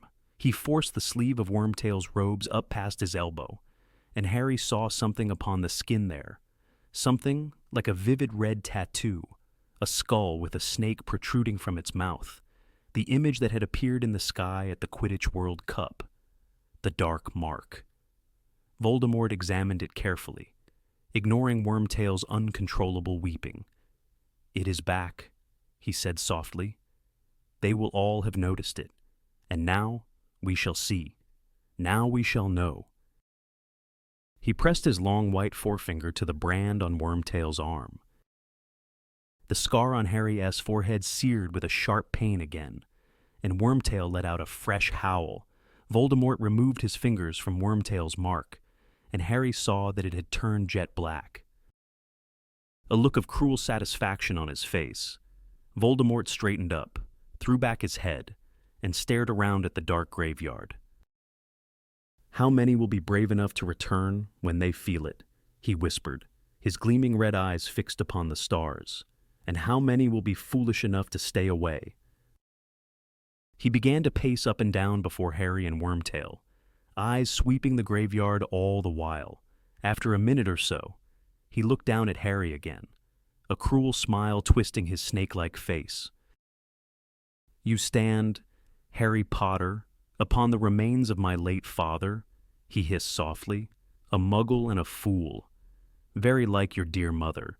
But they both had their uses. Did they not? Your mother died to defend you as a child, and I killed my father. And see how useful he has proved himself, in death." Voldemort laughed again. Up and down he paced, looking all around him as he walked, and the snake continued to circle in the grass. "You see that house upon the hillside? Potter. My father lived there. My mother, a witch who lived here in this village, fell in love with him, but he abandoned her when she told him what she was. He didn't like magic, my father. He left her and returned to his muggle parents before I was even born, Potter. And she died giving birth to me, leaving me to be raised in a muggle orphanage. But I vowed to find him. I revenged myself upon him, that fool who gave me his name, Tom Riddle." Still he paced, his red eyes darting from grave to grave. "Listen to me, reliving family history," he said quietly. "Why, I am growing quite sentimental. But look, Harry, my true family returns." The air was suddenly full of the swishing of cloaks, between graves, behind the yew tree, in every shadowy space. Wizards were apparating. All of them were hooded and masked, and one by one they moved forward, slowly, cautiously, as though they could hardly believe their eyes. Voldemort stood in silence, waiting for them. Then one of the Death Eaters fell to his knees, crawled toward Voldemort, and kissed the hem of his black robes. "Master, master," he murmured. The Death Eaters behind him did the same, each of them approaching Voldemort on his knees and kissing his robes, before backing away and standing up, forming a silent circle, which enclosed Tom Riddle's grave, Harry, Voldemort, and the sobbing and twitching heap that was Wormtail. Yet they left gaps in the circle, as though waiting for more people. Voldemort, however, did not seem to expect more. He looked around at the hooded faces, and though there was no wind rustling seemed to run around the circle, as though it had shivered. "Welcome, Death Eaters," said Voldemort quietly. 13 years. 13 years since last we met, yet you answer my call as though it were yesterday. We are still united under the dark mark, then, or are we?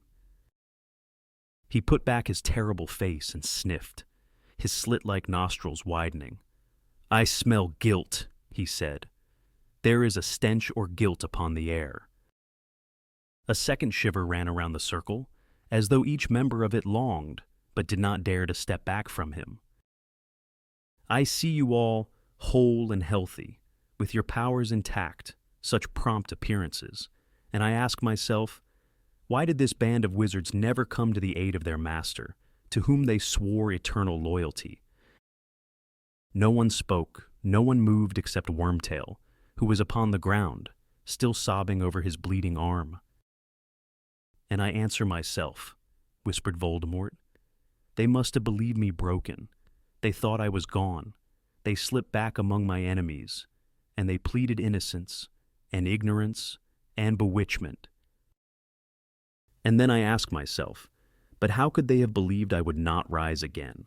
They, who knew the steps I took, long ago, to guard myself against mortal death. They, who had seen proofs of the immensity of my power in the times when I was mightier than any wizard living. And I answer myself, perhaps they believed a still greater power could exist, one that could vanquish even Lord Voldemort. Perhaps they now pay allegiance to another. Perhaps that champion of commoners, of mudbloods and muggles, Albus Dumbledore. At the mention of Dumbledore's name, the members of the circle stirred, and some muttered and shook their heads.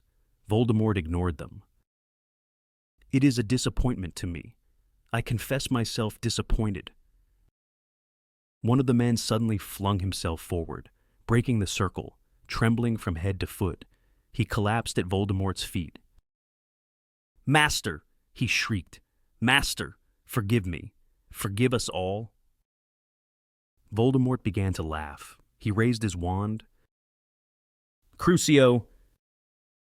The Death Eater on the ground writhed and shrieked. Harry was sure the sound must carry to the houses around. Let the police come, he thought desperately. Anyone, anything. Voldemort raised his wand. The tortured Death Eater lay flat upon the ground, gasping. "Get up, Avery," said Voldemort softly. "Stand up. You ask for forgiveness. I do not forgive. I do not forget. 13 long years. I want 13 years repayment before I forgive you. Wormtail here has paid some of his debt already. Have you not? Wormtail." He looked down at Wormtail, who continued to sob. "You returned to me, not out of loyalty, but out of fear of your old friends. You deserve this pain. Wormtail, you know that, don't you?"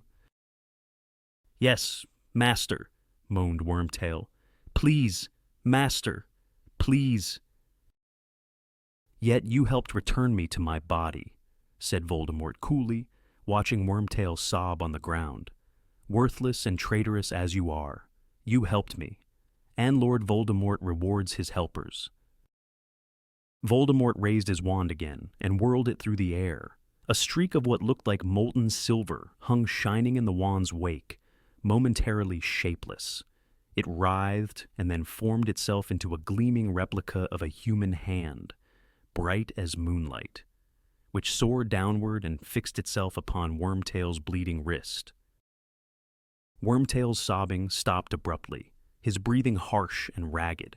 He raised his head and stared in disbelief at the silver hand, now attached seamlessly to his arm, as though he were wearing a dazzling glove. He flexed the shining fingers, then, trembling, picked up a small twig on the ground and crushed it into powder. "My lord," he whispered, "Master, it is beautiful. Thank you, thank you." He scrambled forward on his knees and kissed the hem of Voldemort's robes. "May your loyalty never waver again, Wormtail," said Voldemort. "No, my lord, Never, my lord. Wormtail stood up and took his place in the circle, staring at his powerful new hand, his face still shining with tears. Voldemort now approached the man on Wormtail's right. "Lucius, my slippery friend," he whispered, halting before him. "I am told that you have not renounced the old ways. Though to the world you present a respectable face, you are still ready to take the lead in a spot of Muggle torture. I believe, yet you never tried to find me. Lucius, your exploits at the Quidditch World Cup were fun, I dare say. But might not your energies have been better directed toward finding and aiding your master?" "My lord, I was constantly on the alert," came Lucius Malfoy's voice swiftly from beneath the hood. "Had there been any sign from you, any whisper of your whereabouts, I would have been at your side immediately. Nothing could have prevented me." "And yet you ran from my mark, when a faithful Death Eater sent it into the sky last summer," said Voldemort lazily, and Mr. Malfoy stopped talking abruptly. "Yes, I know all about that. Lucius, you have disappointed me. I expect more faithful service in the future." "Of course, my lord, of course. You are merciful. Thank you." Voldemort moved on and stopped, staring at the space, large enough for two people, that separated Malfoy and the next man. "The Lestranges should stand here," said Voldemort quietly. "But they are entombed in Azkaban. They were faithful. They went to Azkaban rather than renounce me.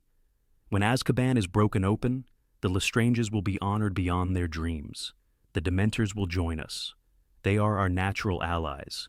We will recall the banished giants. I shall have all my devoted servants returned to me, and an army of creatures whom all fear." He walked on, some of the Death Eaters he passed in silence, but he paused before others and spoke to them. "McNair, destroying dangerous beasts for the Ministry of Magic now. Wormtail tells me. You shall have better victims than that soon. McNair, Lord Voldemort will provide." "Thank you, Master, thank you," murmured McNair. And here, Voldemort moved on to the two largest hooded figures. "We have Crabbe. You will do better this time. Will you not, Crabbe, and you, Goyle?" They bowed clumsily, muttering dully. "Yes, Master." "We will, Master." "The same goes for you." "Not," said Voldemort quietly as he walked past a stooped figure in Mr. Goyle's shadow. "My lord, I prostrate myself before you. I am your most faithful." "That will do," said Voldemort. He had reached the largest gap of all, and he stood surveying it with his blank, red eyes, as though he could see people standing there. "And here we have 6 missing Death Eaters, 3 dead in my service, 1 too cowardly to return. He will pay. 1 who I believe has left me forever. He will be killed, of course. And 1 who remains my most faithful servant, and who has already re-entered my service." The Death Eaters stirred, and Harry saw their eyes dart sideways at one another through their masks. "He is at Hogwarts, that faithful servant, and it was through his efforts that our young friend arrived here tonight." "Yes," said Voldemort, a grin curling his lipless mouth as the eyes of the circle flashed in Harry's direction. "Harry Potter has kindly joined us for my rebirthing party. One might go so far as to call him my guest of honor." There was a silence. Then the Death Eater to the right of Wormtail stepped forward, and Lucius Malfoy's voice spoke from under the mask. "Master, we crave to know. We beg you to tell us how you have achieved this miracle, how you managed to return to us." "Ah, what a story it is, Lucius," said Voldemort, "and it begins and ends with my young friend here." He walked lazily over to stand next to Harry, so that the eyes of the whole circle were upon the two of them. The snake continued to circle. "You know, of course, that they have called this boy my downfall," Voldemort said softly, his red eyes upon Harry, whose scar began to burn so fiercely that he almost screamed in agony. "You all know that, on the night I lost my powers and my body, I tried to kill him. His mother died in the attempt to save him, and unwittingly provided him with a protection I admit I had not foreseen. I could not touch the boy." Voldemort raised one of his long white fingers and put it very close to Harry's cheek. "His mother left upon him the trace's other sacrifice. This is old magic. I should have remembered it. I was foolish to overlook it. But no matter, I can touch him now." Harry felt the cold tip of the long white finger touch him, and thought his head would burst with the pain. Voldemort laughed softly in his ear, then took the finger away and continued addressing the Death Eaters. "I miscalculated, my friends. I admit it. My curse was deflected by the woman's foolish sacrifice, and it rebounded upon myself. Ah, pain beyond pain. My friends, nothing could have prepared me for it. I was ripped from my body. I was less than spirit, less than the meanest ghost. But still, I was alive. What I was, even I do not know. I, who have gone further than anybody along the path that leads to immortality. You know my goal, to conquer death. And now, I was tested, and it appeared that one or more of my experiments had worked. For I had not been killed, though the curse should have done it. Nevertheless, I was as powerless as the weakest creature alive, and without the means to help myself, for I had no body, and every spell that might have helped me required the use of a wand. I remember only forcing myself, sleeplessly, endlessly, second by second, to exist. I settled in a faraway place, in a forest, and I waited. Surely, one of my faithful Death Eaters would try and find me. One of them would come and perform the magic I could not, to restore me to a body. But I waited in vain. The shiver ran once more around the circle of listening Death Eaters. Voldemort let the silence spiral horribly before continuing. "Only one power remained to me. I could possess the bodies of others, but I dared not go where other humans were plentiful, for I knew that the Aurors were still abroad and searching for me. I sometimes inhabited animals, snakes, of course, being my preference, but I was little better off inside them than as pure spirit, for their bodies were ill-adapted to perform magic, and my possession of them shortened their lives. None of them lasted long. Then, 4 years ago, the means for my return seemed assured. A wizard, young, foolish, and gullible, wandered across my path in the forest I had made my home. Oh, he seemed the very chance I had been dreaming of, for he was a teacher at Dumbledore's school. He was easy to bend to my will. He brought me back to this country, and after a while, I took possession of his body to supervise him closely as he carried out my orders. But my plan failed. I did not manage to steal the Sorcerer's Stone. I was not to be assured immortal life. I was thwarted, once again, by Harry Potter. Silence once more. Nothing was stirring, not even the leaves on the yew tree. The Death Eaters were quite motionless, the glittering eyes in their masks fixed upon Voldemort and upon Harry. The servant died when I left his body, and I was left as weak as ever I had been. Voldemort continued. I returned to my hiding place far away, and I will not pretend to you that I didn't then fear that I might never regain my powers. Yes, that was perhaps my darkest hour. I could not hope that I would be sent another wizard to possess, and I had given up hope, now, that any of my Death Eaters cared what had become of me. One or two of the masked wizards in the circle moved uncomfortably, but Voldemort took no notice. And then, not even a year ago, when I had almost abandoned hope, it happened at last. A servant returned to me, Wormtail here, who had faked his own death to escape justice, was driven out of hiding by those he had once counted friends, and decided to return to his master. He sought me in the country where it had long been rumored I was hiding, helped, of course, by the rats he met along the way. Wormtail has a curious affinity with rats. Do you not? Wormtail. His filthy little friends told him there was a place, deep in an Albanian forest, that they avoided, where small animals like themselves had met their deaths by a dark shadow that possessed them. But his journey back to me was not smooth. Was it? Wormtail, for, hungry one night, on the edge of the very forest where he had hoped to find me, he foolishly stopped at an inn for some food, and who should he meet there but one Bertha Jorkins, a witch from the Ministry of Magic. Now see the way that fate favors Lord Voldemort.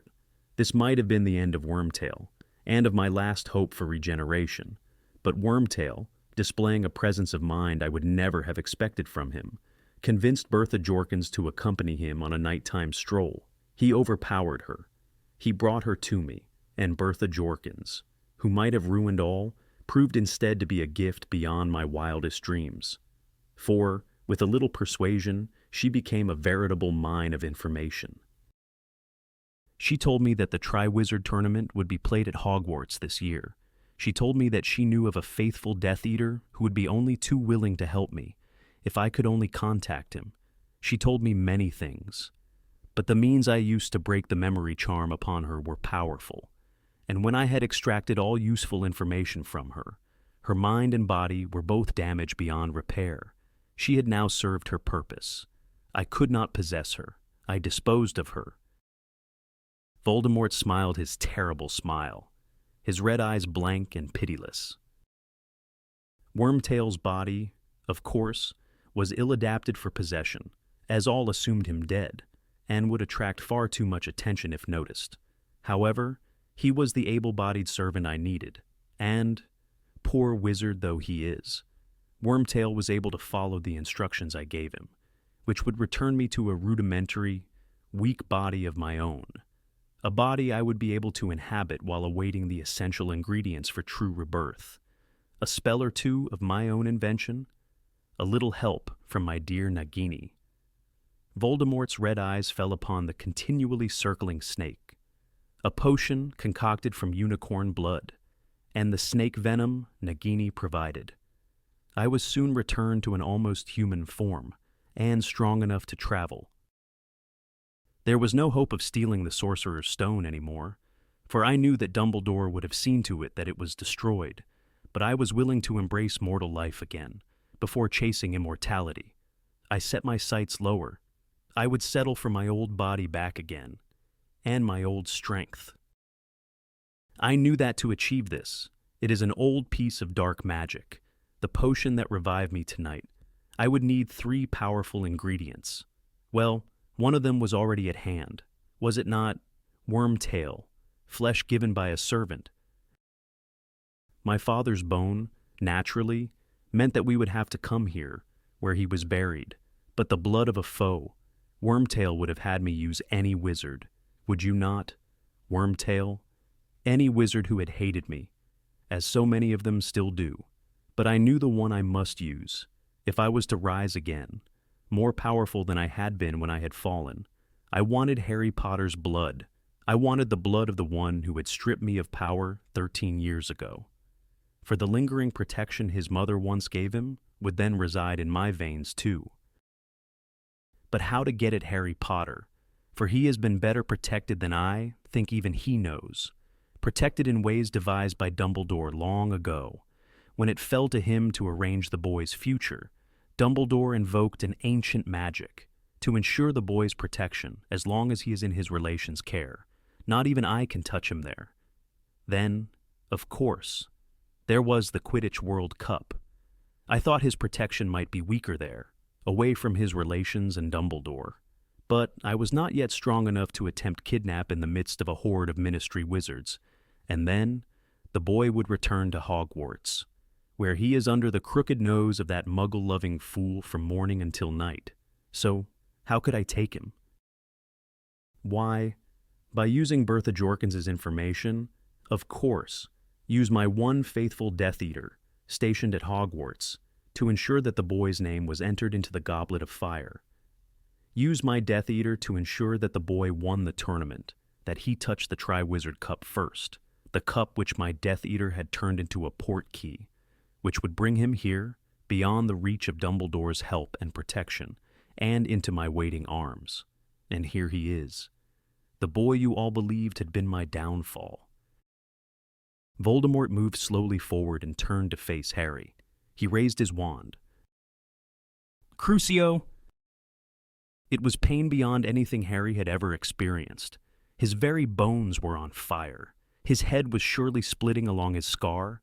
His eyes were rolling madly in his head. He wanted it to end, to black out, to die. And then it was gone. He was hanging limply in the ropes, binding him to the headstone of Voldemort's father, looking up into those bright red eyes through a kind of mist. The night was ringing with the sound of the Death Eater's laughter. You see, I think how foolish it was to suppose that this boy could ever have been stronger than me, said Voldemort. But I want there to be no mistake in anybody's mind. Harry Potter escaped me by a lucky chance, and I am now going to prove my power by killing him, here and now, in front of you all, when there is no Dumbledore to help him, and no mother to die for him. I will give him his chance. He will be allowed to fight, and you will be left in no doubt which of us is the stronger. Just a little longer. Nagini, he whispered, and the snake glided away through the grass to where the Death Eaters stood watching. Now untie him, Wormtail, and give him back his wand. Chapter 34, Priori Incantatem. Wormtail approached Harry, who scrambled to find his feet, to support his own weight before the ropes were untied.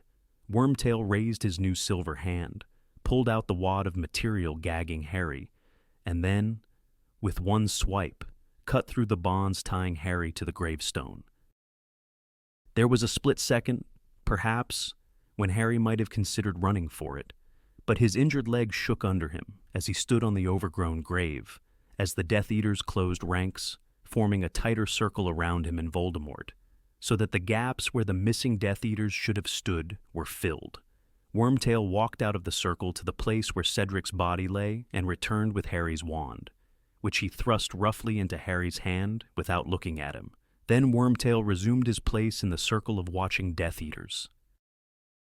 "You have been taught how to duel, Harry Potter," said Voldemort softly, his red eyes glinting through the darkness. At these words Harry remembered, as though from a former life, the dueling club at Hogwarts he had attended briefly 2 years ago. All he had learned there was the disarming spell, Expelliarmus, and what use would it be to deprive Voldemort of his wand, even if he could, when he was surrounded by Death Eaters, outnumbered by at least 30 to 1. He had never learned anything that could possibly fit him for this.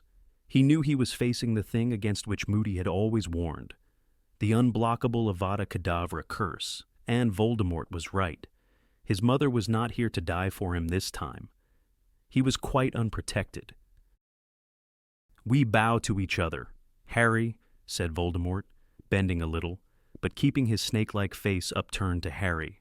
"Come, the niceties must be observed. Dumbledore would like you to show manners. Bow to death, Harry." The Death Eaters were laughing again. Voldemort's lipless mouth was smiling. Harry did not bow. He was not going to let Voldemort play with him before killing him. He was not going to give him that satisfaction.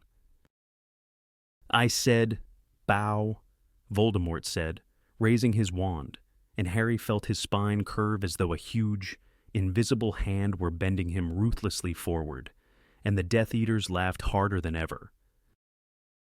"Very good," said Voldemort softly, and as he raised his wand, the pressure bearing down upon Harry lifted too. "And now you face me, like a man, straight-backed and proud, the way your father died.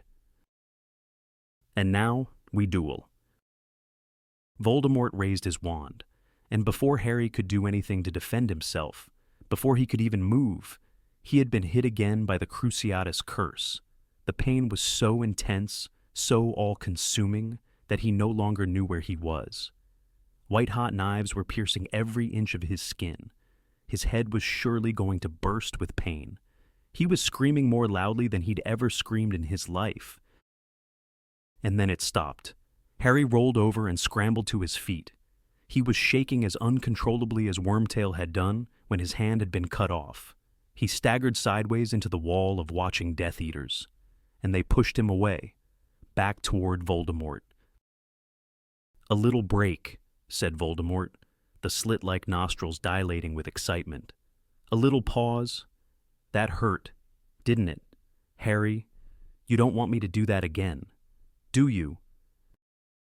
Harry didn't answer. He was going to die like Cedric. Those pitiless red eyes were telling him so. He was going to die, and there was nothing he could do about it. But he wasn't going to play along. He wasn't going to obey Voldemort. He wasn't going to beg. "I asked you whether you want me to do that again," said Voldemort softly. "Answer me. Imperial." And Harry felt, for the third time in his life, the sensation that his mind had been wiped of all thought. It was bliss. Not to think. It was as though he were floating, dreaming. Just answer no. Say no. Just answer no. "I will not," said a stronger voice in the back of his head. "I won't answer.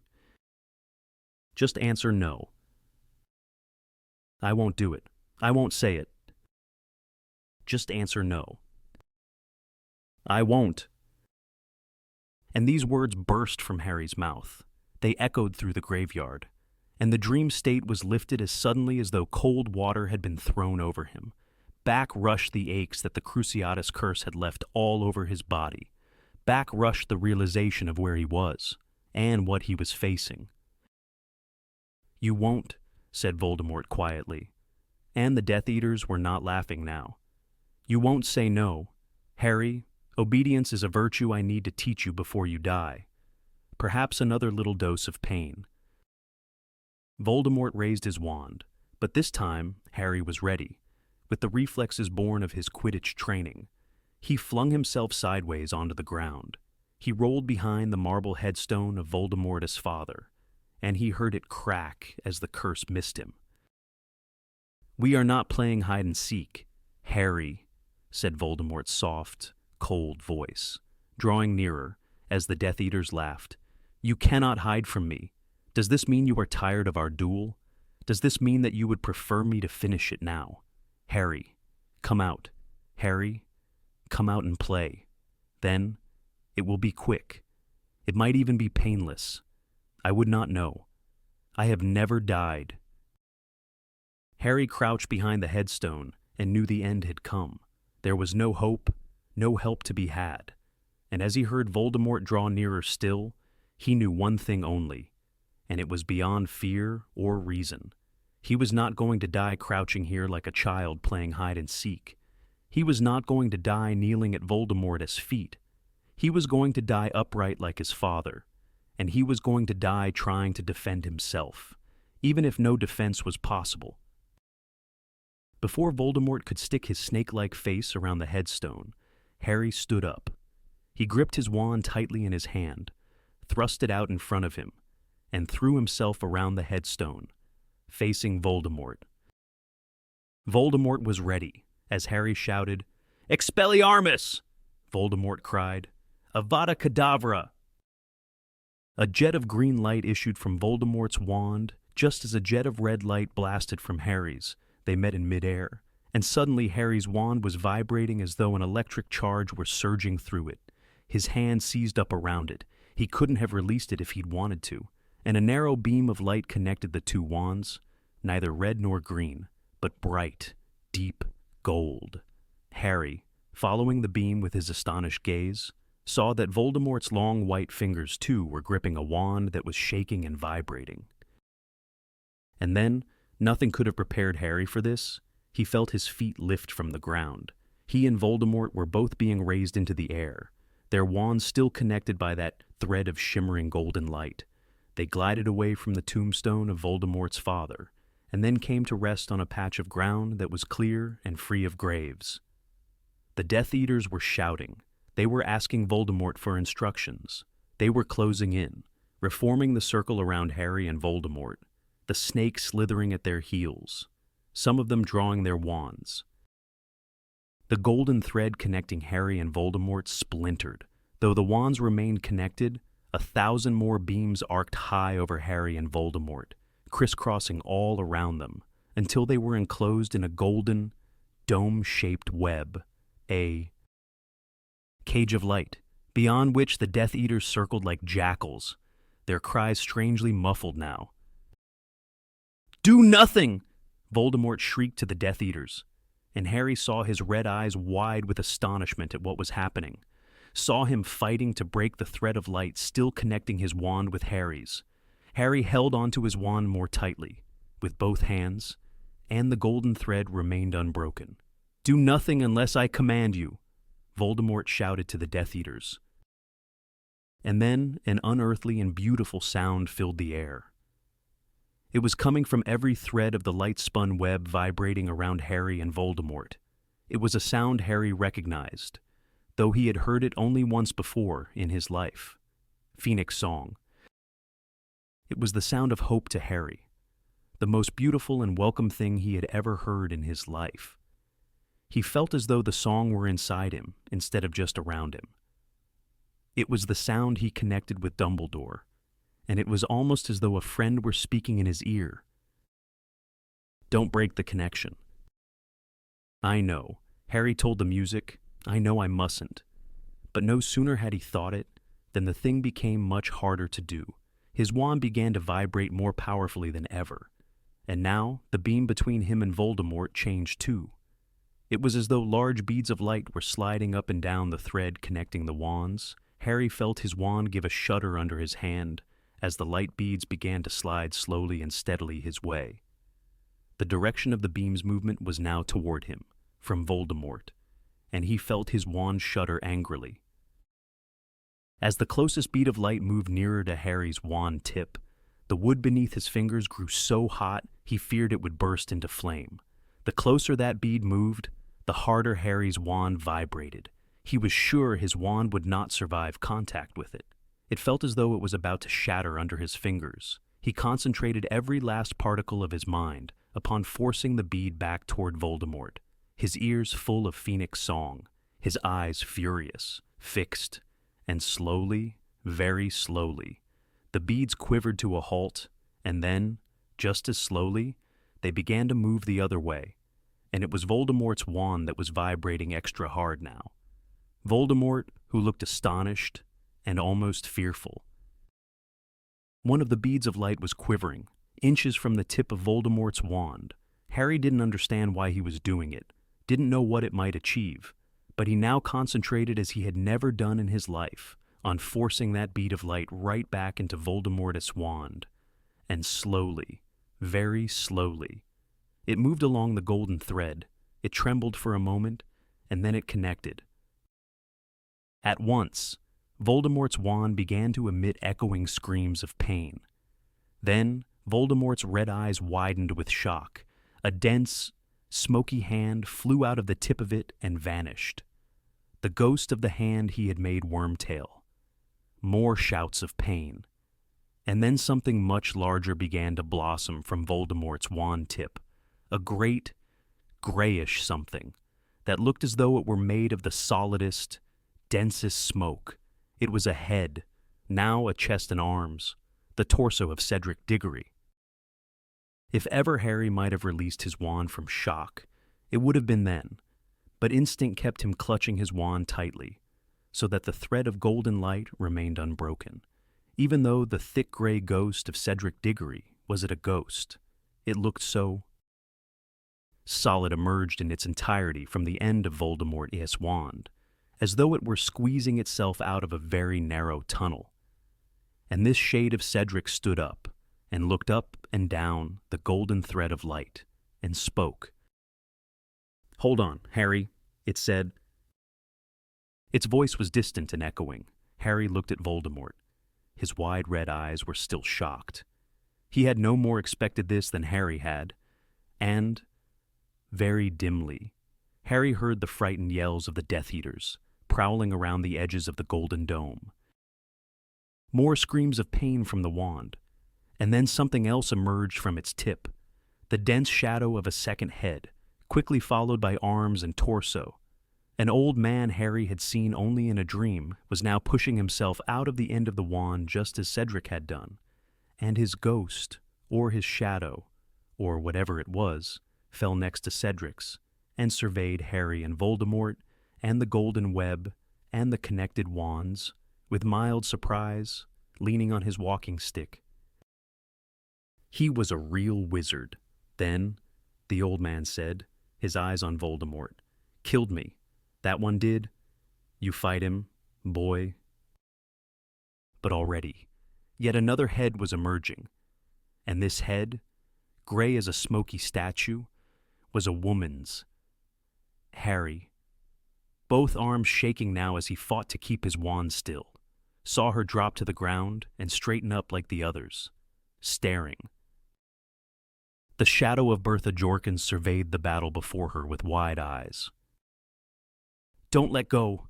Now," she cried, and her voice echoed like Cedric's as though from very far away. "Don't let him get you. Harry, don't let go." She and the other two shadowy figures began to pace around the inner walls of the golden web, while the Death Eaters flitted around the outside of it, and Voldemort's dead victims whispered as they circled the duelers, whispered words of encouragement to Harry, and hissed words Harry couldn't hear to Voldemort. And now another head was emerging from the tip of Voldemort's wand, and Harry knew when he saw it who it would be. He knew, as though he had expected it from the moment when Cedric had appeared from the wand. Knew, because the man appearing was the one he'd thought of more than any other tonight.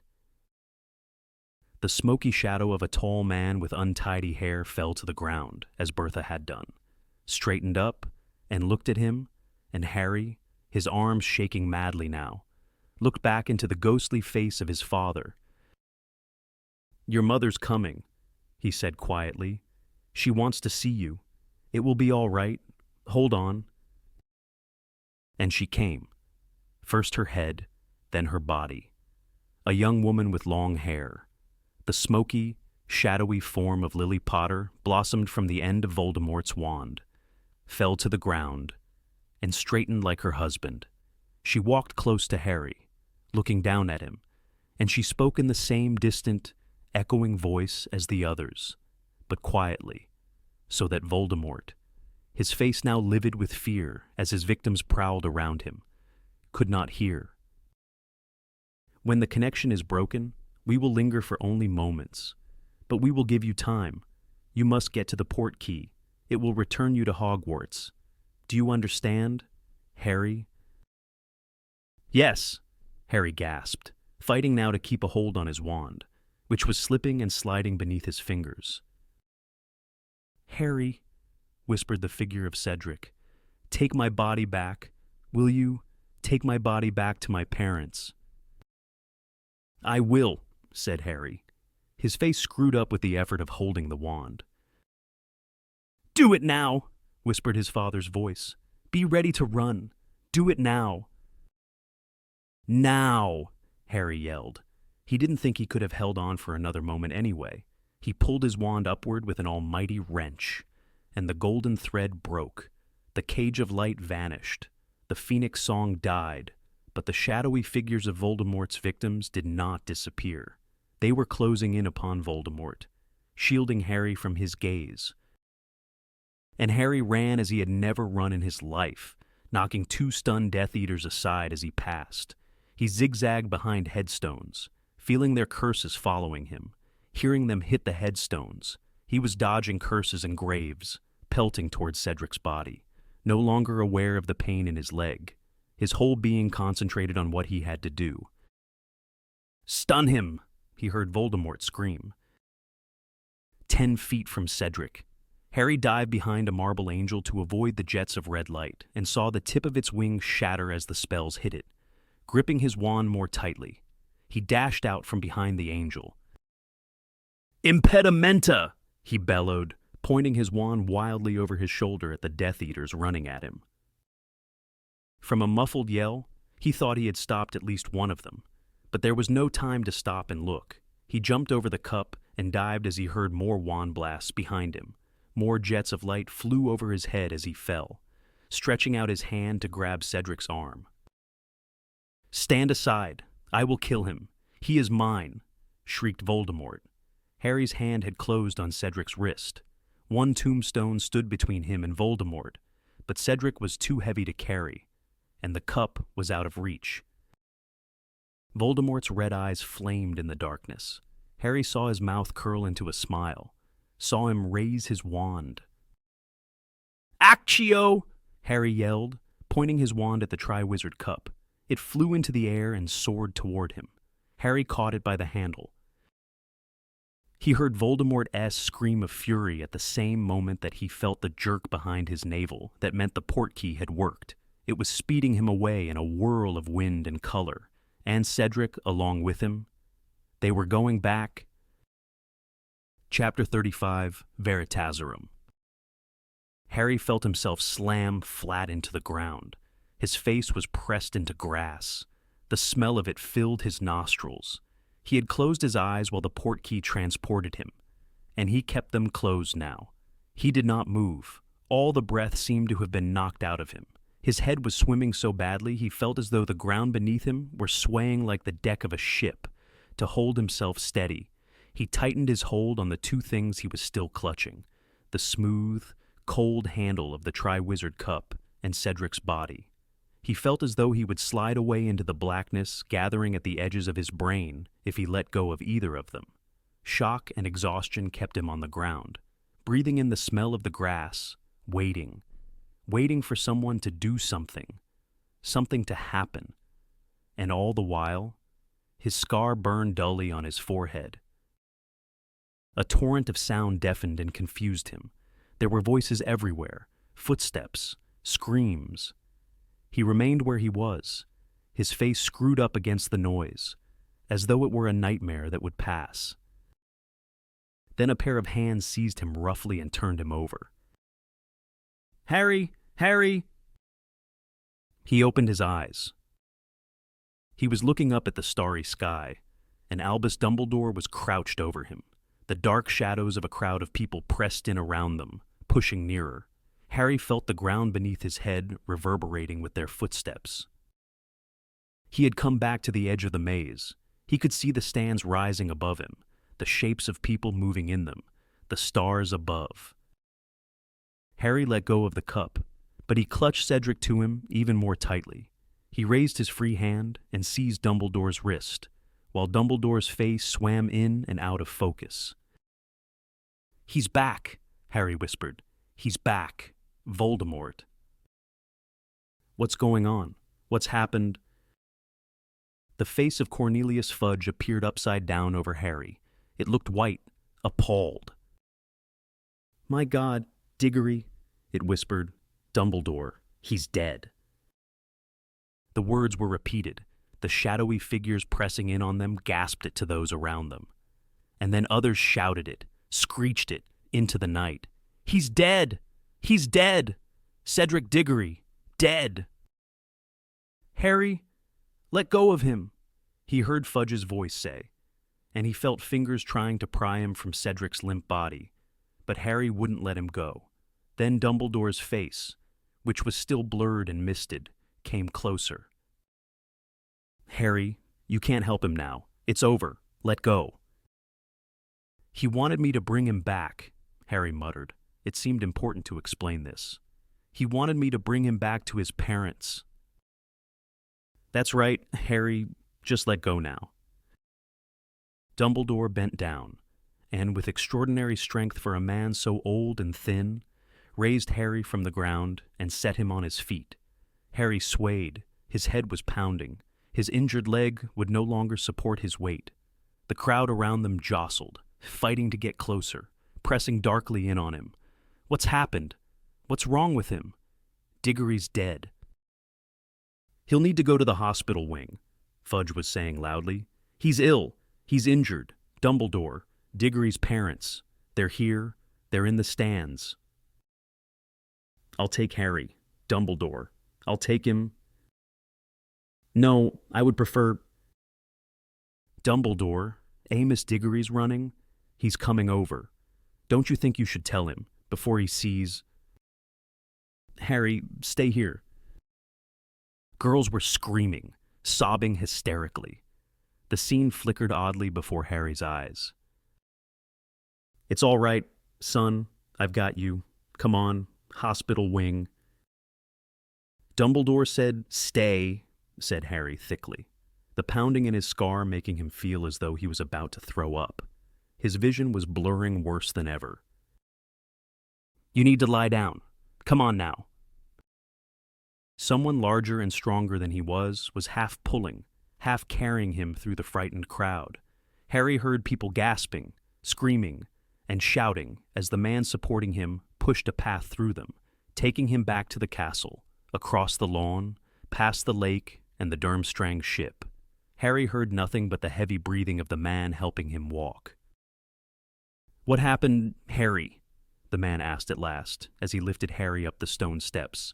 Clunk, clunk, clunk. It was Mad-Eye Moody? "Cup was a portkey," said Harry as they crossed the entrance hall. "Took me and Cedric to a graveyard, and Voldemort was there. Lord Voldemort." Clunk, clunk, clunk, up the marble stairs. "The Dark Lord was there? What happened then?" "Killed Cedric. They killed Cedric. And then—" Clunk, clunk, clunk, along the corridor. "Made a potion, got his body back."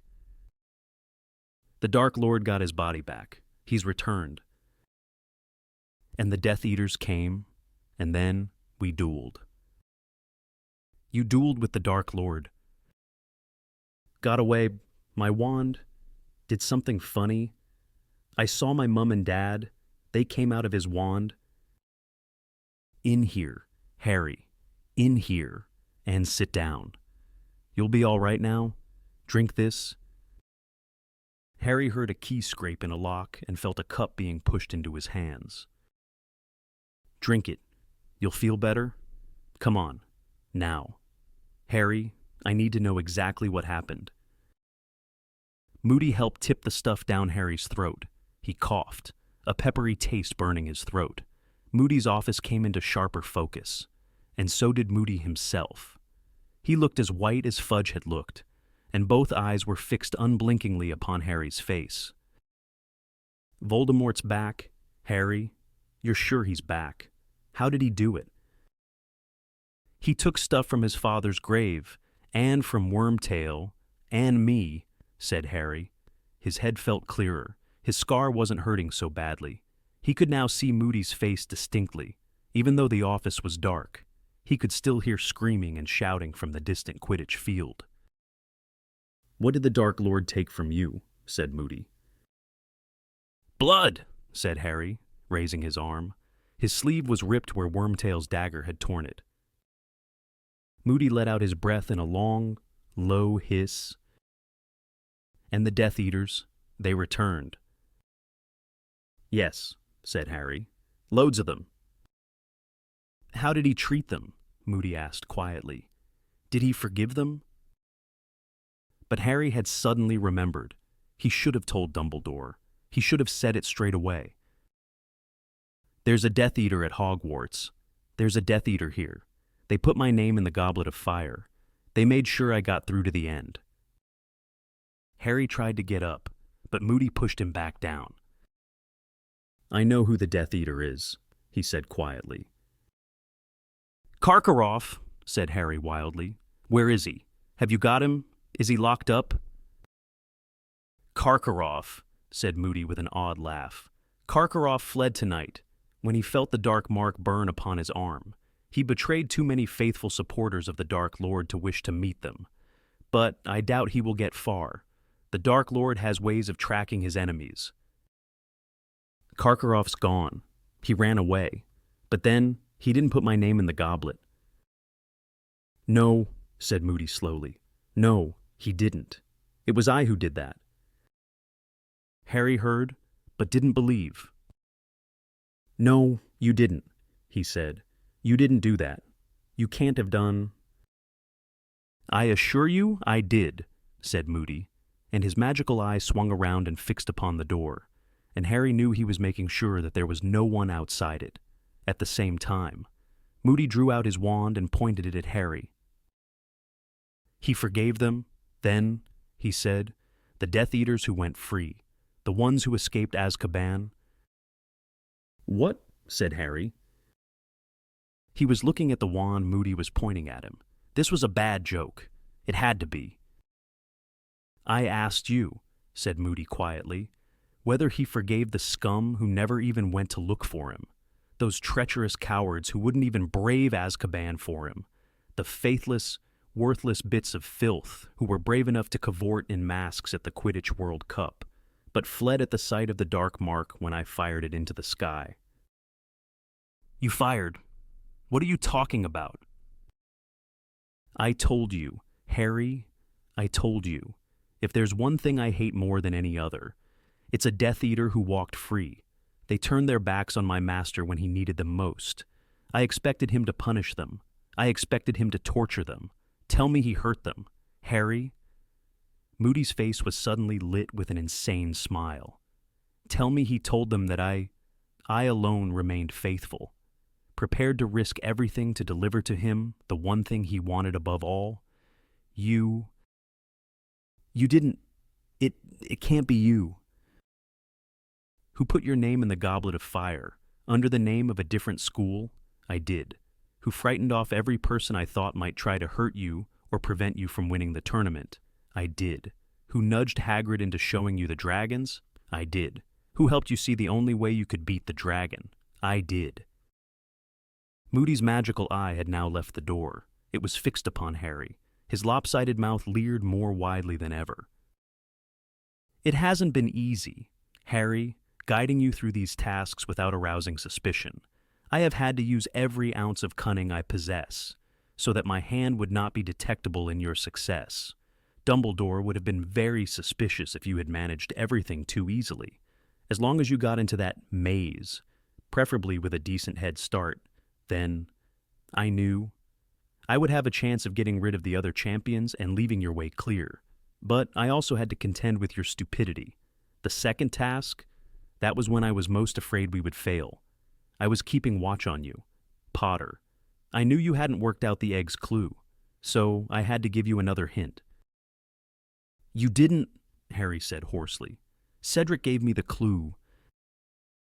"Who told Cedric to open it underwater?" "I did.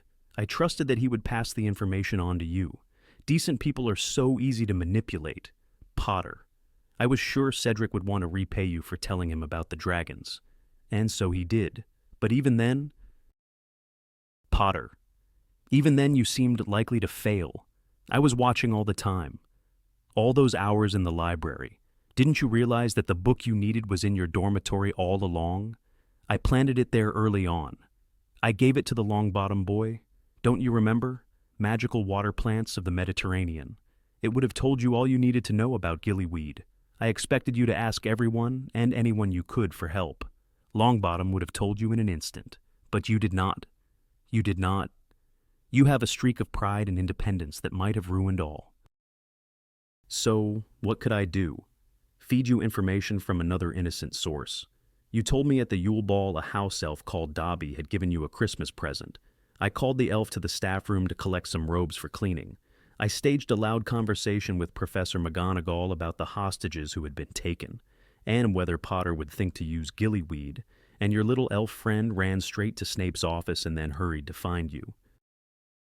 Moody's wand was still pointing directly at Harry's heart. Over his shoulder, foggy shapes were moving in the faux glass on the wall. "You were so long in that lake, Potter. I thought you had drowned. But luckily, Dumbledore took your idiocy for nobility and marked you high for it. I breathed again.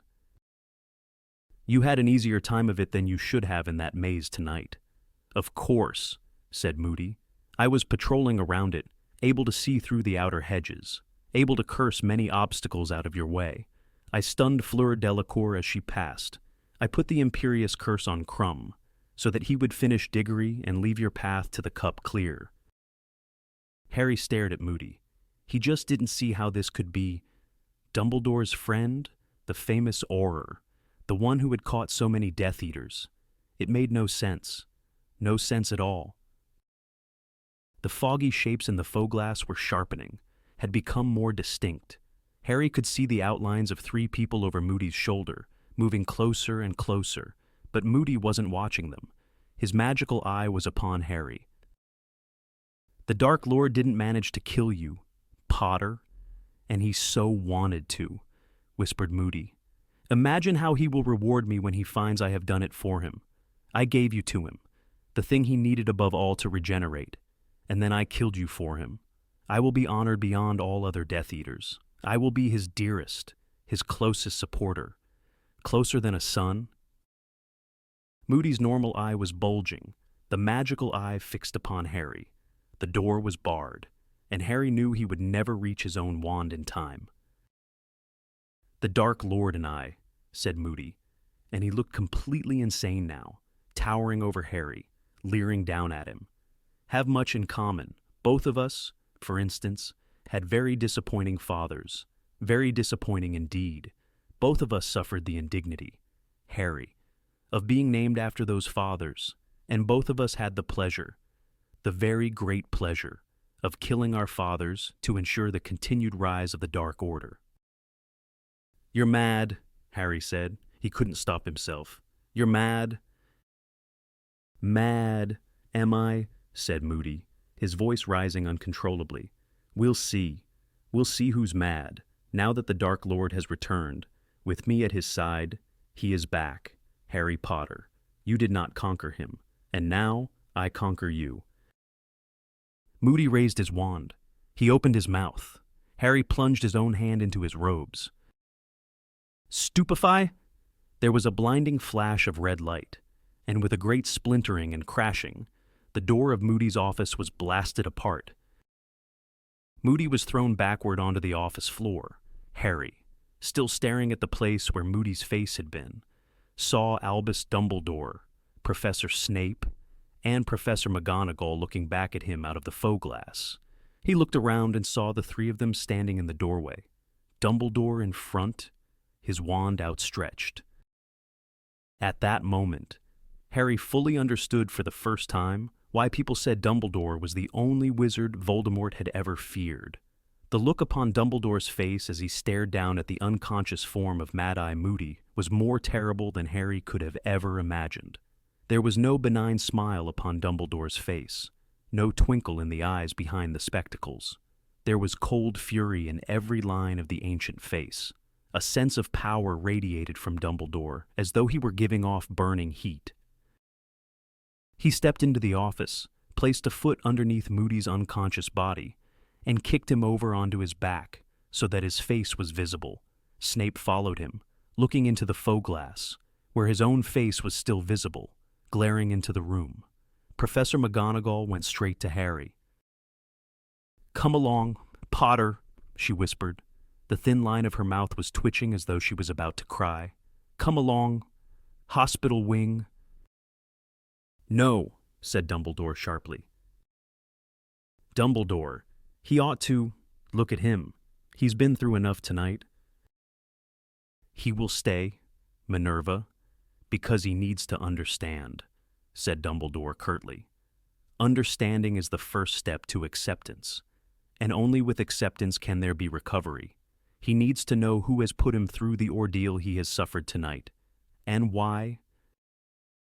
"Moody," Harry said. He was still in a state of complete disbelief. How can it have been Moody? "This is not Alastor Moody," said Dumbledore quietly. "You have never known Alastor Moody. The real Moody would not have removed you from my sight after what happened tonight. The moment he took you, I knew, and I followed." Dumbledore bent down over Moody's limp form and put a hand inside his robes. He pulled out Moody's hip flask and a set of keys on a ring. Then he turned to Professors McGonagall and Snape. "Severus, please fetch me the strongest truth potion you possess, and then go down to the kitchens and bring up the house elf called Winky, Minerva. Kindly go down to Hagrid's house, where you will find a large black dog sitting in the pumpkin patch. Take the dog up to my office, tell him I will be with him shortly, then come back here." If either Snape or McGonagall found these instructions peculiar, they hid their confusion. Both turned at once and left the office. Dumbledore walked over to the trunk with 7 locks, fitted the first key in the lock, and opened it. It contained a mass of spell books.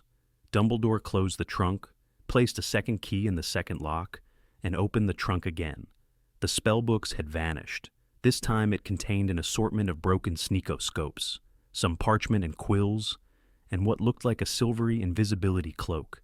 Harry watched, astounded, as Dumbledore placed the 3rd, 4th, 5th, and 6th keys in their respective locks, reopening the trunk each time, and revealing different contents each time. Then he placed the 7th key in the lock, threw open the lid, and Harry let out a cry of amazement. He was looking down into a kind of pit, an underground room, and lying on the floor some 10 feet below, apparently fast asleep, thin and starved in appearance, was the real Mad-Eye Moody. His wooden leg was gone.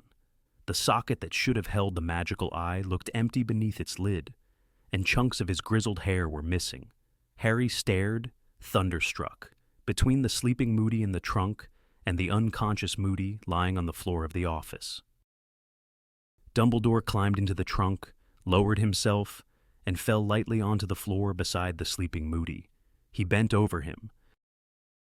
Stunned, controlled by the imperious curse, very weak, he said, "Of course, they would have needed to keep him alive. Harry, throw down the impostor's cloak. He's freezing.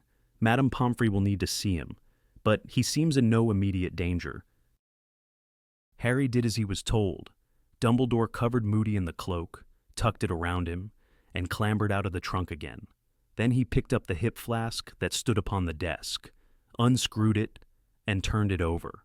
A thick glutinous liquid splattered onto the office floor. "Polyjuice potion, Harry," said Dumbledore.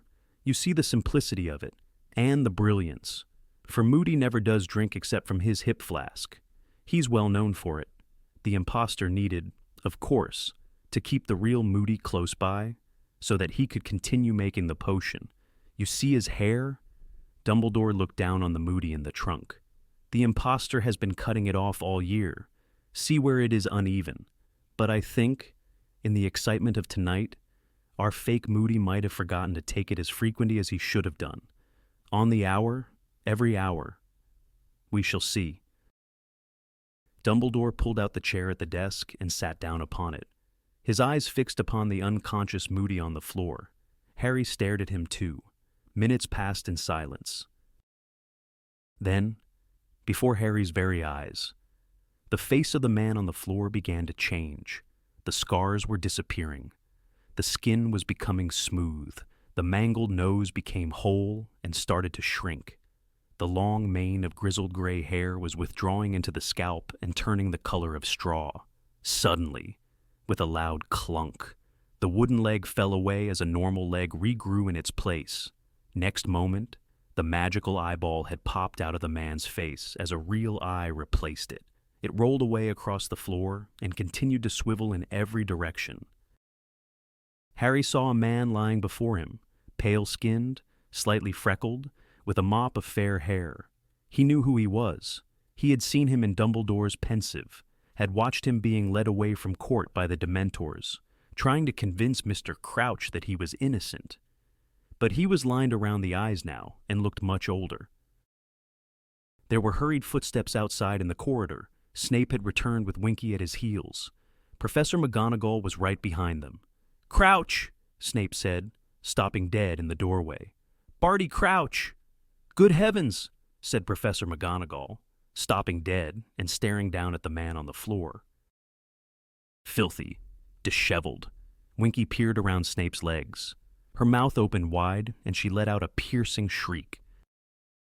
Master Barty, what is you doing here?" She flung herself forward onto the young man's chest. "You has killed him. You has killed him. You has killed Master's son." "He is simply stunned. Winky," said Dumbledore. "Step aside, please. Severus, you have the potion." Snape handed Dumbledore a small glass bottle of completely clear liquid, the Veritaserum with which he had threatened Harry in class. Dumbledore got up, bent over the man on the floor, and pulled him into a sitting position against the wall beneath the faux glass, in which the reflections of Dumbledore, Snape, and McGonagall were still glaring down upon them all. Winky remained on her knees, trembling, her hands over her face. Dumbledore forced the Mon's mouth open and poured 3 drops inside it. Then he pointed his wand at the Mon's chest and said, "Enervate." Crouch's son opened his eyes. His face was slack, his gaze unfocused. Dumbledore knelt before him, so that their faces were level. "Can you hear me?" Dumbledore asked quietly. The man's eyelids flickered. "Yes," he muttered. "I would like you to tell us," said Dumbledore softly, "how you came to be here. How did you escape from Azkaban?"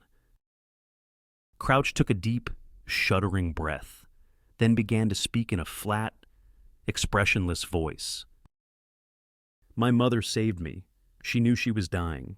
She persuaded my father to rescue me as a last favor to her. He loved her as he had never loved me. He agreed. They came to visit me. They gave me a draft of Polyjuice Potion containing one of my mother's hairs. She took a draft of Polyjuice Potion containing one of my hairs. We took on each other's appearance." Winky was shaking her head, trembling. "Say no more, Master Barty. Say no more. You is getting your father into trouble." But Crouch took another deep breath and continued in the same flat voice.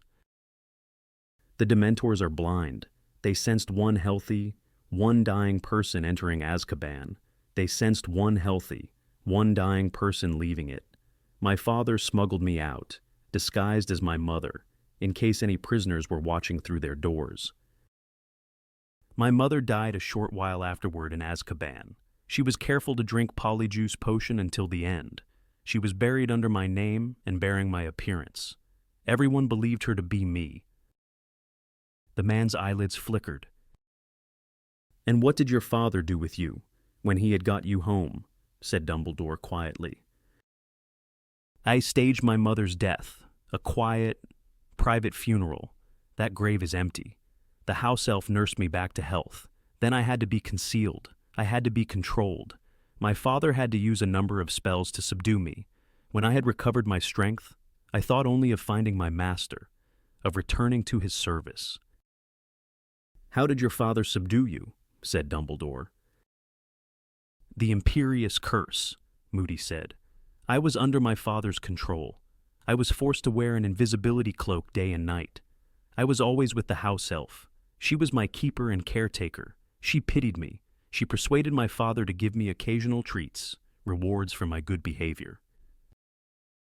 "Master Barty, Master Barty," sobbed Winky through her hands.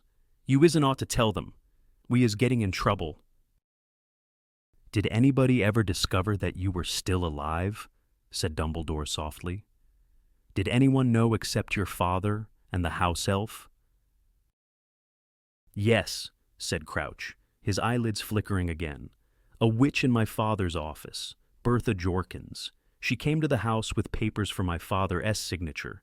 He was not at home. Winky showed her inside and returned to the kitchen, to me. But Bertha Jorkins heard Winky talking to me.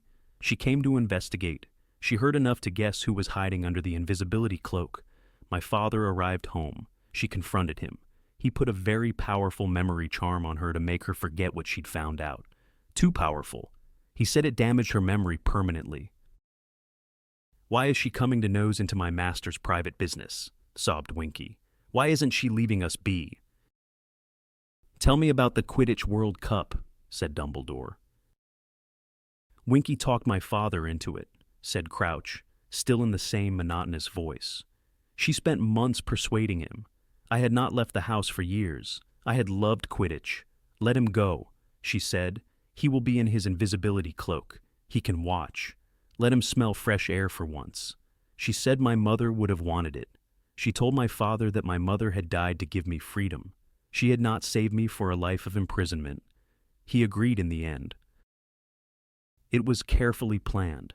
My father led me and Winky up to the top box early in the day. Winky was to say that she was saving a seat for my father. I was to sit there, invisible. When everyone had left the box, we would emerge. Winky would appear to be alone. Nobody would ever know. But Winky didn't know that I was growing stronger. I was starting to fight my father's imperious curse. There were times when I was almost myself again. There were brief periods when I seemed outside his control. It happened, there, in the top box. It was like waking from a deep sleep. I found myself out in public, in the middle of the match, and I saw, in front of me, a wand sticking out of a boy's pocket. I had not been allowed a wand since before Azkaban. I stole it. Winky didn't know. Winky is frightened of heights. She had her face hidden. "Master Barty, you bad boy," whispered Winky, tears trickling between her fingers. "So you took the wand," said Dumbledore, "and what did you do with it?" "We went back to the tent," said Crouch. "Then we heard them. We heard the Death Eaters, the ones who had never been to Azkaban, the ones who had never suffered from my master. They had turned their backs on him. They were not enslaved, as I was. They were free to seek him, but they did not. They were merely making sport of Muggles. The sound of their voices awoke me. My mind was clearer than it had been in years. I was angry. I had the wand. I wanted to attack them for their disloyalty to my master. My father had left the tent. He had gone to free the Muggles. Winky was afraid to see me so angry. She used her own brand of magic to bind me to her. She pulled me from the tent, pulled me into the forest, away from the Death Eaters.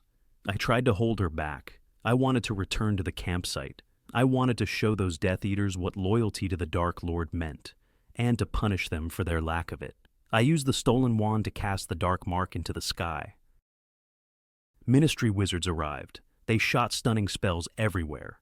One of the spells came through the trees where Winky and I stood. The bond connecting us was broken. We were both stunned. When Winky was discovered, my father knew I must be nearby. He searched the bushes where she had been found and felt me lying there. He waited until the other ministry members had left the forest. He put me back under the imperious curse and took me home. He dismissed Winky.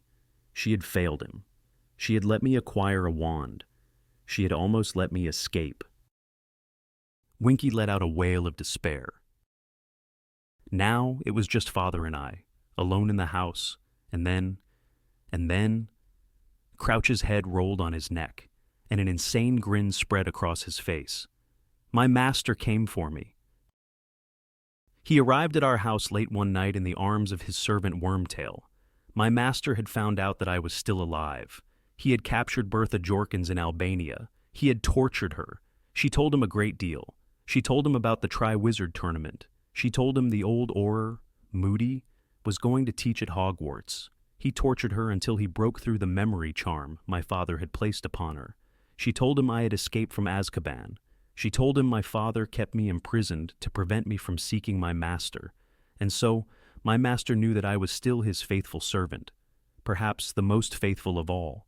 My master conceived a plan.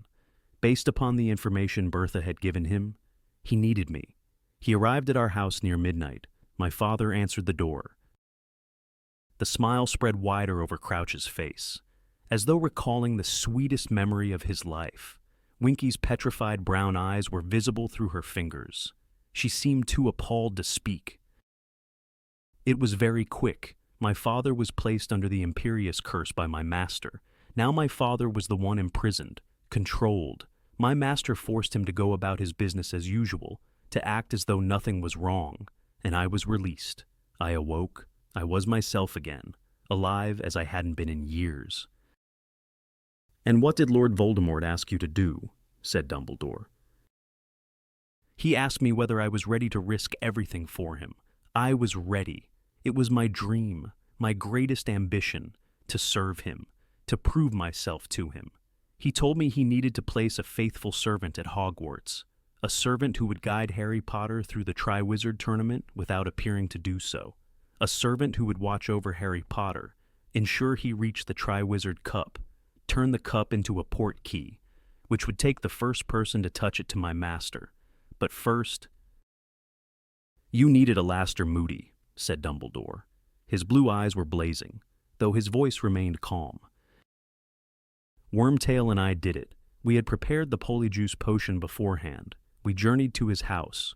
Moody put up a struggle. There was a commotion. We managed to subdue him just in time, forced him into a compartment of his own magical trunk, took some of his hair and added it to the potion. I drank it. I became Moody's double. I took his leg and his eye. I was ready to face Arthur Weasley when he arrived to sort out the muggles who had heard a disturbance. I made the dustbins move around the yard. I told Arthur Weasley I had heard intruders in my yard, who had set off the dustbins. Then I packed up Moody's clothes and dark detectors, put them in the trunk with Moody, and set off for Hogwarts. I kept him alive, under the Imperious Curse. I wanted to be able to question him, to find out about his past, learn his habits, so that I could fool even Dumbledore. I also needed his hair to make the polyjuice potion. The other ingredients were easy. I stole Boomslang's skin from the dungeons. When the potions master found me in his office, I said I was under orders to search it. "And what became of Wormtail after you attacked Moody?" said Dumbledore. "Wormtail returned to care for my master, in my father's house, and to keep watch over my father." "But your father escaped," said Dumbledore. "Yes, after a while he began to fight the Imperious Curse just as I had done. There were periods when he knew what was happening. My master decided it was no longer safe for my father to leave the house. He forced him to send letters to the ministry instead. He made him write and say he was ill, but Wormtail neglected his duty. He was not watchful enough. My father escaped. My master guessed that he was heading for Hogwarts. My father was going to tell Dumbledore everything, to confess. He was going to admit that he had smuggled me from Azkaban. My master sent me word of my father's escape. He told me to stop him at all costs. So I waited and watched. I used the map I had taken from Harry Potter, the map that had almost ruined everything. "Map," said Dumbledore quickly. "What map is this?" "Potter's map of Hogwarts. Potter saw me on it. Potter saw me stealing more ingredients for the polyjuice potion from Snape's office one night. He thought I was my father. We have the same first name. I took the map from Potter that night. I told him my father hated dark wizards. Potter believed my father was after Snape. For a week I waited for my father to arrive at Hogwarts. At last, one evening, the map showed my father entering the grounds. I pulled on my invisibility cloak and went down to meet him. He was walking around the edge of the forest. Then Potter came. And Crumb. I waited. I could not hurt Potter. My master needed him. Potter ran to get Dumbledore. I stunned Crumb. I killed my father." "No!" wailed Winky. Master Barty, what is you saying?" "You killed your father," Dumbledore said, in the same soft voice. "What did you do with the body?" "Carried it into the forest, covered it with the invisibility cloak. I had the map with me. I watched Potter run into the castle. He met Snape. Dumbledore joined them. I watched Potter bringing Dumbledore out of the castle. I walked back out of the forest, doubled around behind them, went to meet them. I told Dumbledore Snape had told me where to come. Dumbledore told me to go and look for my father. I went back to my father's body, watched the map. When everyone was gone, I transfigured my father's body. He became a bone. I buried it, while wearing the invisibility cloak, in the freshly dug earth in front of Hagrid's cabin. There was complete silence now, except for Winky's continued sobs. Then Dumbledore said, "And tonight, I offered to carry the Triwizard Cup into the maze before dinner," whispered Barty Crouch. "Turned it into a portkey. My master's plan worked. He has returned to power, and I will be honored by him beyond the dreams of wizards." The insane smile lit his features once more, and his head drooped onto his shoulder as Winky wailed and sobbed at his side. Chapter 36. The Parting of the Ways. Dumbledore stood up. He stared down at Barty Crouch for a moment with disgust on his face. Then he raised his wand once more, and ropes flew out of it. Ropes that twisted themselves around Barty Crouch, binding him tightly. He turned to Professor McGonagall. Minerva, could I ask you to stand guard here while I take Harry upstairs? Of course, said Professor McGonagall. She looked slightly nauseous, as though she had just watched someone being sick. However, when she drew out her wand and pointed it at Barty Crouch, her hand was quite steady. Severus, Dumbledore turned to Snape, please tell Madame Pomfrey to come down here. We need to get Alastor Moody into the hospital wing, then go down into the grounds. Find Cornelius Fudge, and bring him up to this office. He will undoubtedly want to question Crouch himself. Tell him I will be in the hospital wing in half an hour's time if he needs me. Snape nodded silently and swept out of the room. Harry, Dumbledore said gently. Harry got up and swayed again. The pain in his leg, which he had not noticed all the time he had been listening to Crouch, now returned in full measure.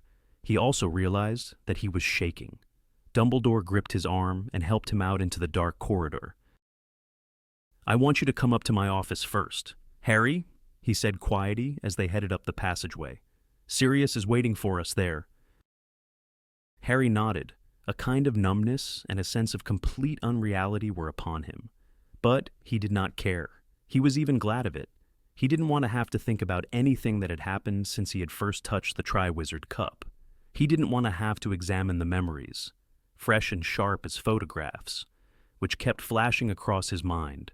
Mad-Eye Moody, inside the trunk, Wormtail, slumped on the ground, cradling his stump of an arm, Voldemort, rising from the steaming cauldron, Cedric, dead, Cedric, asking to be returned to his parents. Oh. Professor, Harry mumbled, where are Mr. and Mrs. Diggory? They are with Professor Sprout, said Dumbledore. His voice, which had been so calm throughout the interrogation of Barty Crouch, shook very slightly for the first time. She was head of Cedric's house, and knew him best. They had reached the stone gargoyle. Dumbledore gave the password. It sprang aside, and he and Harry went up the moving spiral staircase to the oak door. Dumbledore pushed it open. Sirius was standing there. His face was white and gaunt as it had been when he had escaped Azkaban. In one swift moment, he had crossed the room. Harry, are you all right? I knew it. I knew something like this. What happened? His hands shook as he helped Harry into a chair in front of the desk. What happened? He asked more urgently. Dumbledore began to tell Sirius everything Barty Crouch had said. Harry was only half listening, so tired every bone in his body was aching. He wanted nothing more than to sit here, undisturbed, for hours and hours, until he fell asleep and didn't have to think or feel anymore. There was a soft rush of wings. Fawkes the Phoenix had left his perch, flown across the office, and landed on Harry's knee. Lo, Fawkes, said Harry quietly. He stroked the Phoenix's beautiful scarlet and gold plumage. Fawkes blinked peacefully up at him. There was something comforting about his warm weight. Dumbledore stopped talking. He sat down opposite Harry, behind his desk. He was looking at Harry, who avoided his eyes. Dumbledore was going to question him. He was going to make Harry relive everything. I need to know what happened after you touched the portkey in the maze, Harry, said Dumbledore. We can leave that till morning, can't we, Dumbledore? Said Sirius harshly. He had put a hand on Harry's shoulder. Let him have a sleep. Let him rest. Harry felt a rush of gratitude towards Sirius, but Dumbledore took no notice of Sirius's words. He leaned forward toward Harry. Very unwillingly, Harry raised his head and looked into those blue eyes. If I thought I could help you, Dumbledore said gently, by putting you into an enchanted sleep and allowing you to postpone the moment when you would have to think about what has happened tonight, I would do it. But I know better. Numbing the pain for a while will make it worse when you finally feel it. You have shown bravery beyond anything I could have expected of you. I ask you to demonstrate your courage one more time. I ask you to tell us what happened. The Phoenix let out one soft, quavering note. It shivered in the air. and Harry felt as though a drop of hot liquid had slipped down his throat into his stomach, warming him and strengthening him. He took a deep breath and began to tell them. As he spoke, visions of everything that had passed that night seemed to rise before his eyes. He saw the sparkling surface of the potion that had revived Voldemort. He saw the Death Eaters apparating between the graves around them. He saw Cedric's body, lying on the ground beside the cup. Once or twice, Sirius made a noise as though about to say something, his hand still tight on Harry's shoulder. But Dumbledore raised his hand to stop him, and Harry was glad of this, because it was easier to keep going now he had started. It was even a relief. He felt almost as though something poisonous were being extracted from him. It was costing him every bit of determination he had to keep talking. Yet, he sensed that once he had finished, he would feel better. When Harry told of Wormtail piercing his arm with the dagger, however, Sirius let out a vehement exclamation, and Dumbledore stood up so quickly that Harry started. Dumbledore walked around the desk and told Harry to stretch out his arm. Harry showed them both the place where his robes were torn and the cut beneath them. "He said my blood would make him stronger than if he'd used someone else's," Harry told Dumbledore. "He said the protection my mother left in me, he'd have it too. And he was right. He could touch me without hurting himself. He touched my face." For a fleeting instant, Harry thought he saw a gleam of something like triumph in Dumbledore's eyes. But next second, Harry was sure he had imagined it. For when Dumbledore had returned to his seat behind the desk, he looked as old and weary as Harry had ever seen him. "Very well," he said, sitting down again. "Voldemort has overcome that particular barrier. Harry, continue, please." Harry went on. He explained how Voldemort had emerged from the cauldron, and told them all he could remember of Voldemort's speech to the Death Eaters. Then he told how Voldemort had untied him, returned his wand to him, and prepared to duel. But when he reached the part where the golden beam of light had connected his and Voldemort's wands, he found his throat obstructed. He tried to keep talking, but the memories of what had come out of Voldemort's wand were flooding into his mind. He could see Cedric emerging, see the old man, Bertha Jorkins, his father, his mother. He was glad when Sirius broke the silence. "The wands connected," he said, looking from Harry to Dumbledore. "Why—" Harry looked up at Dumbledore again, on whose face there was an arrested look. "Priori incantatem," he muttered. His eyes gazed into Harry's, and it was almost as though an invisible beam of understanding shot between them. "The reverse spell effect," said Sirius sharply. "Exactly," said Dumbledore. "Harry's wand and Voldemort's wand share cores. Each of them contains a feather from the tail of the same phoenix. This phoenix, in fact," he added, and he pointed at the scarlet and gold bird, perching peacefully on Harry's knee. "My wand's feather came from Fawkes," Harry said, amazed. "Yes," said Dumbledore. "Mr. Ollivander wrote to tell me you had bought the second wand the moment you left his shop 4 years ago." "So what happens when a wand meets its brother?" said Sirius. "They will not work properly against each other," said Dumbledore. "If, however, the owners of the wands force the wands to do battle, a very rare effect will take place. One of the wands will force the other to regurgitate spells it has performed, in reverse, the most recent first, and then those which preceded it." He looked interrogatively at Harry, and Harry nodded. "Which means," said Dumbledore slowly, his eyes upon Harry's face, "that some form of Cedric must have reappeared." Harry nodded again. "Diggory came back to life," said Sirius sharply. "No spell can reawaken the dead," said Dumbledore heavily. "All that would have happened is a kind of reverse echo. A shadow of the living Cedric would have emerged from the wand. Am I correct, Harry?" "He spoke to me," Harry said. He was suddenly shaking again. The ghost Cedric, or whatever he was, spoke. An echo, said Dumbledore, which retained Cedric's appearance and character. I am guessing other such forms appeared, less recent victims of Voldemort's wand. An old man, Harry said, his throat still constricted. Bertha Jorkins. And... Your parents, said Dumbledore quietly. Yes, said Harry. Sirius's grip on Harry's shoulder was now so tight it was painful. The last murders the wand performed, said Dumbledore, nodding, in reverse order. More would have appeared, of course, had you maintained the connection. Very well, Harry. These echoes, these shadows, what did they do? Harry described how the figures that had emerged from the wand had prowled the edges of the golden web, how Voldemort had seemed to fear them, how the shadow of Harry's mother had told him what to do, how Cedric's had made its final request.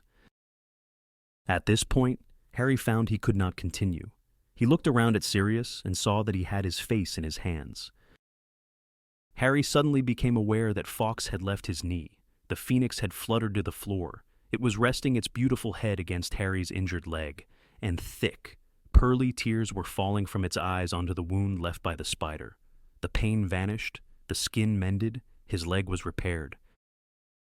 I will say it again, said Dumbledore, as the phoenix rose into the air and resettled itself upon the perch beside the door. You have shown bravery beyond anything I could have expected of you tonight. Harry, you have shown bravery equal to those who died fighting Voldemort at the height of his powers. You have shouldered a grown wizard's burden and found yourself equal to it, and you have now given us all we have a right to expect. You will come with me to the hospital wing. I do not want you returning to the dormitory tonight. A sleeping potion, and some peace. Sirius, would you like to stay with him? Sirius nodded and stood up. He transformed back into the great black dog and walked with Harry and Dumbledore out of the office, accompanying them down a flight of stairs to the hospital wing.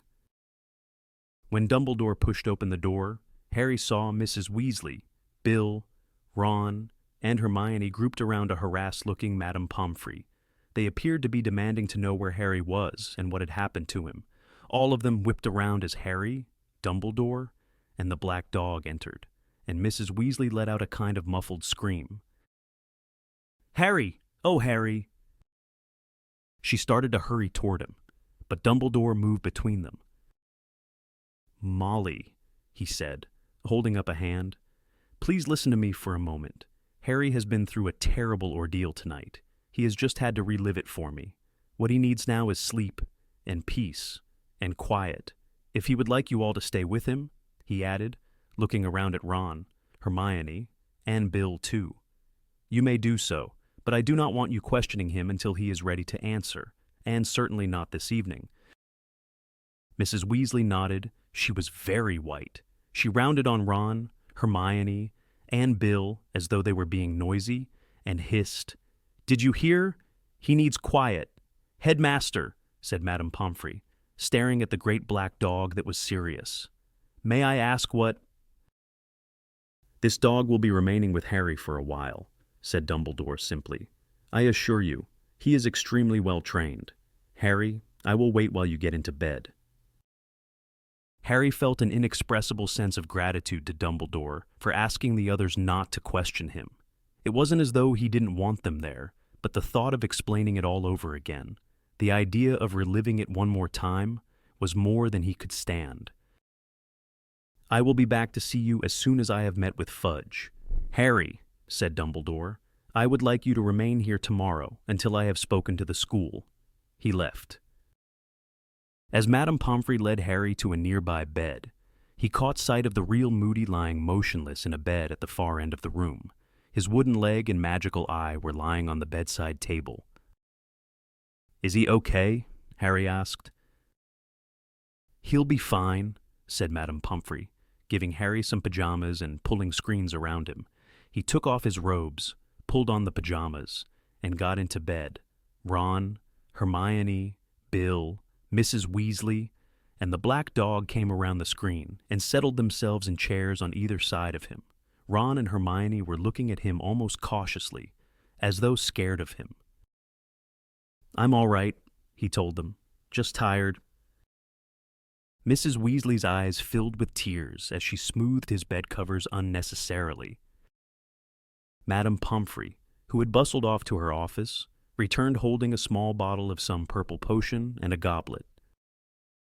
"You'll need to drink all of this. Harry," she said, "it's a potion for dreamless sleep." Harry took the goblet and drank a few mouthfuls. He felt himself becoming drowsy at once. Everything around him became hazy. The lamps around the hospital wing seemed to be winking at him in a friendly way through the screen around his bed. His body felt as though it was sinking deeper into the warmth of the feather mattress. Before he could finish the potion, before he could say another word, his exhaustion had carried him off to sleep.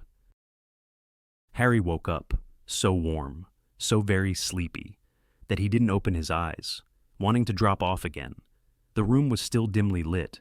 He was sure it was still nighttime, and had a feeling that he couldn't have been asleep very long. Then he heard whispering around him. "They'll wake him if they don't shut up." What are they shouting about? Nothing else can have happened. Can it? Harry opened his eyes blearily. Someone had removed his glasses. He could see the fuzzy outlines of Mrs. Weasley and Bill close by. Mrs. Weasley was on her feet. "That's Fudge's voice," she whispered. "And that's Minerva McGonagall's, isn't it? But what are they arguing about?" Now Harry could hear them too, people shouting and running toward the hospital wing. "Regrettable, but all the same. Minerva," Cornelius Fudge was saying loudly. "You should never have brought it inside the castle," yelled Professor McGonagall. "When Dumbledore finds out—" Harry heard the hospital doors burst open, unnoticed by any of the people around his bed, all of whom were staring at the door as Bill pulled back the screens.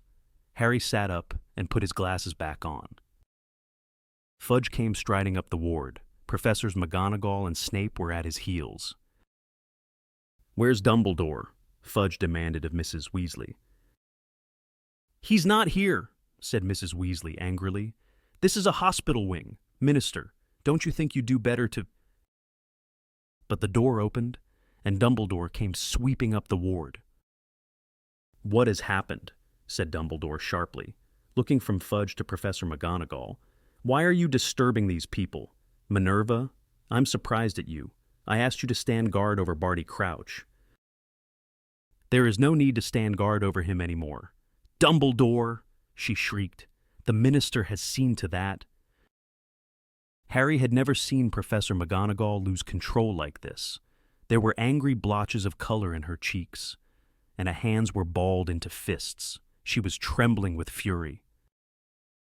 "When we told Mr. Fudge that we had caught the Death Eater responsible for tonight's events," said Snape, in a low voice, he seemed to feel his personal safety was in question. He insisted on summoning a Dementor to accompany him into the castle. He brought it up to the office where Barty Crouch. "I told him you would not agree." "Dumbledore," McGonagall fumed. "I told him you would never allow Dementors to set foot inside the castle. But—" "My dear woman," roared Fudge, who likewise looked angrier than Harry had ever seen him. "As Minister of Magic, it is my decision whether I wish to bring protection with me when interviewing a possibly dangerous—" But Professor McGonagall's voice drowned Fudge's. "The moment that thing entered the room," she screamed, pointing at Fudge, trembling all over. "It swooped down on Crouch and—" Harry felt a chill in his stomach as Professor McGonagall struggled to find words to describe what had happened. He did not need her to finish her sentence. He knew what the Dementor must have done. It had administered its fatal kiss to Barty Crouch. It had sucked his soul out through his mouth. He was worse than dead. "By all accounts, he is no loss," blustered Fudge. "It seems he has been responsible for several deaths. But he cannot now give testimony." "Cornelius," said Dumbledore. He was staring hard at Fudge, as though seeing him plainly for the first time. "He cannot give evidence about why he killed those people." "Why he killed them? Well, that's no mystery, is it?" blustered Fudge. "He was a raving lunatic. From what Minerva and Severus have told me, he seems to have thought he was doing it all on you-know-who's instructions. Lord Voldemort was giving him instructions. Cornelius, Dumbledore said. Those people's deaths were mere byproducts of a plan to restore Voldemort to full strength again. The plan succeeded. Voldemort has been restored to his body. Fudge looked as though someone had just swung a heavy weight into his face. Dazed and blinking, he stared back at Dumbledore as if he couldn't quite believe what he had just heard. He began to sputter, still goggling at Dumbledore. You-know-who returned. Preposterous. Come now, Dumbledore. As Minerva and Severus have doubtless told you, said Dumbledore, we heard Barty Crouch confess. Under the influence of Veritaserum, he told us how he was smuggled out of Azkaban, and how Voldemort, learning of his continued existence from Bertha Jorkins, went to free him from his father and used him to capture Harry. The plan worked, I tell you. Crouch has helped Voldemort to return. See here, Dumbledore, said Fudge, and Harry was astonished to see a slight smile dawning on his face. You can't seriously believe that you-know-who. Back, come now, certainly. Crouch may have believed himself to be acting upon you-know-who's orders, but to take the word of a lunatic like that, Dumbledore... When Harry touched the Triwizard Cup tonight, he was transported straight to Voldemort, said Dumbledore steadily. He witnessed Lord Voldemort's rebirth. I will explain it all to you if you will step up to my office. Dumbledore glanced around at Harry and saw that he was awake, but shook his head and said, I am afraid I cannot permit you to question Harry tonight. Fudge's curious smile lingered. He too glanced at Harry, then looked back at Dumbledore, and said, You are, prepared to take Harry's word on this. Are you, Dumbledore? There was a moment's silence, which was broken by Sirius growling. His hackles were raised, and he was baring his teeth at Fudge. Certainly. I believe Harry, said Dumbledore. His eyes were blazing now.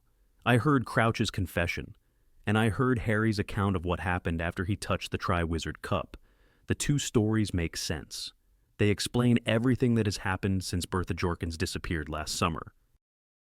Fudge still had that strange smile on his face. Once again, he glanced at Harry before answering.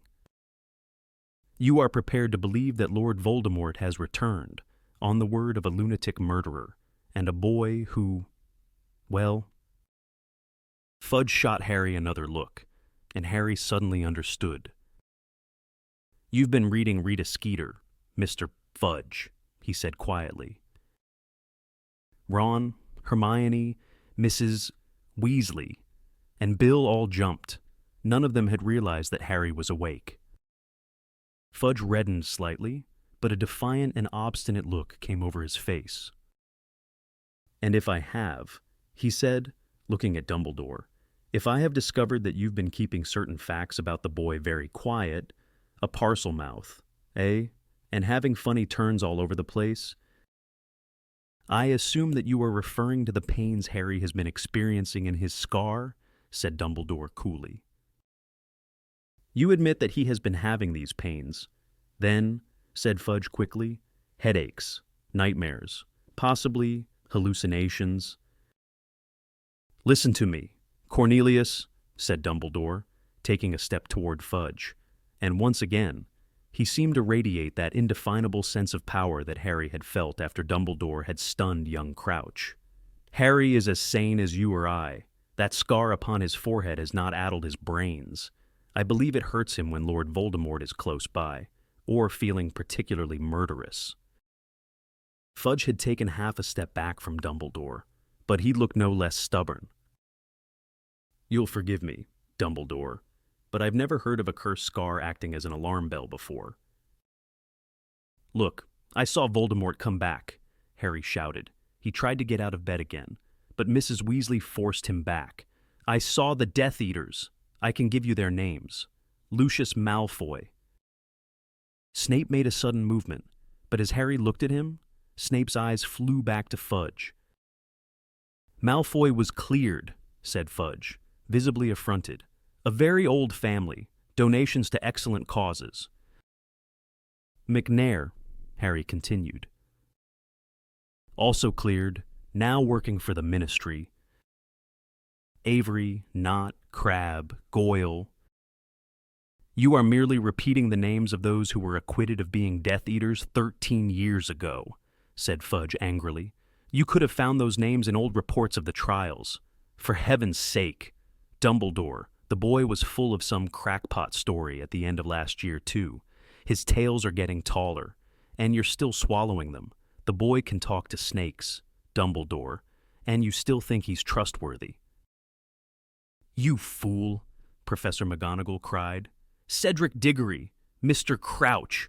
These deaths were not the random work of a lunatic. I see no evidence to the contrary, shouted Fudge, now matching her anger, his face purpling. It seems to me that you are all determined to start a panic that will destabilize everything we have worked for these last 13 years. Harry couldn't believe what he was hearing. He had always thought of Fudge as a kindly figure, a little blustering, a little pompous, but essentially good-natured. But now a short, angry wizard stood before him, refusing, point blank, to accept the prospect of disruption in his comfortable and ordered world, to believe that Voldemort could have risen. Voldemort has returned, Dumbledore repeated. If you accept that fact straight away, Fudge, and take the necessary measures, we may still be able to save the situation. The first and most essential step is to remove Azkaban from the control of the Dementors. Preposterous, shouted Fudge again. Remove the Dementors. I'd be kicked out of office for suggesting it. Half of us only feel safe in our beds at night because we know the Dementors are standing guard at Azkaban. The rest of us sleep less soundly in our beds. Cornelius, knowing that you have put Lord Voldemort's most dangerous supporters in the care of creatures who will join him the instant he asks them, said Dumbledore, they will not remain loyal to you. Fudge, Voldemort can offer them much more scope for their powers and their pleasures than you can. With the Dementors behind him, and his old supporters returned to him, you will be hard-pressed to stop him regaining the sort of power he had 13 years ago. Fudge was opening and closing his mouth as though no words could express his outrage. The second step you must take, and at once, Dumbledore pressed on, is to send envoys to the Giants. Envoys to the Giants, Fudge shrieked, finding his tongue again. What madness is this? Extend them the hand of friendship, now, before it is too late, said Dumbledore, or Voldemort will persuade them, as he did before, that he alone among wizards will give them their rights and their freedom. You cannot be serious, Fudge gasped, shaking his head and retreating further from Dumbledore. If the magical community got wind that I had approached the Giants, people hate them. Dumbledore, end of my career. You are blinded, said Dumbledore, his voice rising now, the aura of power around him palpable, his eyes blazing once more. By the love of the office you hold, Cornelius, you place too much importance, and you always have done, on the so-called purity of blood. You fail to recognize that it matters not what someone is born, but what they grow to be. Your Dementor has just destroyed the last remaining member of a pure-blood family as old as any, and see what that man chose to make of his life. I tell you now, take the steps I have suggested, and you will be remembered, in office or out, as one of the bravest and greatest ministers of magic we have ever known. Fail to act, and history will remember you as the man who stepped aside and allowed Voldemort a second chance to destroy the world we have tried to rebuild. Insane, whispered Fudge, still backing away. Mad. And then there was silence. Madame Pomfrey was standing frozen at the foot of Harry's bed, her hands over her mouth. Mrs. Weasley was still standing over Harry, her hand on his shoulder to prevent him from rising. Bill, Ron, and Hermione were staring at Fudge. If your determination to shut your eyes will carry you as far as this, Cornelius, said Dumbledore, we have reached a parting of the ways. You must act as you see fit, and I I shall act as I see fit."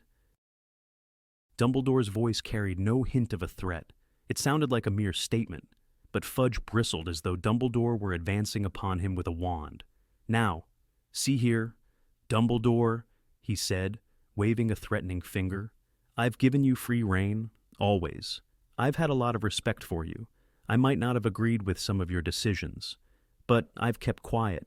There aren't many who'd have let you hire werewolves, or keep Hagrid, or decide what to teach your students without reference to the Ministry. But if you're going to work against me—" "The only one against whom I intend to work," said Dumbledore, "is Lord Voldemort. If you are against him, then we remain. Cornelius, on the same side." It seemed Fudge could think of no answer to this. He rocked backward and forward on his small feet for a moment and spun his bowler hat in his hands. Finally, he said, with a hint of a plea in his voice, "He can't be back, Dumbledore. He just can't be." Snape strode forward, past Dumbledore, pulling up the left sleeve of his robes as he went. He stuck out his forearm and showed it to Fudge, who recoiled. "There," said Snape harshly. "There, the dark mark. It is not as clear as it was an hour or so ago, when it burned black, but you can still see it. Every Death Eater had the sign burned into him by the Dark Lord. It was a means of distinguishing one another, and his means of summoning us to him. When he touched the mark of any Death Eater, we were to disapparate and apparate, instantly at his side. This mark has been growing clearer all year. Karkaroff S2. Why do you think Karkaroff fled tonight? We both felt the mark burn. We both knew he had returned. Karkaroff fears the Dark Lord's vengeance. He betrayed too many of his fellow Death Eaters to be sure of a welcome back into the fold." Fudge stepped back from Snape too. He was shaking his head. He did not seem to have taken in a word Snape had said. He stared, apparently repelled by the ugly mark on Snape's arm, then looked up at Dumbledore and whispered, "I don't know what you and your staff are playing at, Dumbledore, but I have heard enough. I have no more to add. I will be in touch with you tomorrow. Dumbledore, to discuss the running of this school, I must return to the Ministry." He had almost reached the door when he paused. He turned around, strode back down the dormitory, and stopped at Harry's bed. "Your winnings," he said shortly, taking a large bag of gold out of his pocket and dropping it onto Harry's bedside table. 1,000 galleons. There should have been a presentation ceremony, but under the circumstances— He crammed his bowler hat onto his head and walked out of the room, slamming the door behind him. The moment he had disappeared, Dumbledore turned to look at the group around Harry's bed. "There is work to be done," he said. "Molly, am I right in thinking that I can count on you and Arthur?" "Of course you can," said Mrs. Weasley. She was white to the lips, but she looked resolute. "We know what Fudge is. It's Arthur's fondness for muggles that has held him back at the Ministry all these years. Fudge thinks he lacks proper wizarding pride." "And then I need to send a message to Arthur," said Dumbledore. "All those that we can persuade of the truth must be notified immediately, and he is well placed to contact those at the Ministry who are not as short-sighted as Cornelius."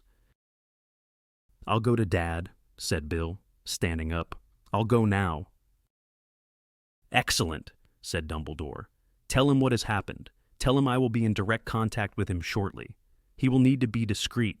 However, if Fudge thinks I am interfering at the Ministry—" "Leave it to me," said Bill. He clapped a hand on Harry's shoulder, kissed his mother on the cheek, pulled on his cloak, and strode quickly from the room. "Minerva," said Dumbledore, turning to Professor McGonagall, "I want to see Hagrid in my office as soon as possible. Also, if she will consent to come, Madame Maxime." Professor McGonagall nodded and left without a word. "Poppy," Dumbledore said to Madame Pomfrey, "would you be very kind and go down to Professor Moody's office, where I think you will find a house elf called Winky in considerable distress. Do what you can for her, and take her back to the kitchens. I think Dobby will look after her for us." "Very, very well," said Madame Pomfrey, looking startled, and she too left. Dumbledore made sure that the door was closed and that Madame Pomfrey's footsteps had died away, before he spoke again. "And now," he said, "it is time for two of our number to recognize each other for what they are. Sirius, if you could resume your usual form." The great black dog looked up at Dumbledore, then, in an instant, turned back into a man. Mrs. Weasley screamed and leapt back from the bed. "Sirius Black!" she shrieked, pointing at him. "Mum, shut up," Ron yelled. "It's okay." Snape had not yelled or jumped backward, but the look on his face was one of mingled fury and horror. "Him!" he snarled, staring at Sirius, whose face showed equal dislike. "What is he doing here?" "He is here at my invitation," said Dumbledore, looking between them. "As are you, Severus. I trust you both. It is time for you to lay aside your old differences and trust each other." Harry thought Dumbledore was asking for a near miracle. Sirius and Snape were eyeing each other with the utmost loathing. "I will settle, in the short term," said Dumbledore, with a bite of impatience in his voice. "For a lack of open hostility, you will shake hands. You are on the same side now. Time is short, and unless the few of us who know the truth do not stand united, there is no hope for any us." Very slowly, but still glaring at each other, as though each wished the other nothing but ill, Sirius and Snape moved toward each other and shook hands. They let go extremely quickly. "That will do to be going on with," said Dumbledore, stepping between them once more. "Now I have work for each of you." Fudge's attitude, though not unexpected, changes everything. "Sirius, I need you to set off at once. You are to alert Remus Lupin, Arabella Figg, Mundungus Fletcher, the old crowd. Lie low at Lupin's for a while. I will contact you there." "But," said Harry. He wanted Sirius to stay. He did not want to have to say goodbye again so quickly. "You'll see me very soon, Harry," said Sirius, turning to him. "I promise you, but I must do what I can. You understand, don't you?" "Yeah," said Harry. "Yeah, of course I do." Sirius grasped his hand briefly, nodded to Dumbledore, transformed again into the black dog, and ran the length of the room to the door, whose handle he turned with a paw. Then he was gone. "Severus," said Dumbledore, turning to Snape, "you know what I must ask you to do, if you are ready, if you are prepared." "I am," said Snape. He looked slightly paler than usual, and his cold, black eyes glittered strangely. "Then good luck," said Dumbledore, and he watched, with a trace of apprehension on his face, as Snape swept wordlessly after Sirius. It was several minutes before Dumbledore spoke again. "I must go downstairs," he said finally. "I must see the Diggories. Harry, take the rest of your potion. I will see all of you later." Harry slumped back against his pillows as Dumbledore disappeared. Hermione, Ron, and Mrs. Weasley were all looking at him. None of them spoke for a very long time. "You've got to take the rest of your potion, Harry," Mrs. Weasley said at last. Her hand nudged the sack of gold on his bedside cabinet as she reached for the bottle and the goblet. "You have a good long sleep. Try and think about something else for a while. Think about what you're going to buy with your winnings." "I don't want that gold," said Harry in an expressionless voice. "You have it. Anyone can have it. I shouldn't have won it. It should have been Cedric's." The thing against which he had been fighting on and off ever since he had come out of the maze was threatening to overpower him. He could feel a burning, prickling feeling in the inner corners of his eyes. He blinked and stared up at the ceiling. "It wasn't your fault, Harry," Mrs. Weasley whispered. "I told him to take the cup with me," said Harry. Now the burning feeling was in his throat too. He wished Ron would look away. Mrs. Weasley set the potion down on the bedside cabinet, bent down, and put her arms around Harry. He had no memory of ever being hugged like this, as though by a mother. The full weight of everything he had seen that night seemed to fall in upon him as Mrs. Weasley held him to her. His mother's face, his father's voice, the sight of Cedric, dead on the ground, all started spinning in his head until he could hardly bear it, until he was screwing up his face against the howl of misery fighting to get out of him. There was a loud slamming noise, and Mrs. Weasley and Harry broke apart. Hermione was standing by the window. She was holding something tight in her hand. "Sorry," she whispered. "Your potion, Harry," said Mrs. Weasley quickly, wiping her eyes on the back of her hand. Harry drank it in one gulp. The effect was instantaneous, heavy. Irresistible waves of dreamless sleep broke over him. He fell back onto his pillows and thought no more. Chapter 37, The Beginning. When he looked back, even a month later, Harry found he had only scattered memories of the next few days. It was as though he had been through too much to take in anymore. The recollections he did have were very painful. The worst, perhaps, was the meeting with the Diggories that took place the following morning. They did not blame him for what had happened. On the contrary, both thanked him for returning Cedric's body to them. Mr. Diggory sobbed through most of the interview. Mrs. Diggory's grief seemed to be beyond tears. "He suffered very little then," she said, when Harry had told her how Cedric had died. "And after all, Amos, he died just when he'd won the tournament. He must have been happy." When they got to their feet, she looked down at Harry and said, "You look after yourself, now." Harry seized the sack of gold on the bedside table. "You take this," he muttered to her. "It should have been Cedric's. He got there first. You take it." But she backed away from him. "Oh no, it's yours. Dear, I couldn't. You keep it." Harry returned to Gryffindor Tower the following evening. From what Hermione and Ron told him, Dumbledore had spoken to the school that morning at breakfast. He had merely requested that they leave Harry alone, that nobody ask him questions or badger him to tell the story of what had happened in the maze. Most people, he noticed, were skirting him in the corridors, avoiding his eyes. Some whispered behind their hands as he passed. He guessed that many of them had believed Rita Skeeter's article about how disturbed and possibly dangerous he was. Perhaps they were formulating their own theories about how Cedric had died. He found he didn't care very much. He liked it best when he was with Ron and Hermione, and they were talking about other things, or else letting him sit in silence while they played chess. He felt as though all three of them had reached an understanding they didn't need to put into words, that each was waiting for some sign, some word, of what was going on outside Hogwarts, and that it was useless to speculate about what might be coming until they knew anything for certain. The only time they touched upon the subject was when Ron told Harry about a meeting Mrs. Weasley had had with Dumbledore before going home. "She went to ask him if you could come straight to us this summer," he said, "but he wants you to go back to the Dursleys, at least at first." "Why?" said Harry. "She said Dumbledore's got his reasons," said Ron, shaking his head darkly. "I suppose we've got to trust him, haven't we?" The only person apart from Ron and Hermione that Harry felt able to talk to was Hagrid.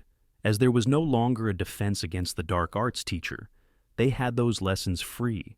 They used the one on Thursday afternoon to go down and visit Hagrid in his cabin. It was a bright and sunny day. Fang bounded out of the open door as they approached, barking and wagging his tail madly. "Who's that?" called Hagrid, coming to the door. "Harry!" He strode out to meet them, pulled Harry into a one-armed hug, ruffled his hair, and said, "Good to see ya, mate, good to see ya."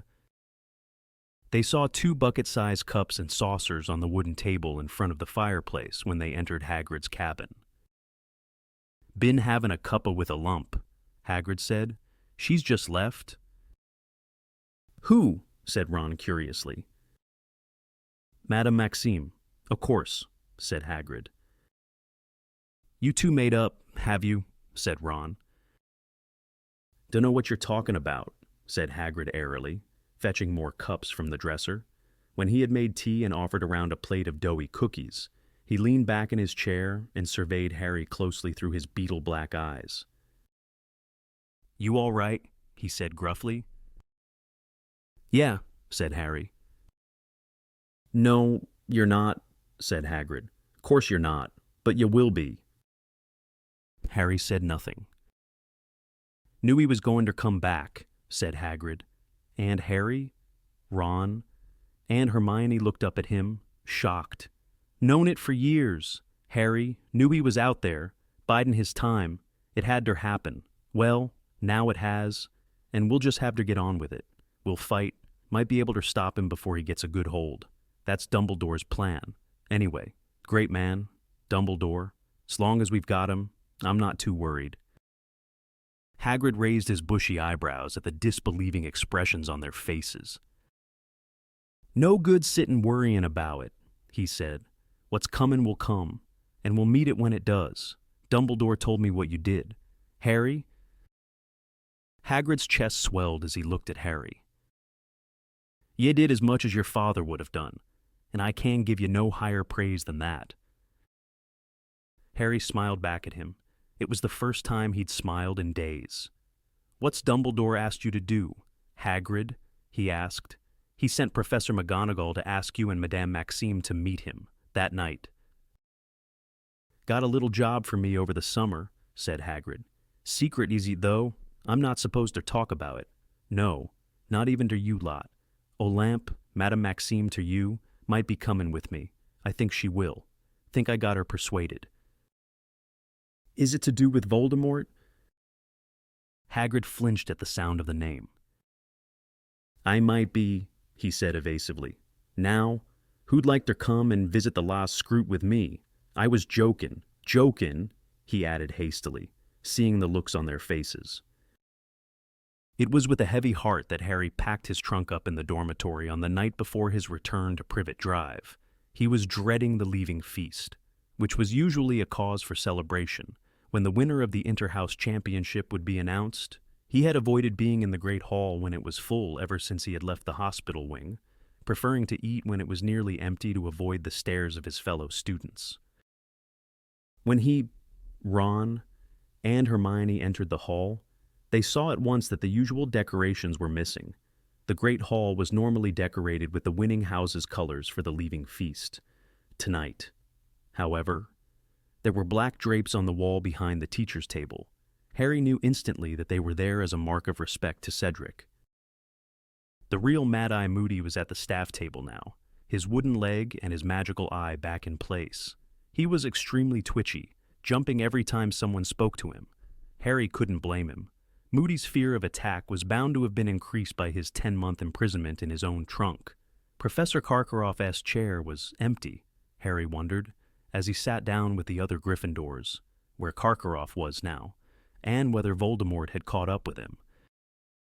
Madame Maxime was still there. She was sitting next to Hagrid. They were talking quietly together. Further along the table, sitting next to Professor McGonagall, was Snape. His eyes lingered on Harry for a moment as Harry looked at him. His expression was difficult to read.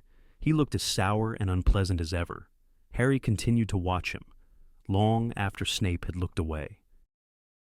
What was it that Snape had done on Dumbledore's orders, the night that Voldemort had returned? And why? Why? Was Dumbledore so convinced that Snape was truly on their side? He had been their spy. Dumbledore had said so in the Pensive. Snape had turned spy against Voldemort, at great personal risk. Was that the job he had taken up again? Had he made contact with the Death Eaters? Perhaps. Pretended that he had never really gone over to Dumbledore, that he had been, like Voldemort himself, biding his time. Harry's musings were ended by Professor Dumbledore, who stood up at the staff table, the Great Hall, which in any case had been less noisy than it usually was at the leaving feast, became very quiet. "The end," said Dumbledore, looking around at them all, "of another year." He paused, and his eyes fell upon the Hufflepuff table. Theirs had been the most subdued table before he had gotten to his feet, and theirs were still the saddest and palest faces in the hall. "There is much that I would like to say to you all tonight," said Dumbledore, "but I must first acknowledge the loss of a very fine person, who should be sitting here." He gestured toward the Hufflepuffs, "enjoying our feast with us. I would like you all, please, to stand and raise your glasses to Cedric Diggory." They did it, all of them.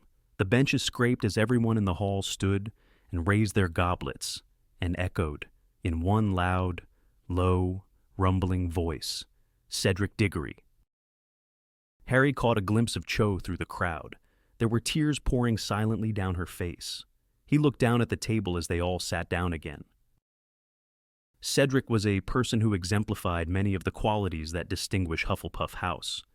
Dumbledore continued, "He was a good and loyal friend, a hard worker. He valued fair play. His death has affected you all. Whether you knew him well or not, I think that you have the right, therefore, to know exactly how it came about." Harry raised his head and stared at Dumbledore. Yet Cedric Diggory was murdered by Lord Voldemort. A panicked whisper swept the great hall. People were staring at Dumbledore in disbelief, in horror. He looked perfectly calm as he watched them mutter themselves into silence. "The Ministry of Magic," Dumbledore continued, "does not wish me to tell you this. It is possible that some of your parents will be horrified that I have done so, either because they will not believe that Lord Voldemort has returned, or because they think I should not tell you so. Young as you are, it is my belief, however, that the truth is generally preferable to lies, and that any attempt to pretend that Cedric died as the result of an accident or some sort of blunder of his own is an insult to his memory." Stunned and frightened, every face in the hall was turned toward Dumbledore now, or almost every face. Over at the Slytherin table, Harry saw Draco Malfoy muttering something to Crabbe and Goyle. Harry felt a hot, sick swoop of anger in his stomach. He forced himself to look back at Dumbledore. "There is somebody else who must be mentioned in connection with Cedric's death," Dumbledore went on. "I am talking, of course, about Harry Potter." A kind of ripple crossed the great hall as a few heads turned in Harry's direction before flicking back to face Dumbledore. "Harry Potter managed to escape Lord Voldemort," said Dumbledore. "He risked his own life to return Cedric's body to Hogwarts. He showed, in every respect, the sort of bravery that few wizards have ever shown in facing Lord Voldemort. And for this, I honor him." Dumbledore turned gravely to Harry and raised his goblet once more. Nearly everyone in the great hall followed suit. They murmured his name, as they had murmured Cedric's, and drank to him. But through a gap in the standing figures, Harry saw that Malfoy, Crabbe, Goyle, and many of the other Slytherins had remained defiantly in their seats, their goblets untouched. Dumbledore, who after all possessed no magical eye, did not see them. When everyone had once again resumed their seats, Dumbledore continued, "The Triwizard Tournament's aim was to further and promote magical understanding. In the light of what has happened, of Lord Voldemort's return, such ties are more important than ever before." Dumbledore looked from Madame Maxime and Hagrid to Fleur Delacour and her fellow Beauxbatons students, to Victor Krum and the Durmstrangs at the Slytherin table. Krum, Harry saw, looked wary, almost frightened, as though he expected Dumbledore to say something harsh. "Every guest in this hall," said Dumbledore, and his eyes lingered upon the Durmstrang students, "will be welcome back here at any time, should they wish to come. I say to you all, once again, in the light of Lord Voldemort's return, we are only as strong as we are united, as weak as we are divided. Lord Voldemort's gift for spreading discord and enmity is very great. We can fight it only by showing an equally strong bond of friendship and trust. Differences of habit and language are nothing at all if our aims are identical and our hearts are open. It is my belief, and never have I so hoped that I am mistaken, that we are all facing dark and difficult times. Some of you in this hall have already suffered directly at the hands of Lord Voldemort. Many of your families have been torn asunder. A week ago, a student was taken from our midst.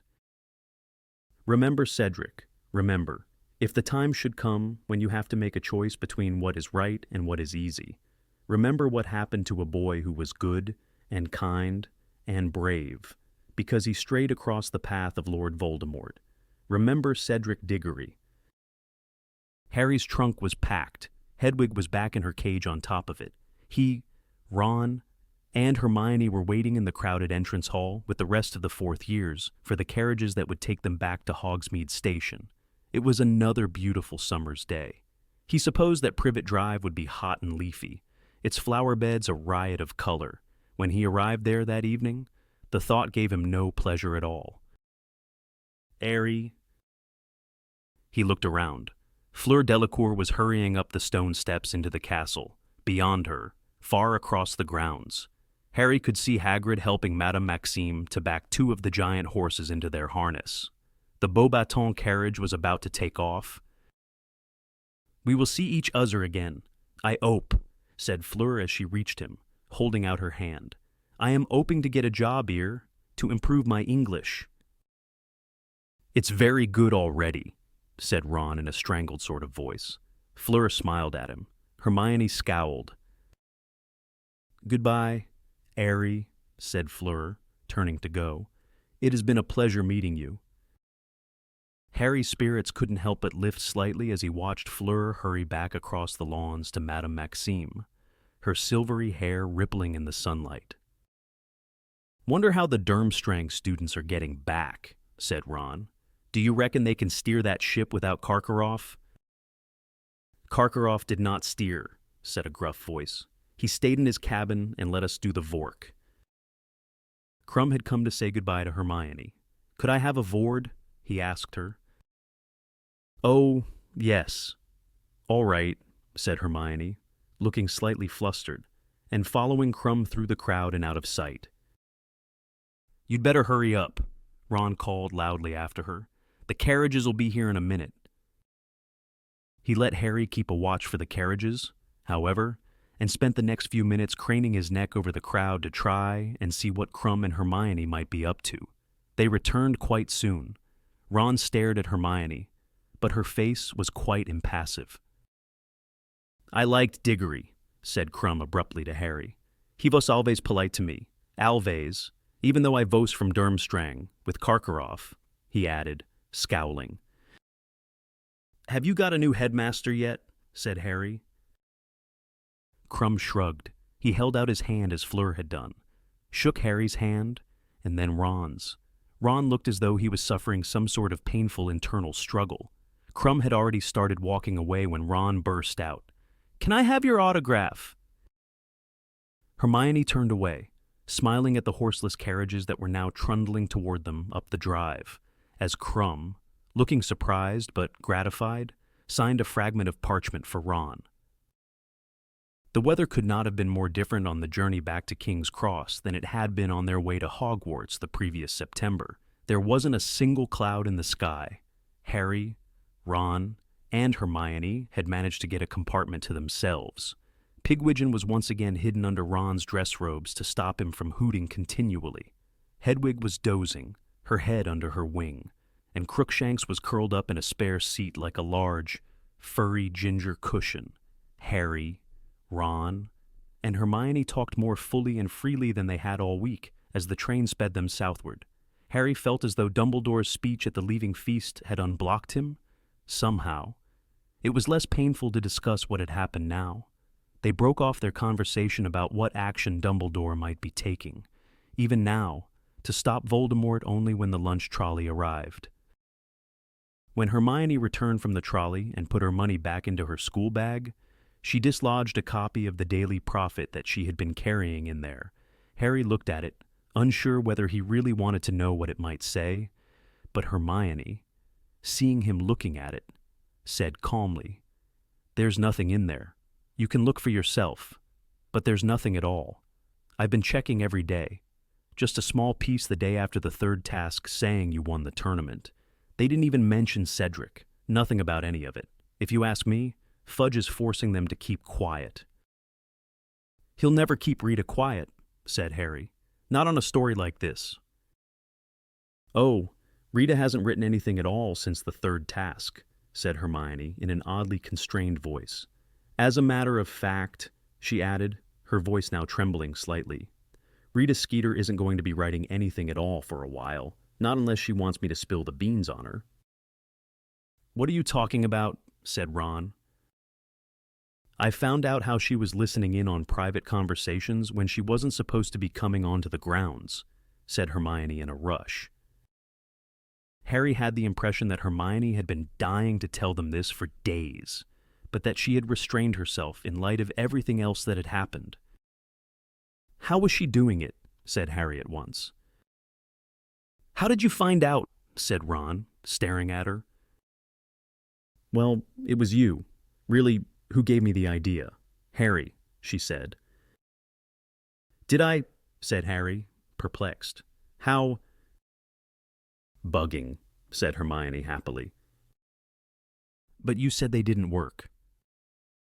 Oh, not electronic bugs, said Hermione. No, you see, Rita Skeeter, Hermione's voice trembled with quiet triumph, is an unregistered animagus. She can turn...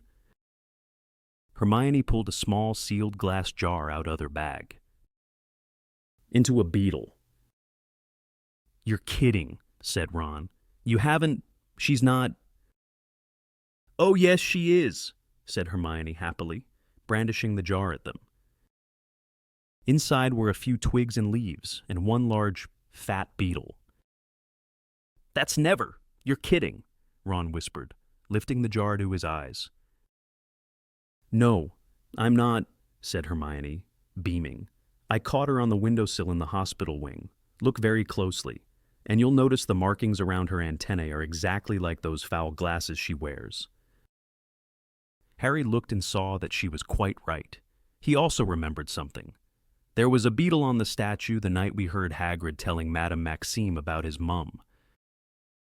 Exactly, said Hermione, and Victor pulled a beetle out of my hair after we'd had our conversation by the lake, and unless I'm very much mistaken, Rita was perched on the windowsill of the divination class the day your scar hurt. She's been buzzing around for stories all year. When we saw Malfoy under that tree, said Ron slowly. He was talking to her, in his hand, said Hermione. He knew, of course. That's how she's been getting all those nice little interviews with the Slytherins. They wouldn't care that she was doing something illegal, as long as they were giving her horrible stuff about us and Hagrid. Hermione took the glass jar back from Ron and smiled at the beetle, which buzzed angrily against the glass. I've told her I'll let her out when we get back to London, said Hermione. I've put an unbreakable charm on the jar, you see, so she can't transform, and I've told her she's to keep her quill to herself for a whole year. See if she can't break the habit of writing horrible lies about people. Smiling serenely, Hermione placed the beetle back inside her school bag. The door of the compartment slid open. Very clever, Granger, said Draco Malfoy. Crabbe and Goyle were standing behind him. All three of them looked more pleased with themselves, more arrogant and more menacing than Harry had ever seen them. So, said Malfoy slowly, advancing slightly into the compartment and looking slowly around at them, a smirk quivering on his lips. You caught some pathetic reporter, and Potter's Dumbledore's favorite boy again. Big deal. His smirk widened. Crabbe and Goyle leered. Trying not to think about it, are we? Said Malfoy softly, looking around at all three of them. Trying to pretend it hasn't happened. Get out, said Harry. He had not been this close to Malfoy since he had watched him muttering to Crabbe and Goyle during Dumbledore's speech about Cedric. He could feel a kind of ringing in his ears. His hand gripped his wand under his robes. You've picked the losing side. Potter, I warned you. I told you you ought to choose your company more carefully. Remember, when we met on the train, first day at Hogwarts, I told you not to hang around with riffraff like this. He jerked his head at Ron and Hermione. Too late now. Potter, they'll be the first to go. Now the Dark Lord's back, mudbloods and muggle lovers first. Well, second, Diggory was the It was as though someone had exploded a box of fireworks within the compartment. blinded by the blaze of the spells that had blasted from every direction, deafened by a series of bangs. Harry blinked and looked down at the floor. Malfoy, Crabbe, and Goyle were all lying unconscious in the doorway. He, Ron, and Hermione were on their feet, all three of them having used a different hex, nor were they the only ones to have done so. "Thought we'd see what those three were up to," said Fred matter-of-factly, stepping onto Goyle and into the compartment. He had his wand out, and so did George, who was careful to tread on Malfoy as he followed Fred inside. "Interesting effect," said George, looking down at Crabbe. "Who used the Furnunculus curse?" "Me," said Harry. "Odd," said George lightly. "I use jelly legs. Looks as though those two shouldn't be mixed. He seems to have sprouted little tentacles all over his face. Well, let's not leave them here. They don't add much to the decor." Ron, Harry, and George kicked, rolled, and pushed the unconscious Malfoy, Crabbe, and Goyle, each of whom looked distinctly the worse for the jumble of jinxes with which they had been hit, out into the corridor, then came back into the compartment and rolled the door shut. "Exploding snap! Anyone!" said Fred, pulling out a pack of cards. They were halfway through their fifth game when Harry decided to ask them. "You gonna tell us, then," he said to George, "who you were blackmailing?" "Oh," said George darkly, "that—" "It doesn't matter," said Fred, shaking his head impatiently. "It wasn't anything important. Not now, anyway." "We've given up," said George, shrugging. But Harry, Ron, and Hermione kept on asking, and finally, Fred said, all right. If you really want to know, it was Ludo Bagman." "Bagman," said Harry sharply. "Are you saying he was involved in—" "Nah," said George gloomily. "Nothing like that. Stupid git. He wouldn't have the brains." "Well, what, then?" said Ron.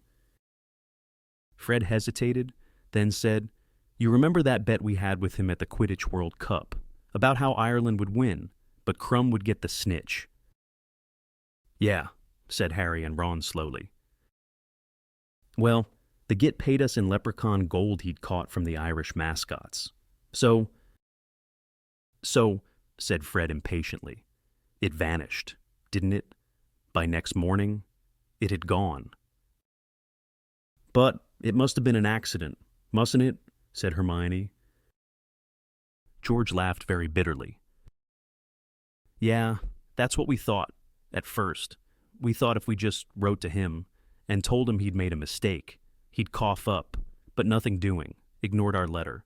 We kept trying to talk to him about it at Hogwarts, but he was always making some excuse to get away from us. In the end, he turned pretty nasty," said Fred. "Told us we were too young to gamble, and he wasn't giving us anything." "So we asked for our money back," said George, glowering. "He didn't refuse," gasped Hermione. "Writin' one," said Fred. "But that was all your savings," said Ron. "Tell me about it," said George. "Course, we found out what was going on in the end. Lee Jordan's dad had had a bit of trouble getting money off Bagman as well. Turns out he's in big trouble with the goblins. Borrowed loads of gold off them. A gang of them cornered him in the woods after the World Cup and took all the gold he had. And it still wasn't enough to cover all his debts. They followed him all the way to Hogwarts to keep an eye on him. He's lost everything gambling, hasn't got 2 galleons to rub together, and you know how the idiot tried to pay the goblins back." "How?" said Harry. "He put a bet on you, mate," said Fred. "Put a big bet on you to win the tournament. Bet against the goblins." "So that's why he kept trying to help me win," said Harry. "Well, I did win, didn't I? So he can pay you your gold." "Nope," said George, shaking his head. "The goblins play as dirty as him. They say you drew with Diggory, and Bagman was betting you'd win outright. So Bagman had to run for it. He did run for it right after the 3rd task." George sighed deeply and started dealing out the cards again. The rest of the journey passed pleasantly enough. Harry wished it could have gone on all summer, in fact, and that he would never arrive at King's Cross. But, as he had learned the hard way that year, time will not slow down when something unpleasant lies ahead, and all too soon. The Hogwarts Express was pulling in at platform 9 3/4. The usual confusion and noise filled the corridors as the students began to disembark. Ron and Hermione struggled out past Malfoy, Crabbe, and Goyle, carrying their trunks. Harry, however, stayed put. Fred, George, wait a moment. The twins turned. Harry pulled open his trunk and drew out his Triwizard Winnings. "Take it," he said, and he thrust the sack into George's hands. "What?" said Fred, looking flabbergasted. "Take it," Harry repeated firmly. "I don't want it." "You're mental," said George, trying to push it back at Harry. "No, I'm not," said Harry. "You take it, and get inventing. It's for the joke shop." "He is mental," Fred said in an almost awed voice. "Listen," said Harry firmly. "If you don't take it, I'm throwing it down the drain. I don't want it, and I don't need it. But I could do with a few laughs. We could all do with a few laughs. I've got a feeling we're going to need them more than usual before long."